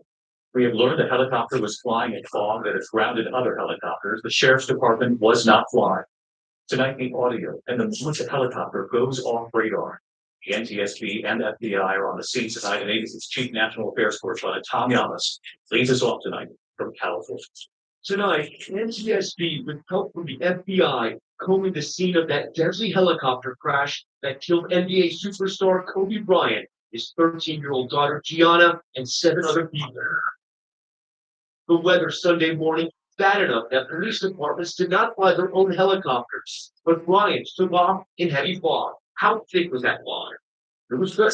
Imagine jumping into the pool, filled with milk, and opening your eyes. Scott Haley witnessed the crash. You can hear the helicopter. You can't hear the helicopter. Hearing the helicopter, all of a sudden the helicopters immediately above me. I can hear it, but I can't see it. Tonight, we're learning about Dennis the pilot, Erez O'Brien, who, according to the company that trained him, had been flying for 20 years. According to authorities, Brian's chopper departs Orange County for Thousand Oaks at 9:06 a.m., heading to his daughter's basketball game. At 9:20, the aircraft circles near Burbank in a holding pattern. He's been holding for about 15 minutes. At 9:44, eyewitnesses report hearing a helicopter flying very low. Air traffic controller informed the pilot they can't detect him on radar. I say you're still too low level for flight following a bit of time. Data shows that seconds prior to impact, aircraft rapidly accelerated, slamming into a canyon near Calabasas at 9:45 a.m. We're looking for photos of the weather in the area of the crash. Among those killed, John Alpobelli, a baseball coach, his wife Carrie, and their 13-year-old daughter Alyssa. Also on board, Christina Malter, an assistant basketball coach and mother of three. Tell them turn on their mommies. No longer for years, Bryant regularly commuted by helicopter to avoid LA traffic and have more time with his family. And I had to figure out ways where I can still train and focus on the craft, but still not compromise family time. At this time, we ask that you please rise. The shock of the tragedy quickly spreading across the globe. NBA players openly deeply were increasing trips. They're going to take a 2 minute violence. This sounded like a Tosh fight, but people follow him everywhere just to look at him, to touch him, for him to say hello. For me, New clues about the fatal crash. NTSB investigators releasing previously unseen photos taken by people on the ground, showing low cloud cover, the chopper disappearing into a fog bank. Helicopter next to the windshield for the equipment check for a In his final transmission, pilot Aros O'Brien telling controllers he was climbing up to escape the clouds. Moments later, the chopper crashed into the hills near Calabasas. Investigators found no evidence of a mechanical failure. The engines and rotor blades appear to have been working normally. All 9 people on board were heading to a youth basketball tournament. Vanessa Bryant announcing a celebration of life for the Lakers star and his daughter in the house that Kobe built, the Staples Center in Los Angeles. The date, 2/24, a tribute to Gianna and Kobe's jersey numbers. You're not doing well. The announcement comes as emotions continue to run high. Friday, here on Today, Oprah Winfrey said her best friend Gail King fears for her safety. She's feeling very much attacked. After CBS posted a clip online of King asking Kobe's friend Lisa Leslie about the 2003 sexual assault case against him. It's been said that his legacy is complicated. Respect the family back home. Celebrities, including Snoop Dogg, slamming King on social media. Before we come get you. King said the clip was aired out of context. I am mortified, I'm embarrassed, and I am very angry. CBS News saying in a statement, an excerpt was posted that did not reflect the nature and tone of the full interview or addressing the internal process that led to this. The controversy coming as the community now prepares for a final goodbye.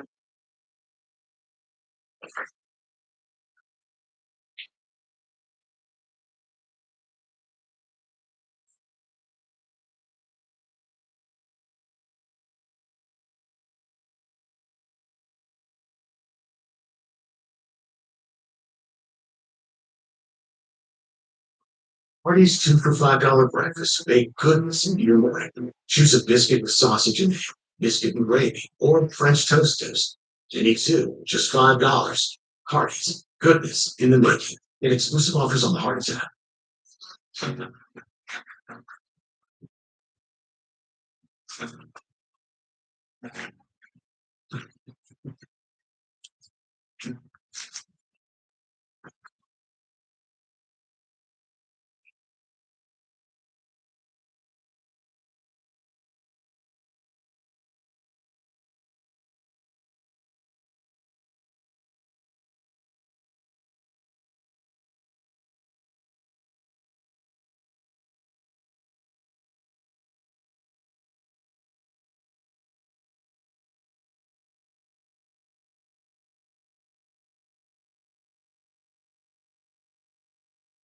This morning, NBC News has learned a public memorial will be held at Staples Center later this month for Kobe Bryant, his daughter, and the 7 others killed in last week's helicopter crash. The LA venue, often called the house that Kobe built, is where the basketball legend played his entire 20-year career with the Lakers. The date set for the memorial, February 24th. According to multiple law enforcement sources, 224, symbolic of the jersey numbers that Kobe and his 13-year-old daughter Gianna wore on the court. Last week, LA's mayor, Eric Garcetti, promising an event to help the city heal. It's not just about one person, but the tragedy of all the lives that were lost. And so we will do this in the right way. Sources also tell NBC News tickets will be available for the general public, and proceeds from ticket sales will go to Kobe Bryant's charity. Kobe's wife Vanessa is sharing her heartbreak in a series of Instagram posts on Wednesday. To her daughter Gianna, God, I miss you. I've been so lucky to have woken up to see your gorgeous face and amazing smile for 13 years. Wish it would have been until my last breath. And to her husband, my best friend, the best daddy, miss you so much. Already hitting the newsstands, commemorative Kobe Bryant magazines from Sports Illustrated, ESPN, and the Los Angeles Times. And at the Oscars this Sunday, the Motion Picture Academy announcing it will remember Bryant as one of the artists lost in the last year. In 2018, Bryant won an Oscar for Dear Basketball, an animated short film based on a poem he wrote about his love for the game.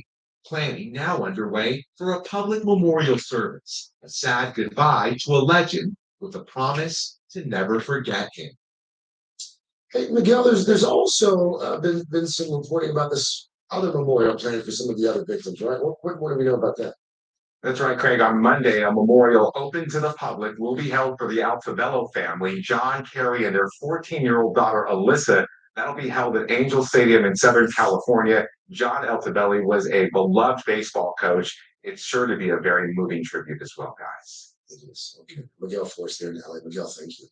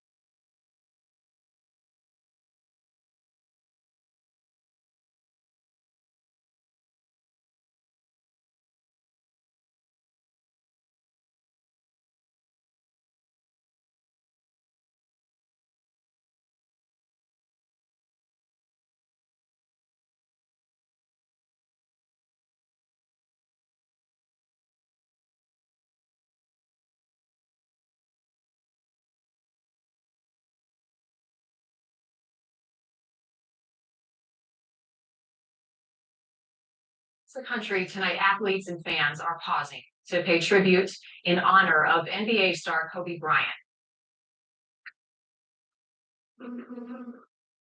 This morning, new video of what appears to be Kobe Bryant's helicopter taken just 30 minutes before it crashed by a homeowner living under its verified flight path. Now, as investigators search for clues in the wreckage off the steep hillside, they're also looking at the weather as a factor, the NTSB appealing to the public for help. We're looking for photos of the weather in the area of the crash. The pilot, identified as Ara Zabayan, was an experienced aviator and flight instructor who colleagues say put safety first. But Sunday morning, thick fog and low clouds had grounded LAPD and sheriff's choppers. So why did Zabayan choose to fly? My concern is just the decision-making process. And if we weren't flying in that weather, why is anybody else flying? Eyewitness Scott Dalen says just moments before the crash, he heard the chopper hovering above. About 20 seconds later, just heard plexiglass breaking up. To have had this happen right here in front of you, what was that like? I just wish it didn't have to happen. Kobe Bryant regularly leased the luxury chopper, a Sikorsky. It took off from Orange County Airport at 9:08 a.m., headed to Bryant's training academy in Thousand Oaks. Air traffic control told the pilot to follow highways to the north, a normal procedure. But with the clouds and fog, Bryant requested special visual flight rules for low ceilings. Helicopter 2 Echo X-ray with you for the special VFR transition. We are currently at 4,800. Minutes later, over Calabasas, the chopper climbed, then descended quickly before dropping off radar with no mayday. 2 Echo X-ray, you're still too low level for my calling at this time. 2 Echo X-ray, SoCal.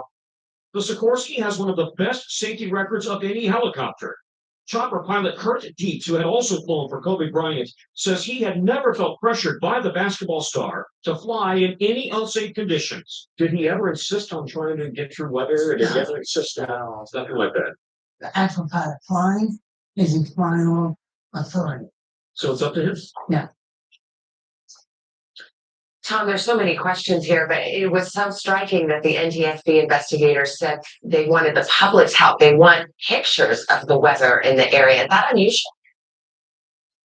The NTSB really in recent years has been coming out and asking for the public's help because everybody has a cell phone these days, right? So people have photographs, they have video, like you saw in that piece of the chopper just a few minutes earlier. They want to collect all of that data of the chopper flying, but also of the weather. And by the way, the sheriff's department has had a problem with just curious onlookers trying to climb up that hill to get to the wreckage scene. So the sheriff's department now has deployed officers on horseback and ATVs. They've got a perimeter around this entire hill, hill, mountain, however you want to describe it, to keep people away. So, Tom, as I understand it, no black box, no cockpit voice recorder, other than these pictures and the video that they're looking for from folks who might have been in the area. How else are officials planning on getting data from the flight?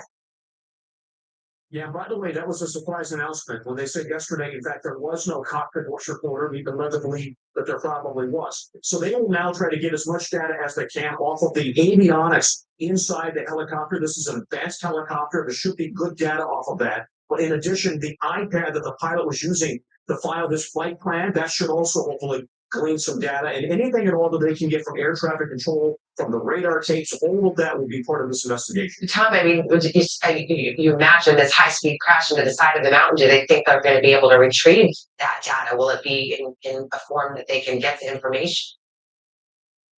Well, that certainly is the hope. I mean, as you know, right now, these microprocessors are pretty small. They usually can withstand a crash, but there was also a significant fire. So absolutely, all of that is going to be of concern.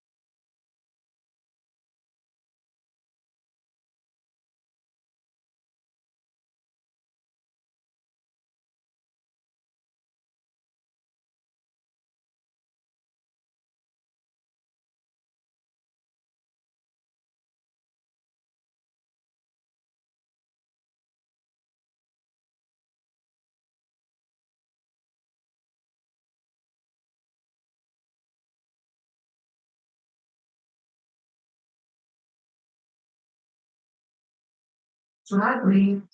Mhm.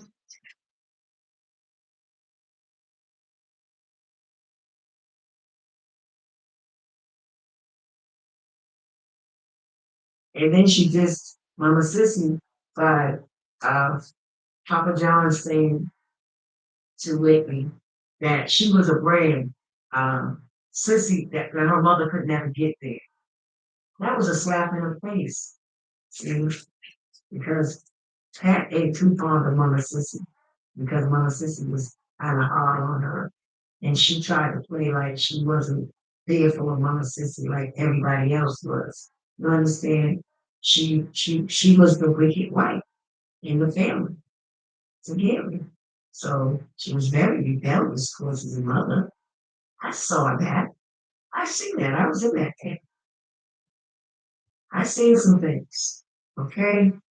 So yeah, that was a slap in the face to Mama Sissy. I do not believe it. And I want you all to look at this too. That Whitney called Clive and said, I want to do a movie. I don't believe that. And so she supposedly called Clive to say that. When did that happen? Because she did the Bodyguard movie in what, 92? 92, I believe. I believe November 25th, I believe. That movie came out in 1992. Matter of fact, let me check. November 26th. So that's when she asked to do a movie, huh? Whitney Houston she had been a star. This is another thing I want to say. Remember when Pat said that Nicole was a movie agent? She acted as Whitney Houston's publicist. That's what Whitney told me out of her own mouth about Nicole. Okay, and Whitney was not fond of doing movies that much. No, she didn't. Let me tell you, I spoke to Whitney on the phone when she was shooting Bodyguard. Yes, and I'm not going to talk right here because there's some things that I'm talking about in my book, but nothing major. But just how, and I really could say it here, but Whitney did not like that scene when she was in the movie when Pat and them, or maybe Clive, I don't know, added that part in there about Whitney saying, "Oh, I don't want to do a movie," when Clive asked her to put her wedding off, and Whitney threw down the script and said no, and he said it's with Kevin Costner, and Whitney said, "Oh," and picks it up. I don't believe that. No, I do not. No, I do not. I do not believe that. I'm sorry. Not from what Whitney told. Mm-mm. No. No, I'm sorry. I don't believe that at all. Mm-mm. And nothing against Kevin Costner. I don't have anything against him. But I don't believe that. Mm-mm. Whitney couldn't wait to get away, to get back home to Bobby. And those were her exact words on the phone to me. Because I asked her how it was going. She wasn't too young. No, she was not. She had a horrible time shooting Bodyguard. Yes. There was a lot of things she didn't like. And I don't like how Pat had my brother trying to make my brother look like he was some arrogant, unintelligent young man. Oh, please, Pat. And you have a nerve. You really do. To try to make people look bad. And you always want to talk about how Whitney, Bobby wasn't right for Whitney. What about Gary being right for you? Okay? You married Gary knowing that he was on drugs. Okay, what about that? Say about you as a woman. And you had a baby from this man that been on drugs all his life. You birthed a child from him. Somebody that had drugs all throughout the system. You had a child for him. Poor Rhea. Poor Rhea.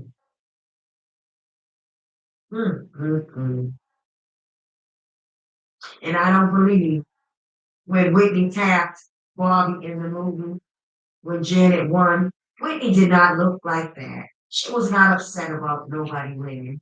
No, Whitney's not a jealous person. That didn't happen.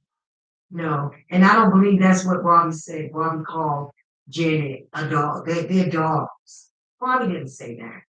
Come on. And Bobby, if you're looking at this, don't let them get away with this. Don't let them lie. I don't believe you said that. No, I do not.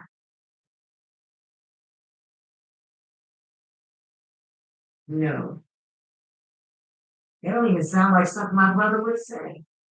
I can see him saying, "Don't worry, you're still a star." Or in the movie, even when that part came up, I was looking, and they were trying to make it look like Bobby was like ignorant, arrogant, treating Whitney when she tapped him.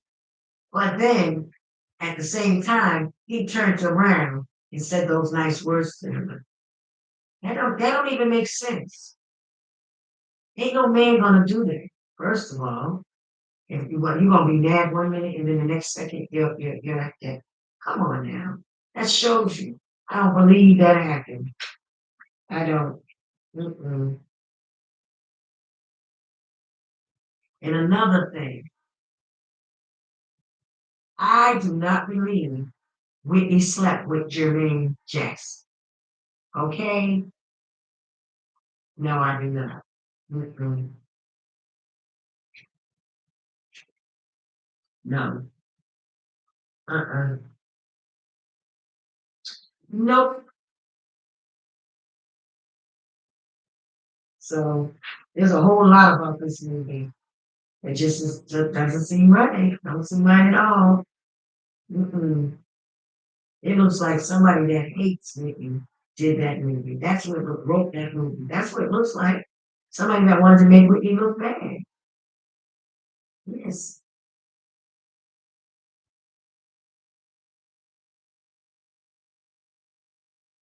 It wasn't Bobby and it wasn't Whitney.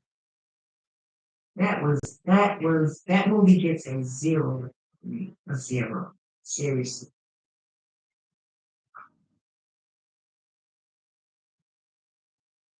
You leaving? Excuse me, guys. You leaving? You leaving? Oh, okay. Okay.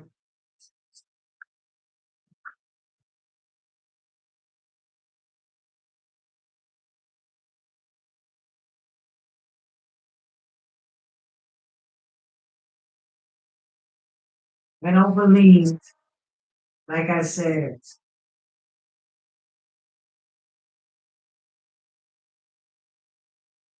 and I don't believe when Whitney, no, no, I do believe when Whitney was laying in the hospital bed pregnant with Whitey Christina, she was tying up her family. She was happy. She was pregnant. I never seen Whitney sad when she was pregnant. Day in her life. She was happy she was pregnant by Bobby Christina. She was happy marrying Bobby Burns because she had her own family now. You understand? Whitney was happy. She wanted to be away from her family. That's why she moved to Atlanta. Her and Bobby decided to move to Atlanta. And then here comes Pat and Mary following her. Even when Bobby, I want you all to keep this in mind too. Even when her and Bobby divorced, Whitney still never went back to New Jersey. No, she did not. And any woman would go back home, right? To her family after you divorce. Mm-mm. Whitney didn't go back to New Jersey. She stayed. She stayed in Atlanta. And she asked Bobby for his hand because she realized that, yeah, I believe somebody was pushing her into that divorce. And she realized that she really needed Bobby. No, Robin was not protection for her. Bobby was. Now I do believe that Robin was a better friend, somebody that could have protected her from acting him. Yes. But Robin was not around anymore. No, Robin wasn't coming around. I never seen Robin at the house. You understand? No, Robin was not there anymore. Mm-mm. No. And I don't know when that happened with her and Robin. I'm sure Robin came around with me at some point. But I never, ever, as long as I know Robin and Whitney to be married, I have not, I can count when I seen Robin. And that was in the beginning when Bobby and Whitney was first, getting together. And Robin, from what you told me, you was happy about that. That's what you said to me. You said you was happy.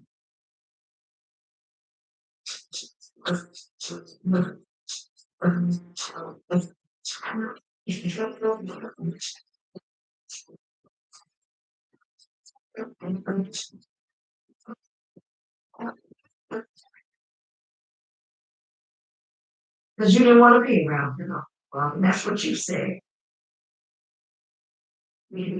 Tell me if I'm lying. Do I need to repeat? And then I think it's very disrespectful in the movie when Bobby said Whitney did not want any company. And then for you to look at her husband and say, she wasn't talking about you and disrespecting my brother. Like, how can you do that? You cannot do that to a married couple. I wish somebody would disrespect my husband. If my husband came, if that was me, and my husband came to the door, I don't care. No, your friend does not come before your husband. No, no way. No friend.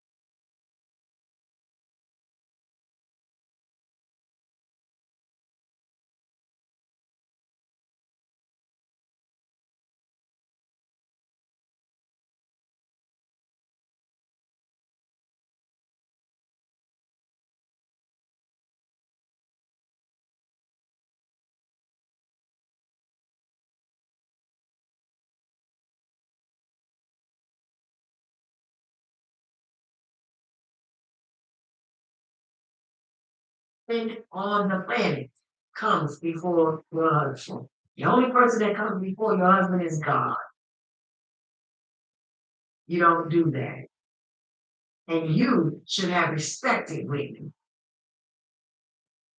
I thought that was very disrespectful when you disrespect Bobby Brown like that. Yes.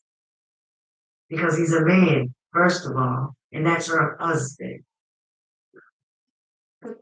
That was very arrogant of you. It was. That was very. I didn't know he was like that. Come on now.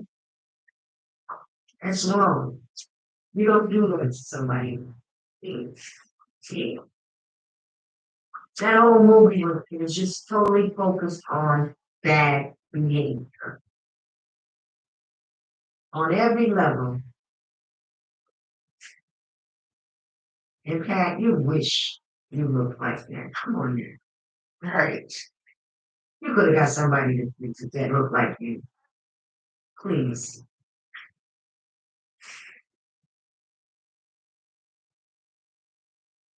And from what Whitney told me, Pat, you all were the only ones taking our money. Only ones Yes. taking her You, money. Donna, and Mama Sissy. And Mama Sissy. Yes. So for y'all to put that on my brother, that's a bunch of bull. That's a bunch of bull. Bobby Brown took very good care of Whitney Houston. Yes, he did. Yes, he did. And you all ain't gonna try. You all gonna stop trying to make my brother look bad. No. Mm-mm. I'm a witness. I went to the bank with Whitney. Okay? I'm a witness. You all took a lot of money from her. You stole a lot of things from Whitney. In fact, I will remind you of something. Okay? You took out money from an insurance policy. Oh yeah. Mm-hmm. And Whitney said she wasn't paying that back because your name was on it. Mm-hmm. I know about a lot of things that you've done. Yes, a lot of things. You tried to sell her a wedding ring. You try, and I'm gonna tell you something. I want that ring. If my brother doesn't get it from you, I will. I want that wedding ring because you don't need it. No, you do not. You don't get to keep my sister's wedding ring. No. No, you do not. Mm-mm. No. That's Whitney's wedding ring. Oh, thank you. Okay. Oh, okay. Uh-huh. Thank you. The cameras are all set too. Um,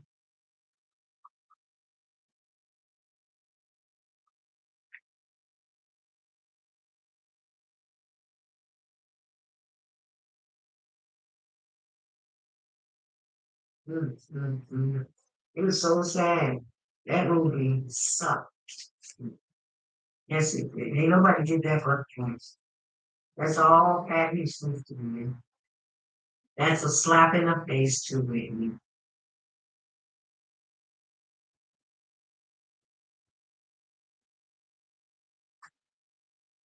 And another thing, when she was Whitney was sitting down with Clyde in his office. I'm looking at the language of Whitney Infant. I cannot believe it. I'm sorry. Mm-mm. I can't believe this. None of that. None of this.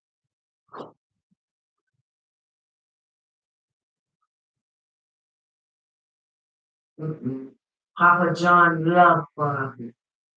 Yes, he did. And no, Pat, Whitney did not go to a hospital to see her father and say, Pat's managing me now. Oh, please. I know Papa John is laughing at he's laughing at you. Yes, that is not true. And so is Whitney. Stop it with the lies. You never managed Whitney. Stop telling people that.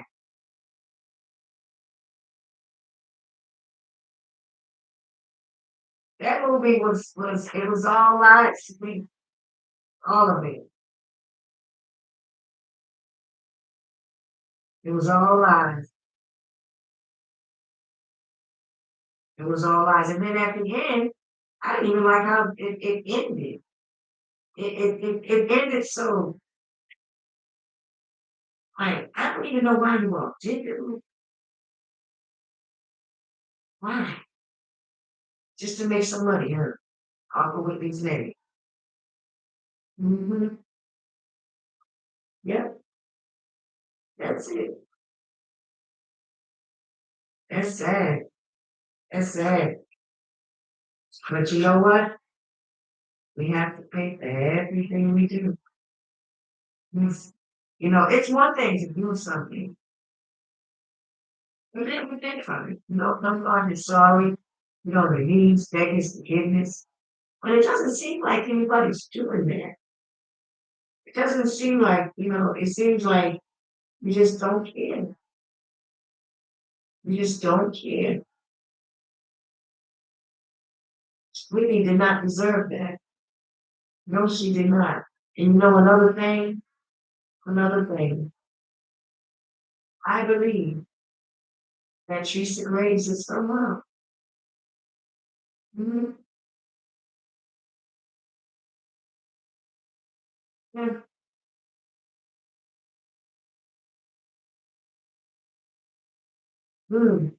In my eyes, it justifies why she has been treated the way she has from all of it. Mhm. Wow. And Pat, you were so irrelevant to me, to life. So irrelevant. You are the last person that would be anywhere, near a movie of it. Like you wouldn't even be in it if it was alive. You would not be in her movie. You wasn't in her wedding. He did not include you in her wedding. No. She didn't want you nowhere near her. And if the world is wise, they would wake up and look at that. Go and look at them wedding pictures. And you are nowhere there, near her. I don't even believe that you had a boat ride. No, I don't even believe that. I don't even believe you was in a boat with me. No, I don't even believe that.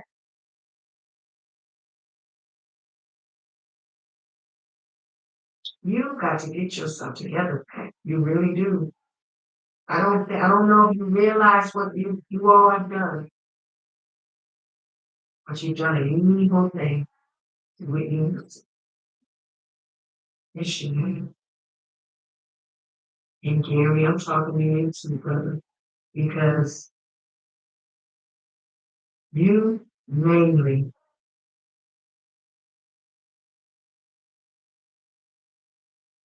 all the things that you all have done and the people that you brought in front of Whitney and the lies that you have told her, media.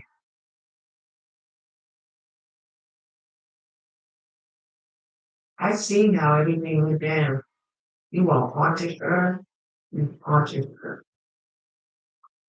You all spied on her. That's when that movie first came on, and it said I got eyes on Whitney. Miss Houston. Yeah. You all had eyes on her for years. For years.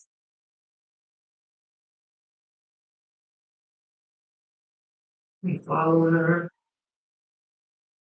And we just did things. Conspired against her whole life. Wow. It's a God. It's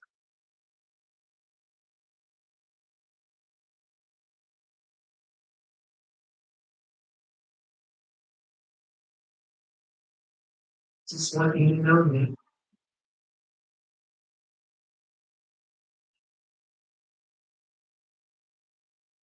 And then you all repent. Okay. That's it for that movie, guys. I saw it. And I'm gonna tell you that it's all a lie to me. All of it. Yes, indeed. I'll be back. I'm gonna do a live on this as well. Peace.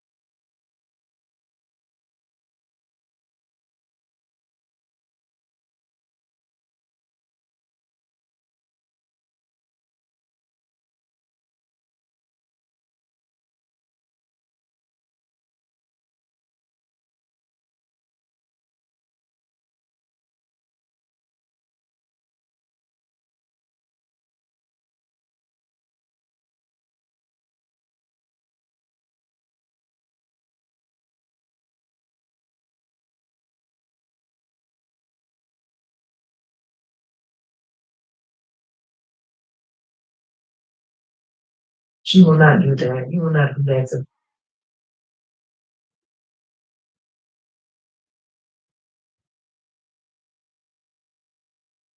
If you're struggling with feeling sad or worried or even angry, you don't have to keep the hurt inside.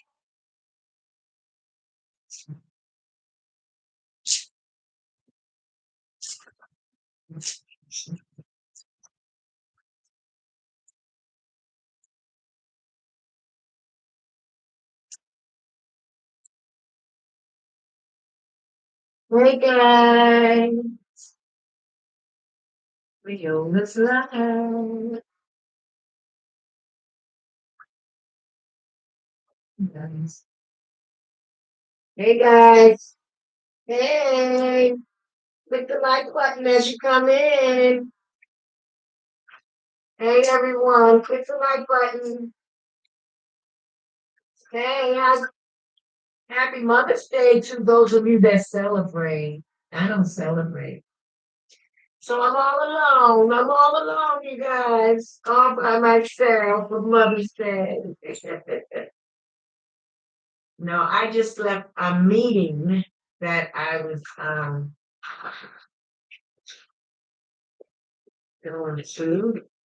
Hey guys. Oh wow, you guys are coming in fast. Hit the like button, please. Please hit the like button as you come in. Okay? Hit the like button.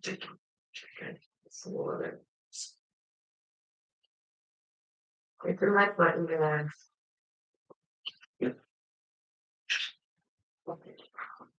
Hit the like button. This thing is dead. Yeah, it's good. It's kind of tilted. Give me a second.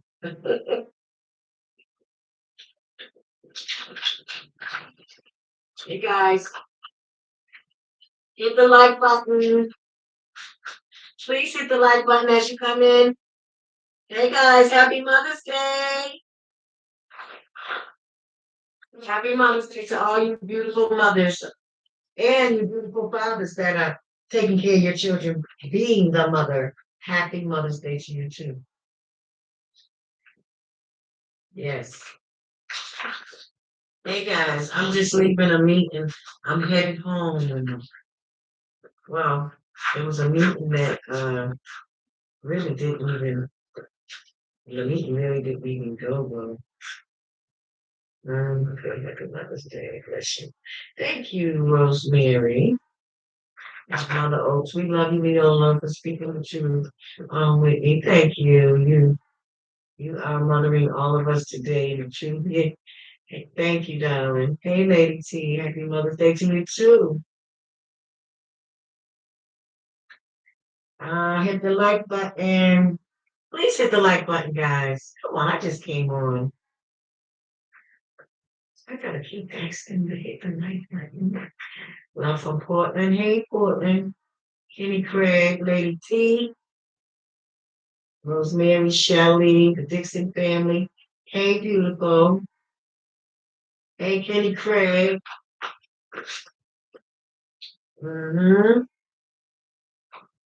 Hit the like button.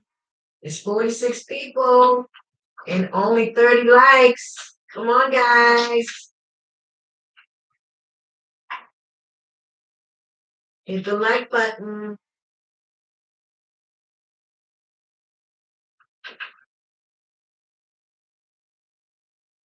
We're gonna hang it up there. Y'all wanna just call it a night?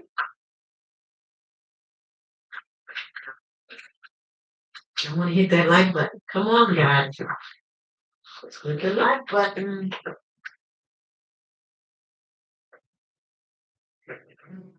Hit the like button. Hey, Miss Shelton.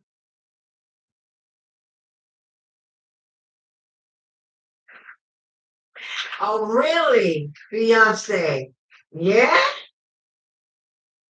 You are definitely in the algorithm. Okay, because I got the notification as soon as you went live. Okay. See, hey, Dion. See, some people get the notification and some people don't, but That has nothing to do with me. And I guess people don't know that. They think that, Leola's just don't notify you, but that has nothing to do with me. YouTube don't allow us to, do that. They do that. They have to notify you guys. I have no way of notifying everybody unless it's something that I don't know. Now, I don't think so. I think it's just YouTube. Yeah. Please hit the like button, guys. I love you too, Dion. Hey, Ray Robinson. Okay. I love you too, Kawan from Sao Paulo, Brazil. Depending on the device, everyone might not be able to. Okay. I know, Shelly. Ain't that something?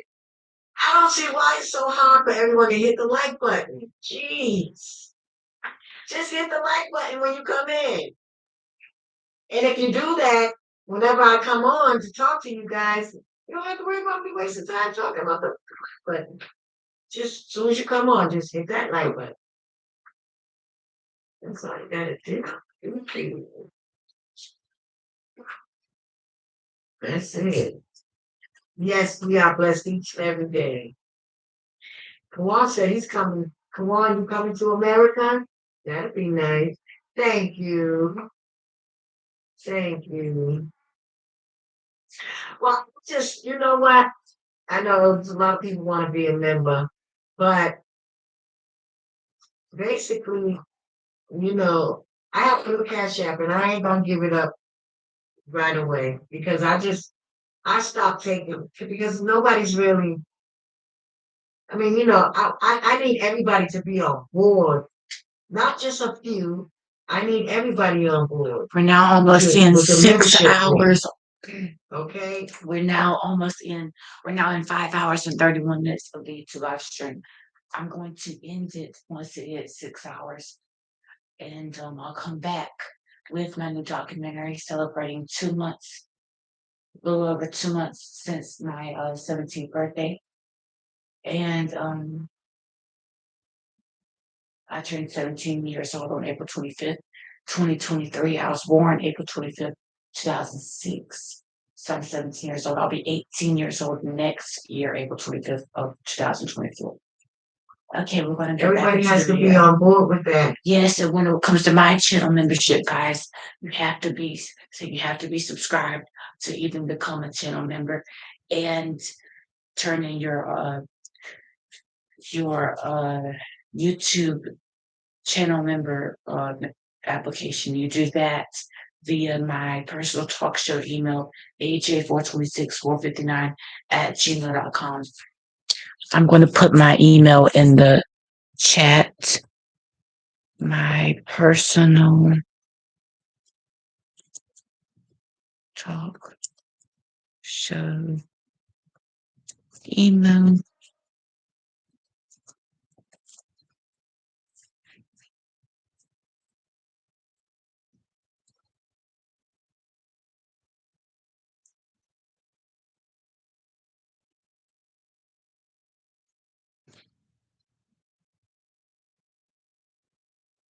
In order for us to move and do things as a whole. So I didn't have the support of everybody at the same time. I kind of just said, you know what, we're gonna wait for that because that was something I was doing for Europe. So my book is still coming out. I'm still doing a book tour. If it be the will of Allah, okay, and I believe it is His will. So everything is still the same. Everything is still the same. Leolah is still doing what she got to do. Okay, but I need people that are gonna, if we're gonna do this thing, it's gotta be consistent. It's gotta be consistent, and it's very simple. It's very simple to do. Donate, but I shut the Cash App, not I, but the Cash App is shut down. Well, no, yeah, I shut the Cash App down. There's nobody's sending I might pick it up again. I don't know. I might I don't want to refuse any money, but at the same time, I don't want to take your money and then, everybody ain't on board, so then what we doing? No, I need everybody on board. Everybody has to be on board with that. You guys remember Career Day last year? Lane Hartzell came as a Hershey's taste tester. Well, I told Hershey about that, seeing the way that Hershey's have made the dream come true. That's just really been exciting. We'll just save it. We'll do it another time. I'm still gonna do other things that I was going to do, like have certain ones come on and talk to you guys one on one. That's how I would probably still do that. Okay.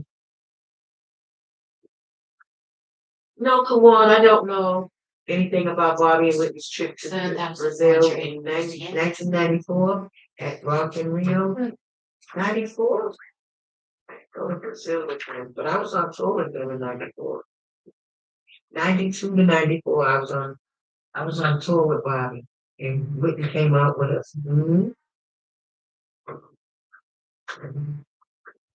Yeah, Shelley said Australia here. Gee, I seen a video saying Whitney was going to do an audit on her music. If so, Clive Davis and someone should look at it. They had an argument 2 days before she was murdered.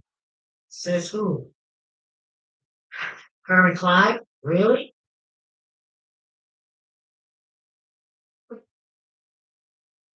I know one thing I heard that I didn't mention to anybody.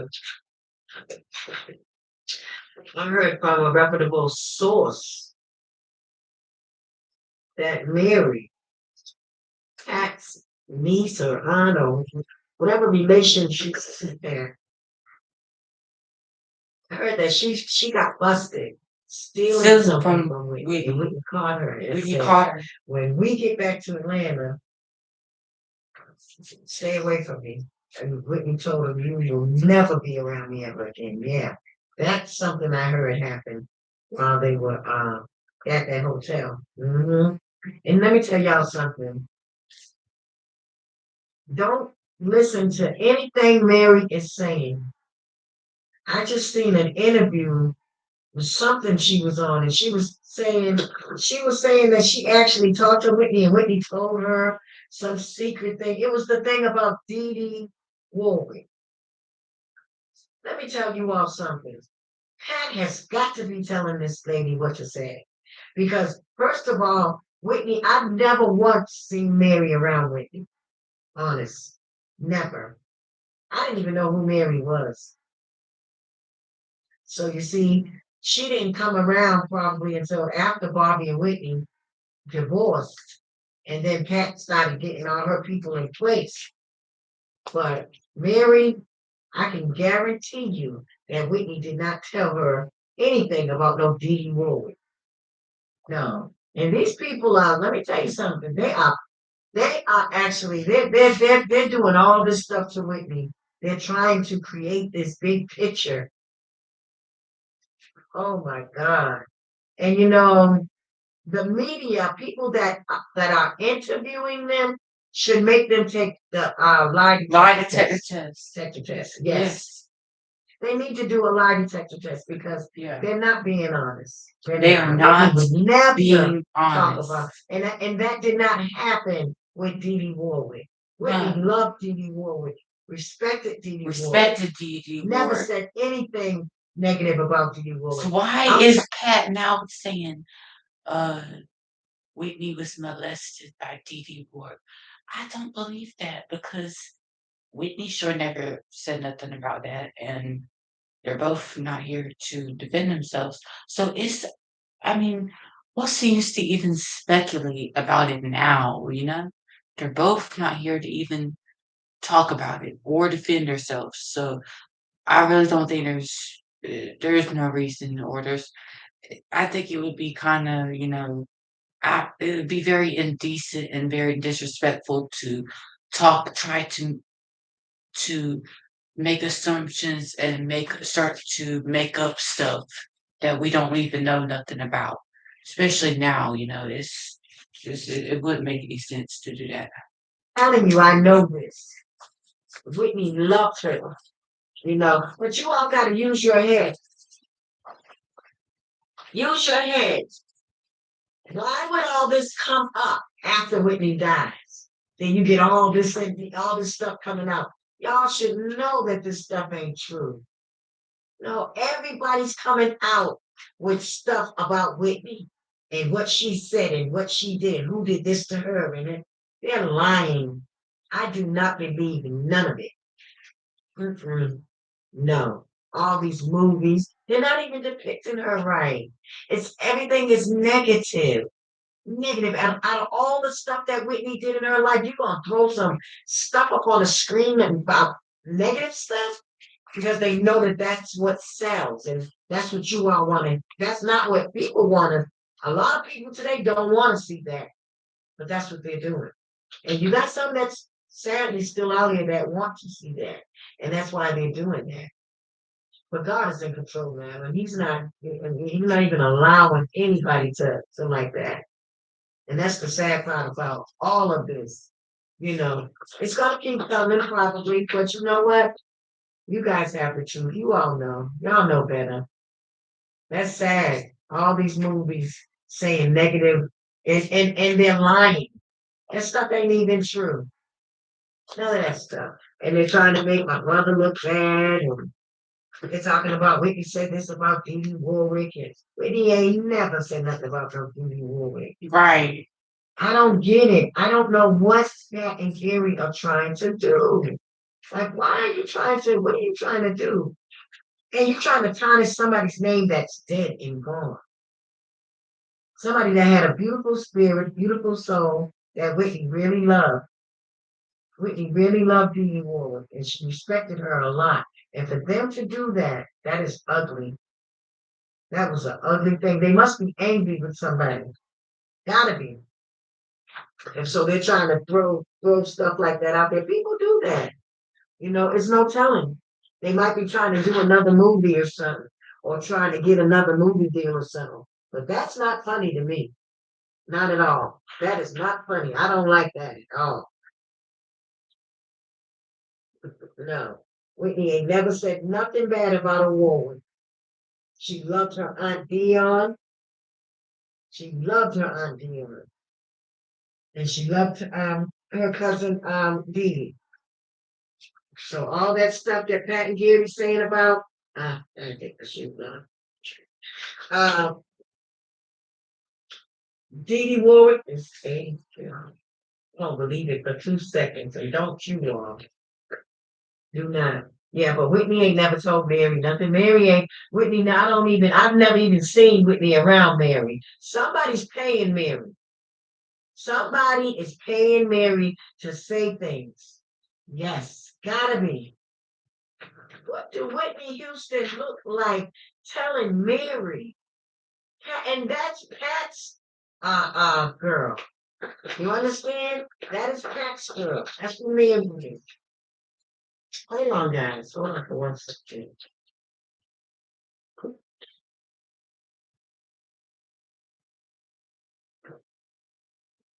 Since 1966, Biscuitville has baked a lot of great scratch-made biscuits, but only one is our all-time fan favorite, our tasty spicy chicken and honey. Yes, our sweet heat remains hotter than ever at Biscuitville. Yeah, that's who Mary is. And she's somebody that I believe Pat is paying to say those things. Yes. I got a phone call tonight from my girl Tawana in California. She told me she saw Pat and Gary at a some kind of musical gospel fest. I'm like, they are so, you know what? Let me tell you something. And I can say this. I believe that Pat and Gary is so happy that Whitney's dead. They are trying to replace Whitney. They're trying to get in the music industry. They're trying to be around everybody, and they're trying to get their name out there and do this and do that. You understand what I'm saying? And so I was on the phone with Tawana, and I said, "Wow." She said, "I saw Pat and Gary." She started laughing, and she said, "But you know what? I didn't, and she was just laughing at the fact that, I guess somebody was trying to sing and didn't sound right, but I'm like, wow. I said, so this is what Whitney died for, huh? So that y'all could take over. Wow. There is no way I wouldn't even go to that concert. It's a reason why Whitney stayed to herself when she was alive and she was out there doing her thing. It's a reason why now I see why she did not, because a lot of people say that Gary was angry that Whitney, he was jealous that Whitney made it and he didn't in the music industry. But I can see why Whitney did not break her neck to help him, to, help him with a deal or whatever. She knew. She knew. That's all they wanted from her. I'm looking at this whole thing now. I'm looking at Pat and Gary, and they're out here just everything. They're just using Whitney's name. Once Whitney Houston is gone, she's gone. You can't replace her, Gary or Pat. But they want that attention. They want that attention from Whitney's audience. Sad. That is so sad. Wow. Hit your own life. It's so sad. It is so sad, you guys. You have no idea.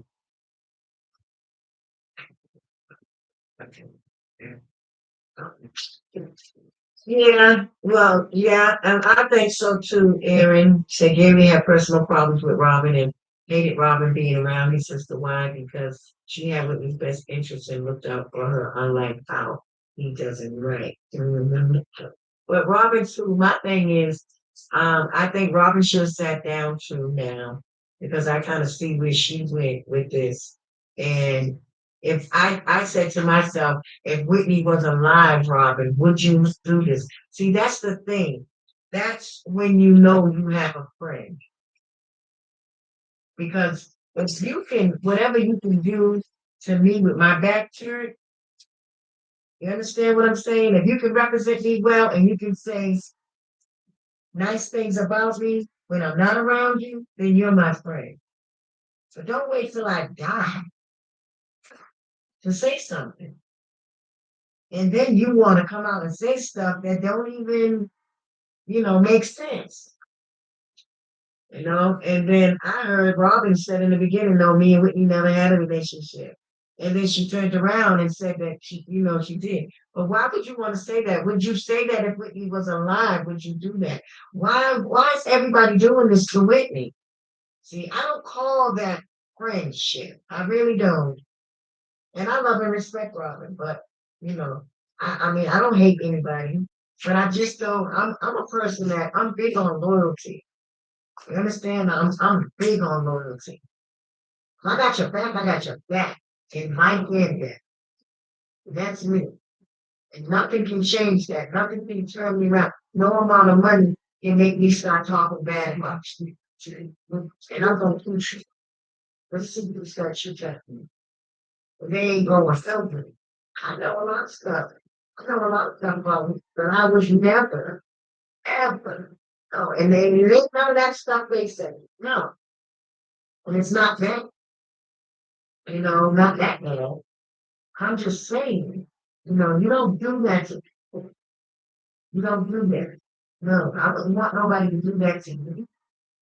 You got to treat people just like you like to be treated. You're after.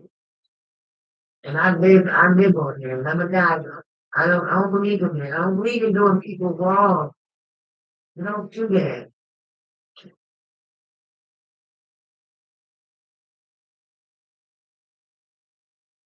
Yeah, loyalty over everything. Loyalty over everything. You gotta stay down out here. And don't be people. Let something small. I got friends, best friends. But I'm gonna tell you something. I got friends that are turning their back on me. And not a lot, but I said, praise God. Thank you, God. Because I know God is about to bless me. And God just didn't want him around like this. He did not. He didn't want him around me. Because you can always think you got a friend, but you really don't know people. You don't. And it just takes for something to happen for your eyes to be open. You know, you can be around people and somebody for many years and not even know. Don't know how dangerous humans they are. So it's sad. People, I hate to say it, people like accidents and cover. Mhm. Listen to what you say. Tony Braxton, the distance of Tony Braxton knows a lot. I don't know what it's like. I'm sure I remember them. I mean, there's no way I could be. I'll tell you something. I couldn't be. Well, no, I could. I could do that. You can do anything you want to do in this life. You can't let nothing screw you away from nothing.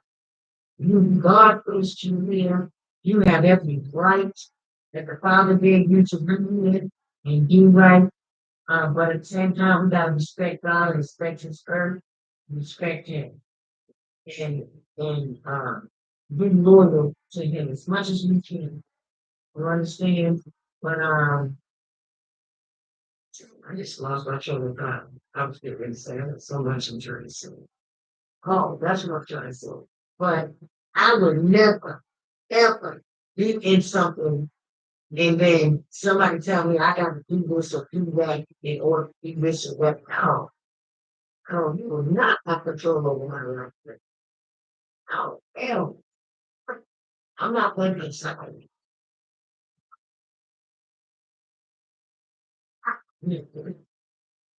But a lot of times, too, you guys, y'all gotta understand, a lot of people have been tricked and fooled into the industry. A lot of people think people in the industry are wicked. And that's not always true. It's not. A lot of people have been tricked into their contract and things like that. So don't always think that somebody do at the table what um they into. People don't know. Some people don't know.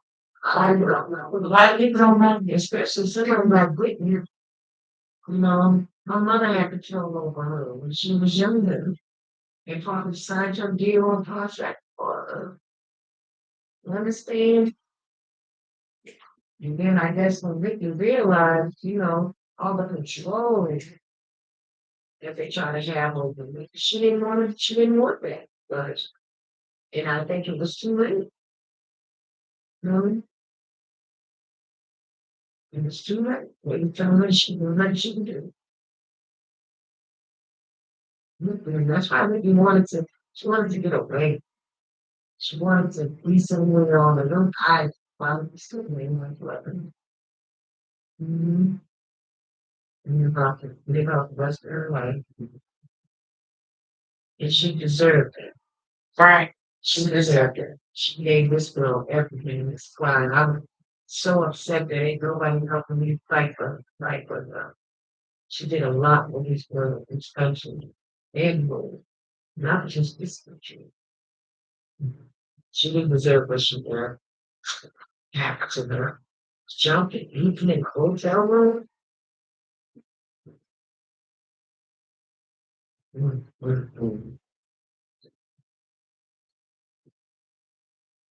Yeah, it's great. It's not where I'm accepting her board. We've gotten the same things. So, it's like that. I'm like, brother, I wish she would get that away from this life. Oh my God, she's like a bad omen, demon thing. I wish she would just, and I hate to say that, I don't think nobody's marriage. Nobody's marriage. I don't either. But when you see something that is sickly, I mean, it is, it's very sickly. Why don't you get away? needs to get away, just walk away, be strong. God, what have you. How many times I had my heart broken in relationships? You know, take that pain, take it. Man, I swallowed the tears, after tears, after tears. You cried. I know what it feels like to be pain over somebody that you love. There's no we can no longer for yourself. Oh, I mean, I went through this at a young age, but you know, imagine a young age. Man, I never cried so hard.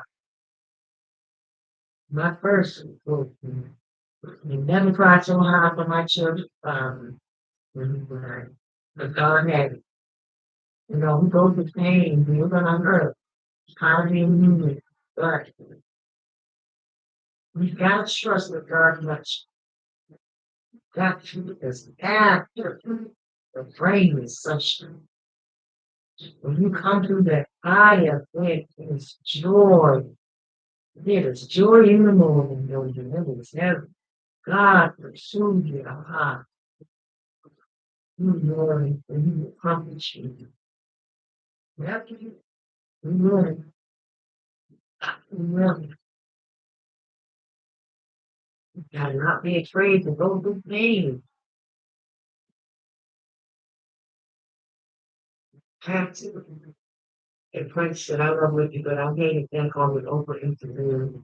She never sure found those who only let them on with why the next thing.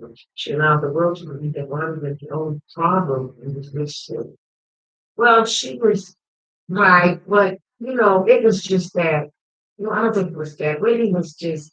I think that it was people around her messing with her good friends. It was because Whitney had realized that she had realized that she really loved Audrey, loved her, loved her, and that people were in her ear out loud.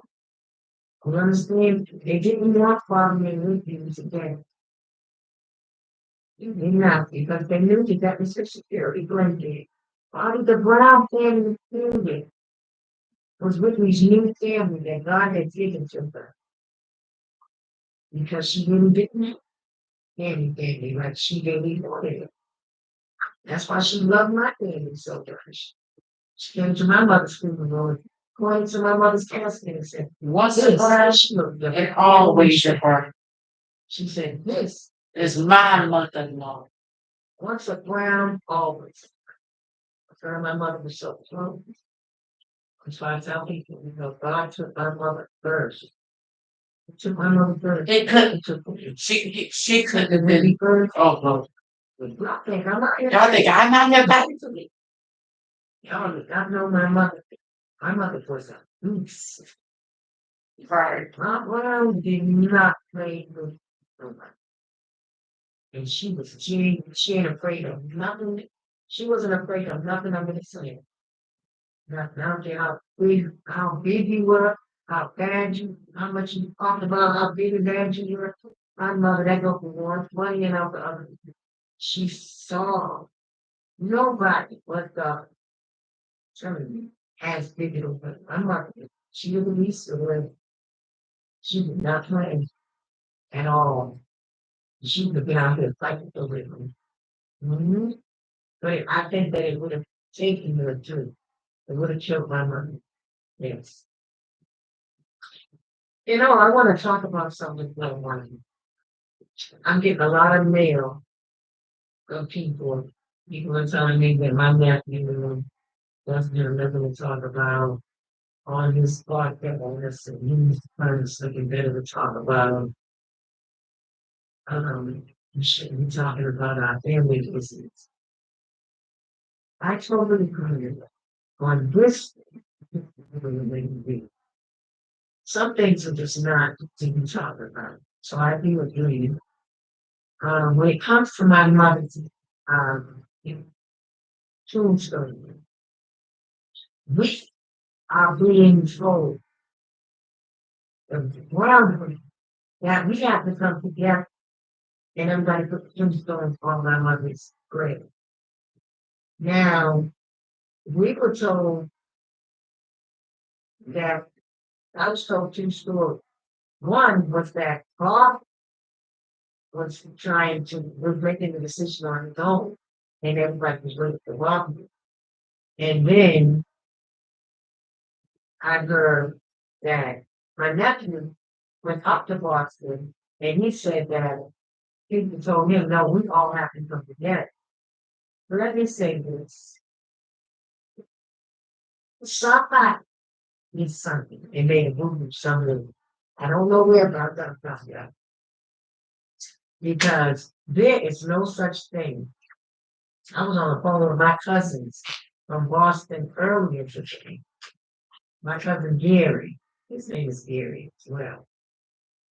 And we were talking about my Aunt Maggie. I have an Aunt Maggie that died of cancer. And he was telling me how, they went, it was a single person that went and put a tombstone on Aunt Maggie's grave. What's this about? All the children have to come together. No, whoever buys the tombstone, just put the tombstone on my mother's grave. But they've been telling us that we can't do that for years. Like there was somebody's doing some shady stuff behind my mother's, behind her tombstone. And I'm going to get to the bottom of it. Because enough is enough. My mother's not going to go on without a tombstone. No. I'm going to get to it. Don't worry, guys. I got this. I'm going to get to the bottom of it. Because what they're not going to do is act like you're not going to leave my mother out there like that without a tombstone. And I went to my brothers and sisters several times. And I have been asked, what is going on with my tombstone? They always told me, Bobby was putting a tombstone on it, So, and I'm thinking that it's going down. And then my brother said that we were going to do a show. And we were going to, all of us, the beginning of the show was going to air with us going to the tombstone to put place my mother's tombstone on me. None of that ever. But my mother needs her tombstone. But some stuff we don't have to talk about on social media. You understand? Or we don't need to do that. I'm not that I'm about truth and stuff, but I'm not open. I am not always open to air out everything that I've been goes through. No. There's a lot more other things that we can talk about. You don't have to do it. Some things are fine. And that shouldn't be going on. But that's the way I don't think that not just being real, with all due respect, somebody appreciate. I honestly think that we should not have done that, but it's okay. It's all right. I'm not mad at you or anything like that, but that is something that we shouldn't be talking about. There's a lot of other things we can talk about. We can that. So a lot. But I'm gonna get to the bottom for sure. Yes.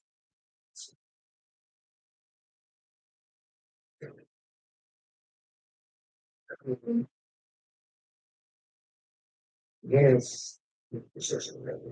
So we don't everybody. That's right. Yeah, I think it's something that I don't know. I'm not gonna blame Alicia for that because Robbie, let me tell you something. Yeah, nobody make you do something against your mind. Nobody. No. So I'm not gonna blame Alicia for that.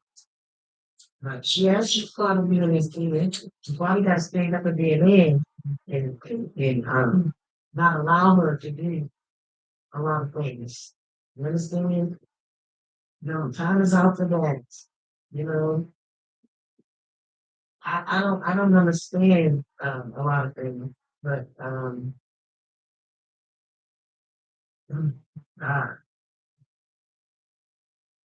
I wish men would listen to women when it comes to love and different things like that. You got sisters at home, brothers, listen to your sisters and your aunts and your mom. listen, because we are women, we can tell you about women. We can, because we're women ourselves. We know. Like when I say things like a woman will never love me if she can control you. If a female can control you, brothers, she can't love you. I don't care what you doing, brother. It's not going on. You won't be like a puppet in her eyes. And she's gonna stop losing respect for you. Mm-hmm. Then walk down the street and see a woman yelling at a man. I hate to see that. I stopped some young boys and girls once in the mall. I took they were walking up, and the girl was like, she was trying to, she was yelling at her boyfriend, and she was embarrassing him. And I could see it. I seen it on his face. And I'm looking at her like I said, no, no, no, no, no, come here. I said, don't ever do that. Not out in public. Don't ever do that to your boyfriend. Because he can really beat you up. He just don't want to because he loves you so much. I said, but be a lady. Don't yell at him in the street. That makes him feel so bad. Don't do that. Wait until you get him by yourself. And then on top of that, yell at him in the right spirit, not the wrong spirit. Argue with him, not yell. But, anyway, long story short, they thanked me. They thanked me. And at that time, no, I'm not gonna finish talking about that because they don't have nothing to do with that. But anyway, I'll say it. At that time I was on my way to Deb Anthony's house, Walker Flocker's mother. They had called me and told me to come over. Deb was cooking some gumbo. And I was telling them that I had just met these young kids in the mall. And so they started asking me for money. They was like, we hadn't eaten today. Can you buy us something to eat? So I gave them all everything that I had in my pocket. I gave them money. But I had talked to them. I told that young girl, don't ever do that again. Don't ever embarrass your boyfriend like that. They were like 17, 18, maybe. And they thanked me. I stood there and talked to them for a long time about everything. I mean, I just talked and talked and talked and gave them an understanding of where we are today in this time. And so they were grateful. They was like, wow, that makes sense. Thank you. I'm gonna try to be better, And that's what we gotta do, people. When we see our youth out here doing something, we ain't gotta yell at them and be upset and call them names and different things like that. Talk to them. Talk to them. That's what I do. I talk to them because they won't know unless we talk to them, and then they'll appreciate you. Then they'll appreciate you. And let me tell y'all something. Let me tell y'all this. When I remember when I was having my meetings, my board and staff meetings for my foundation. And I was talking one day at the table. I had a table full of people. It was potential people that were coming into my company. They wanted to work for me, and become hired and things like that. So we were sitting down talking about the rules, regulations, and all that. So I was asking questions just to get into their mind to see who they were as individuals. So I said, okay, let's say it's Sunday and it's worship day for everybody. Some people go to church, some people go to mosque, some people go wherever they go, some people prefer praying at home. Whatever. Everybody's different. So I said, now your staff and you're working in my foundation. And we have the youth. I said, what are you going to do? It's Sunday. The van is outside. What are we gonna do if you know, yeah, if you wanna go to church? There was a guy. He was a youth. So I said, well, I'm gonna it's Sunday and it's time to take the youth to church. So they're gonna have to go where I go. I said, no, not in my company. I said, I don't care if we had a youth that was an atheist. That's their business. You don't force nobody to go nowhere. Right. Especially not to your congregation because they may not want to go to your congregation. I said, no, that's wrong. That's the wrong answer. You can't do that. We don't force anybody to go anywhere. If that person says, I don't want to get on that van and go to the church today, we let them stay back. They say, I want to stay in my room and pray. We let them do that because that's their choice. So he got upset. I said, you couldn't work for me if that's what you would do. So this brother got upset, you all, went home, and I think he tried to send a virus to my computer. Yes, it got that serious. But I mean, people are just, the youth don't need that. They don't need that.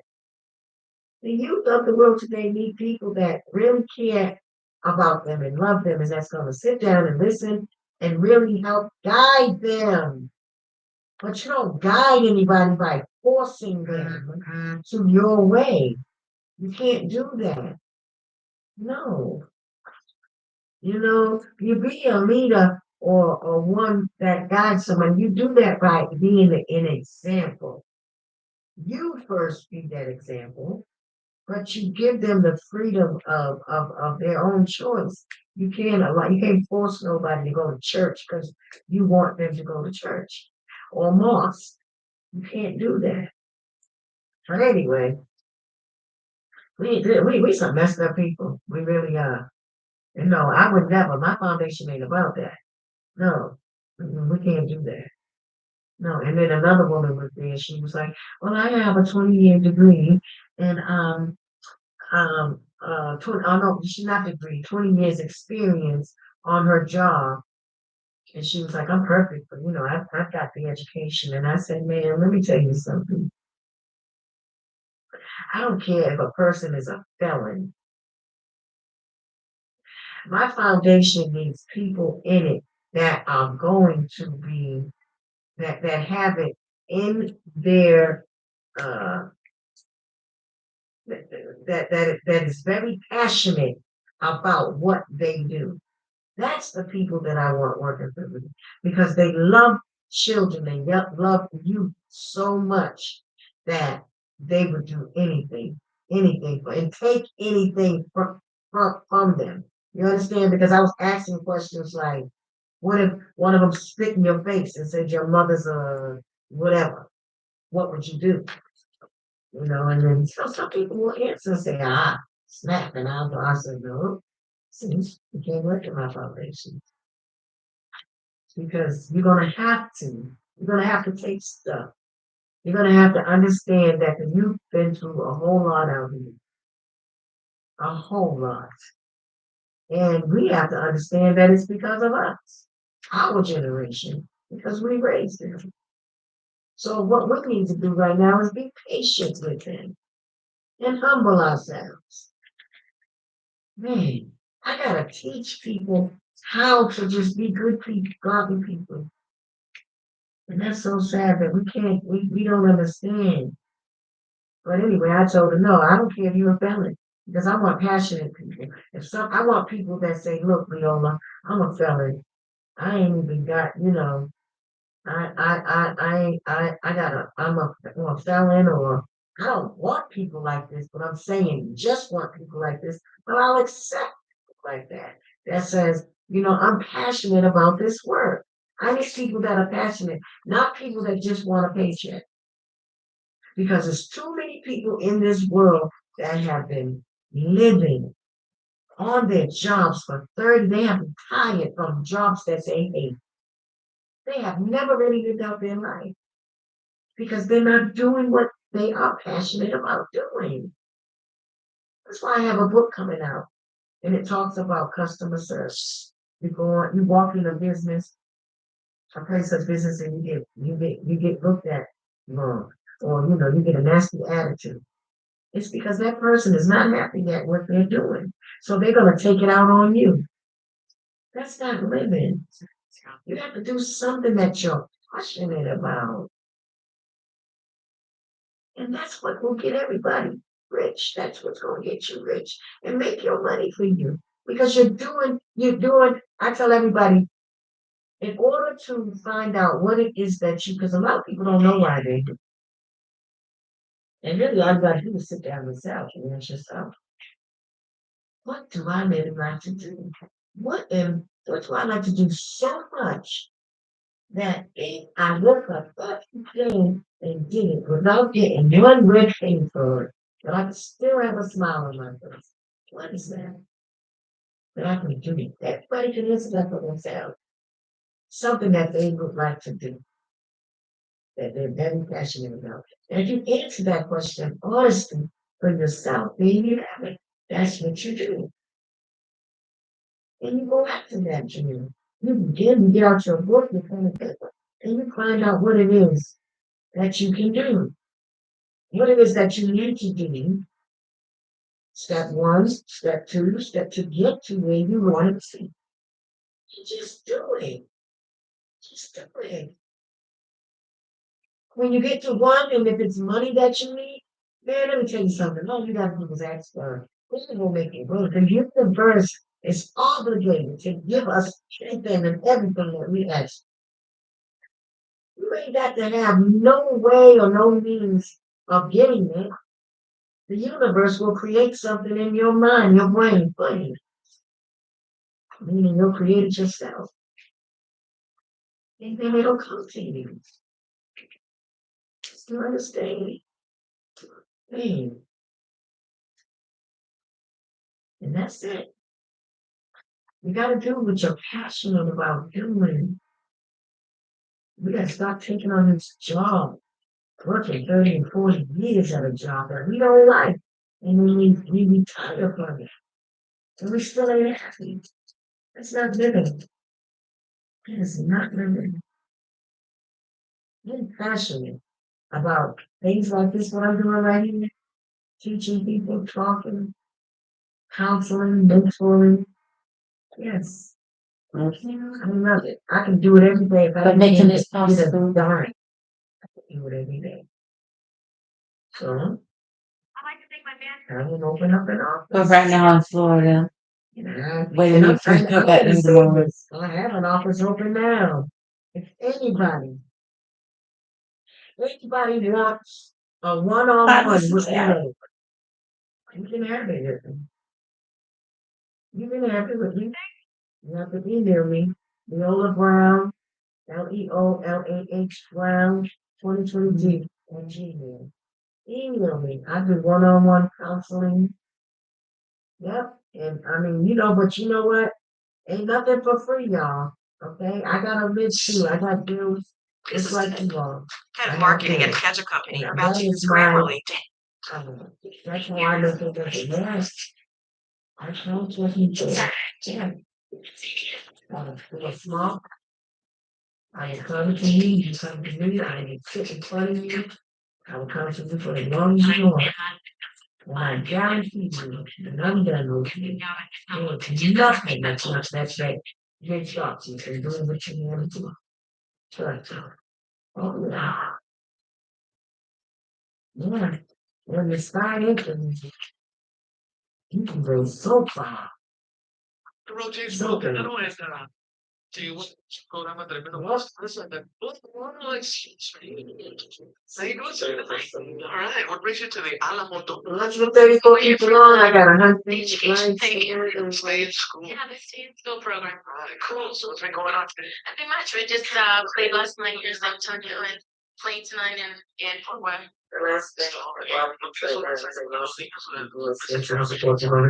why we're Yeah, here. but guess what? Education is very important Yes. nowadays. It's like Not necessarily. Let me tell you something. seen I got some stuff on Alicia. I even learn how to talk here. Maybe I should go back. So She it won't is. get It's very found when we important lost nowadays so to well. get a Bobby can good job. You have to have turn a right around and do some on her. Oh, I got the team on her. I just ain't get out here doing that because I don't, you know. Yeah, you would think I'm saying a lot about his wife, but there's a lot that I'm not saying.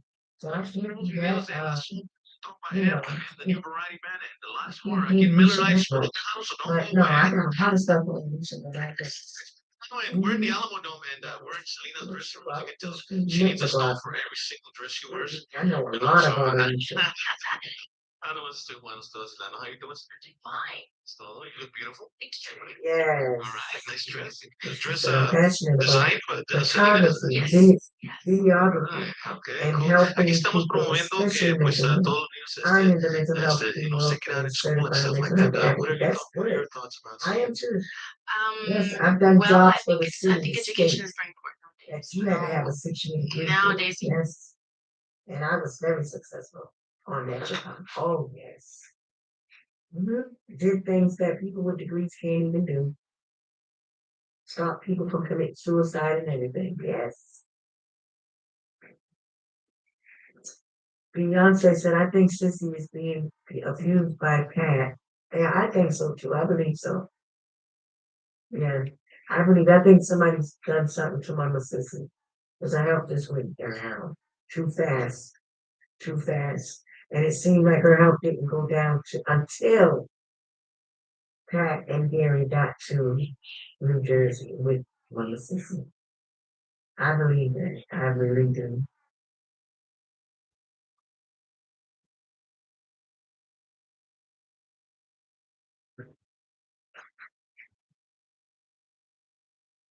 Let me see.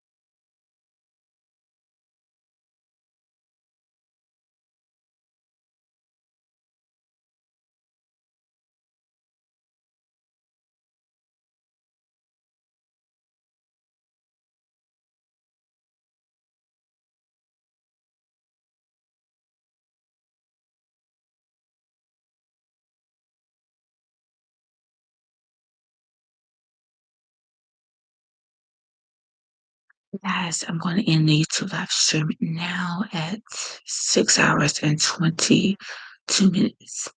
Have a wonderful and blessed day, guys. And until the next YouTube live stream in a couple hours or so, after I probably take a nap and all that, after I sleep some, I'll come back and do some more YouTube videos. All right, guys.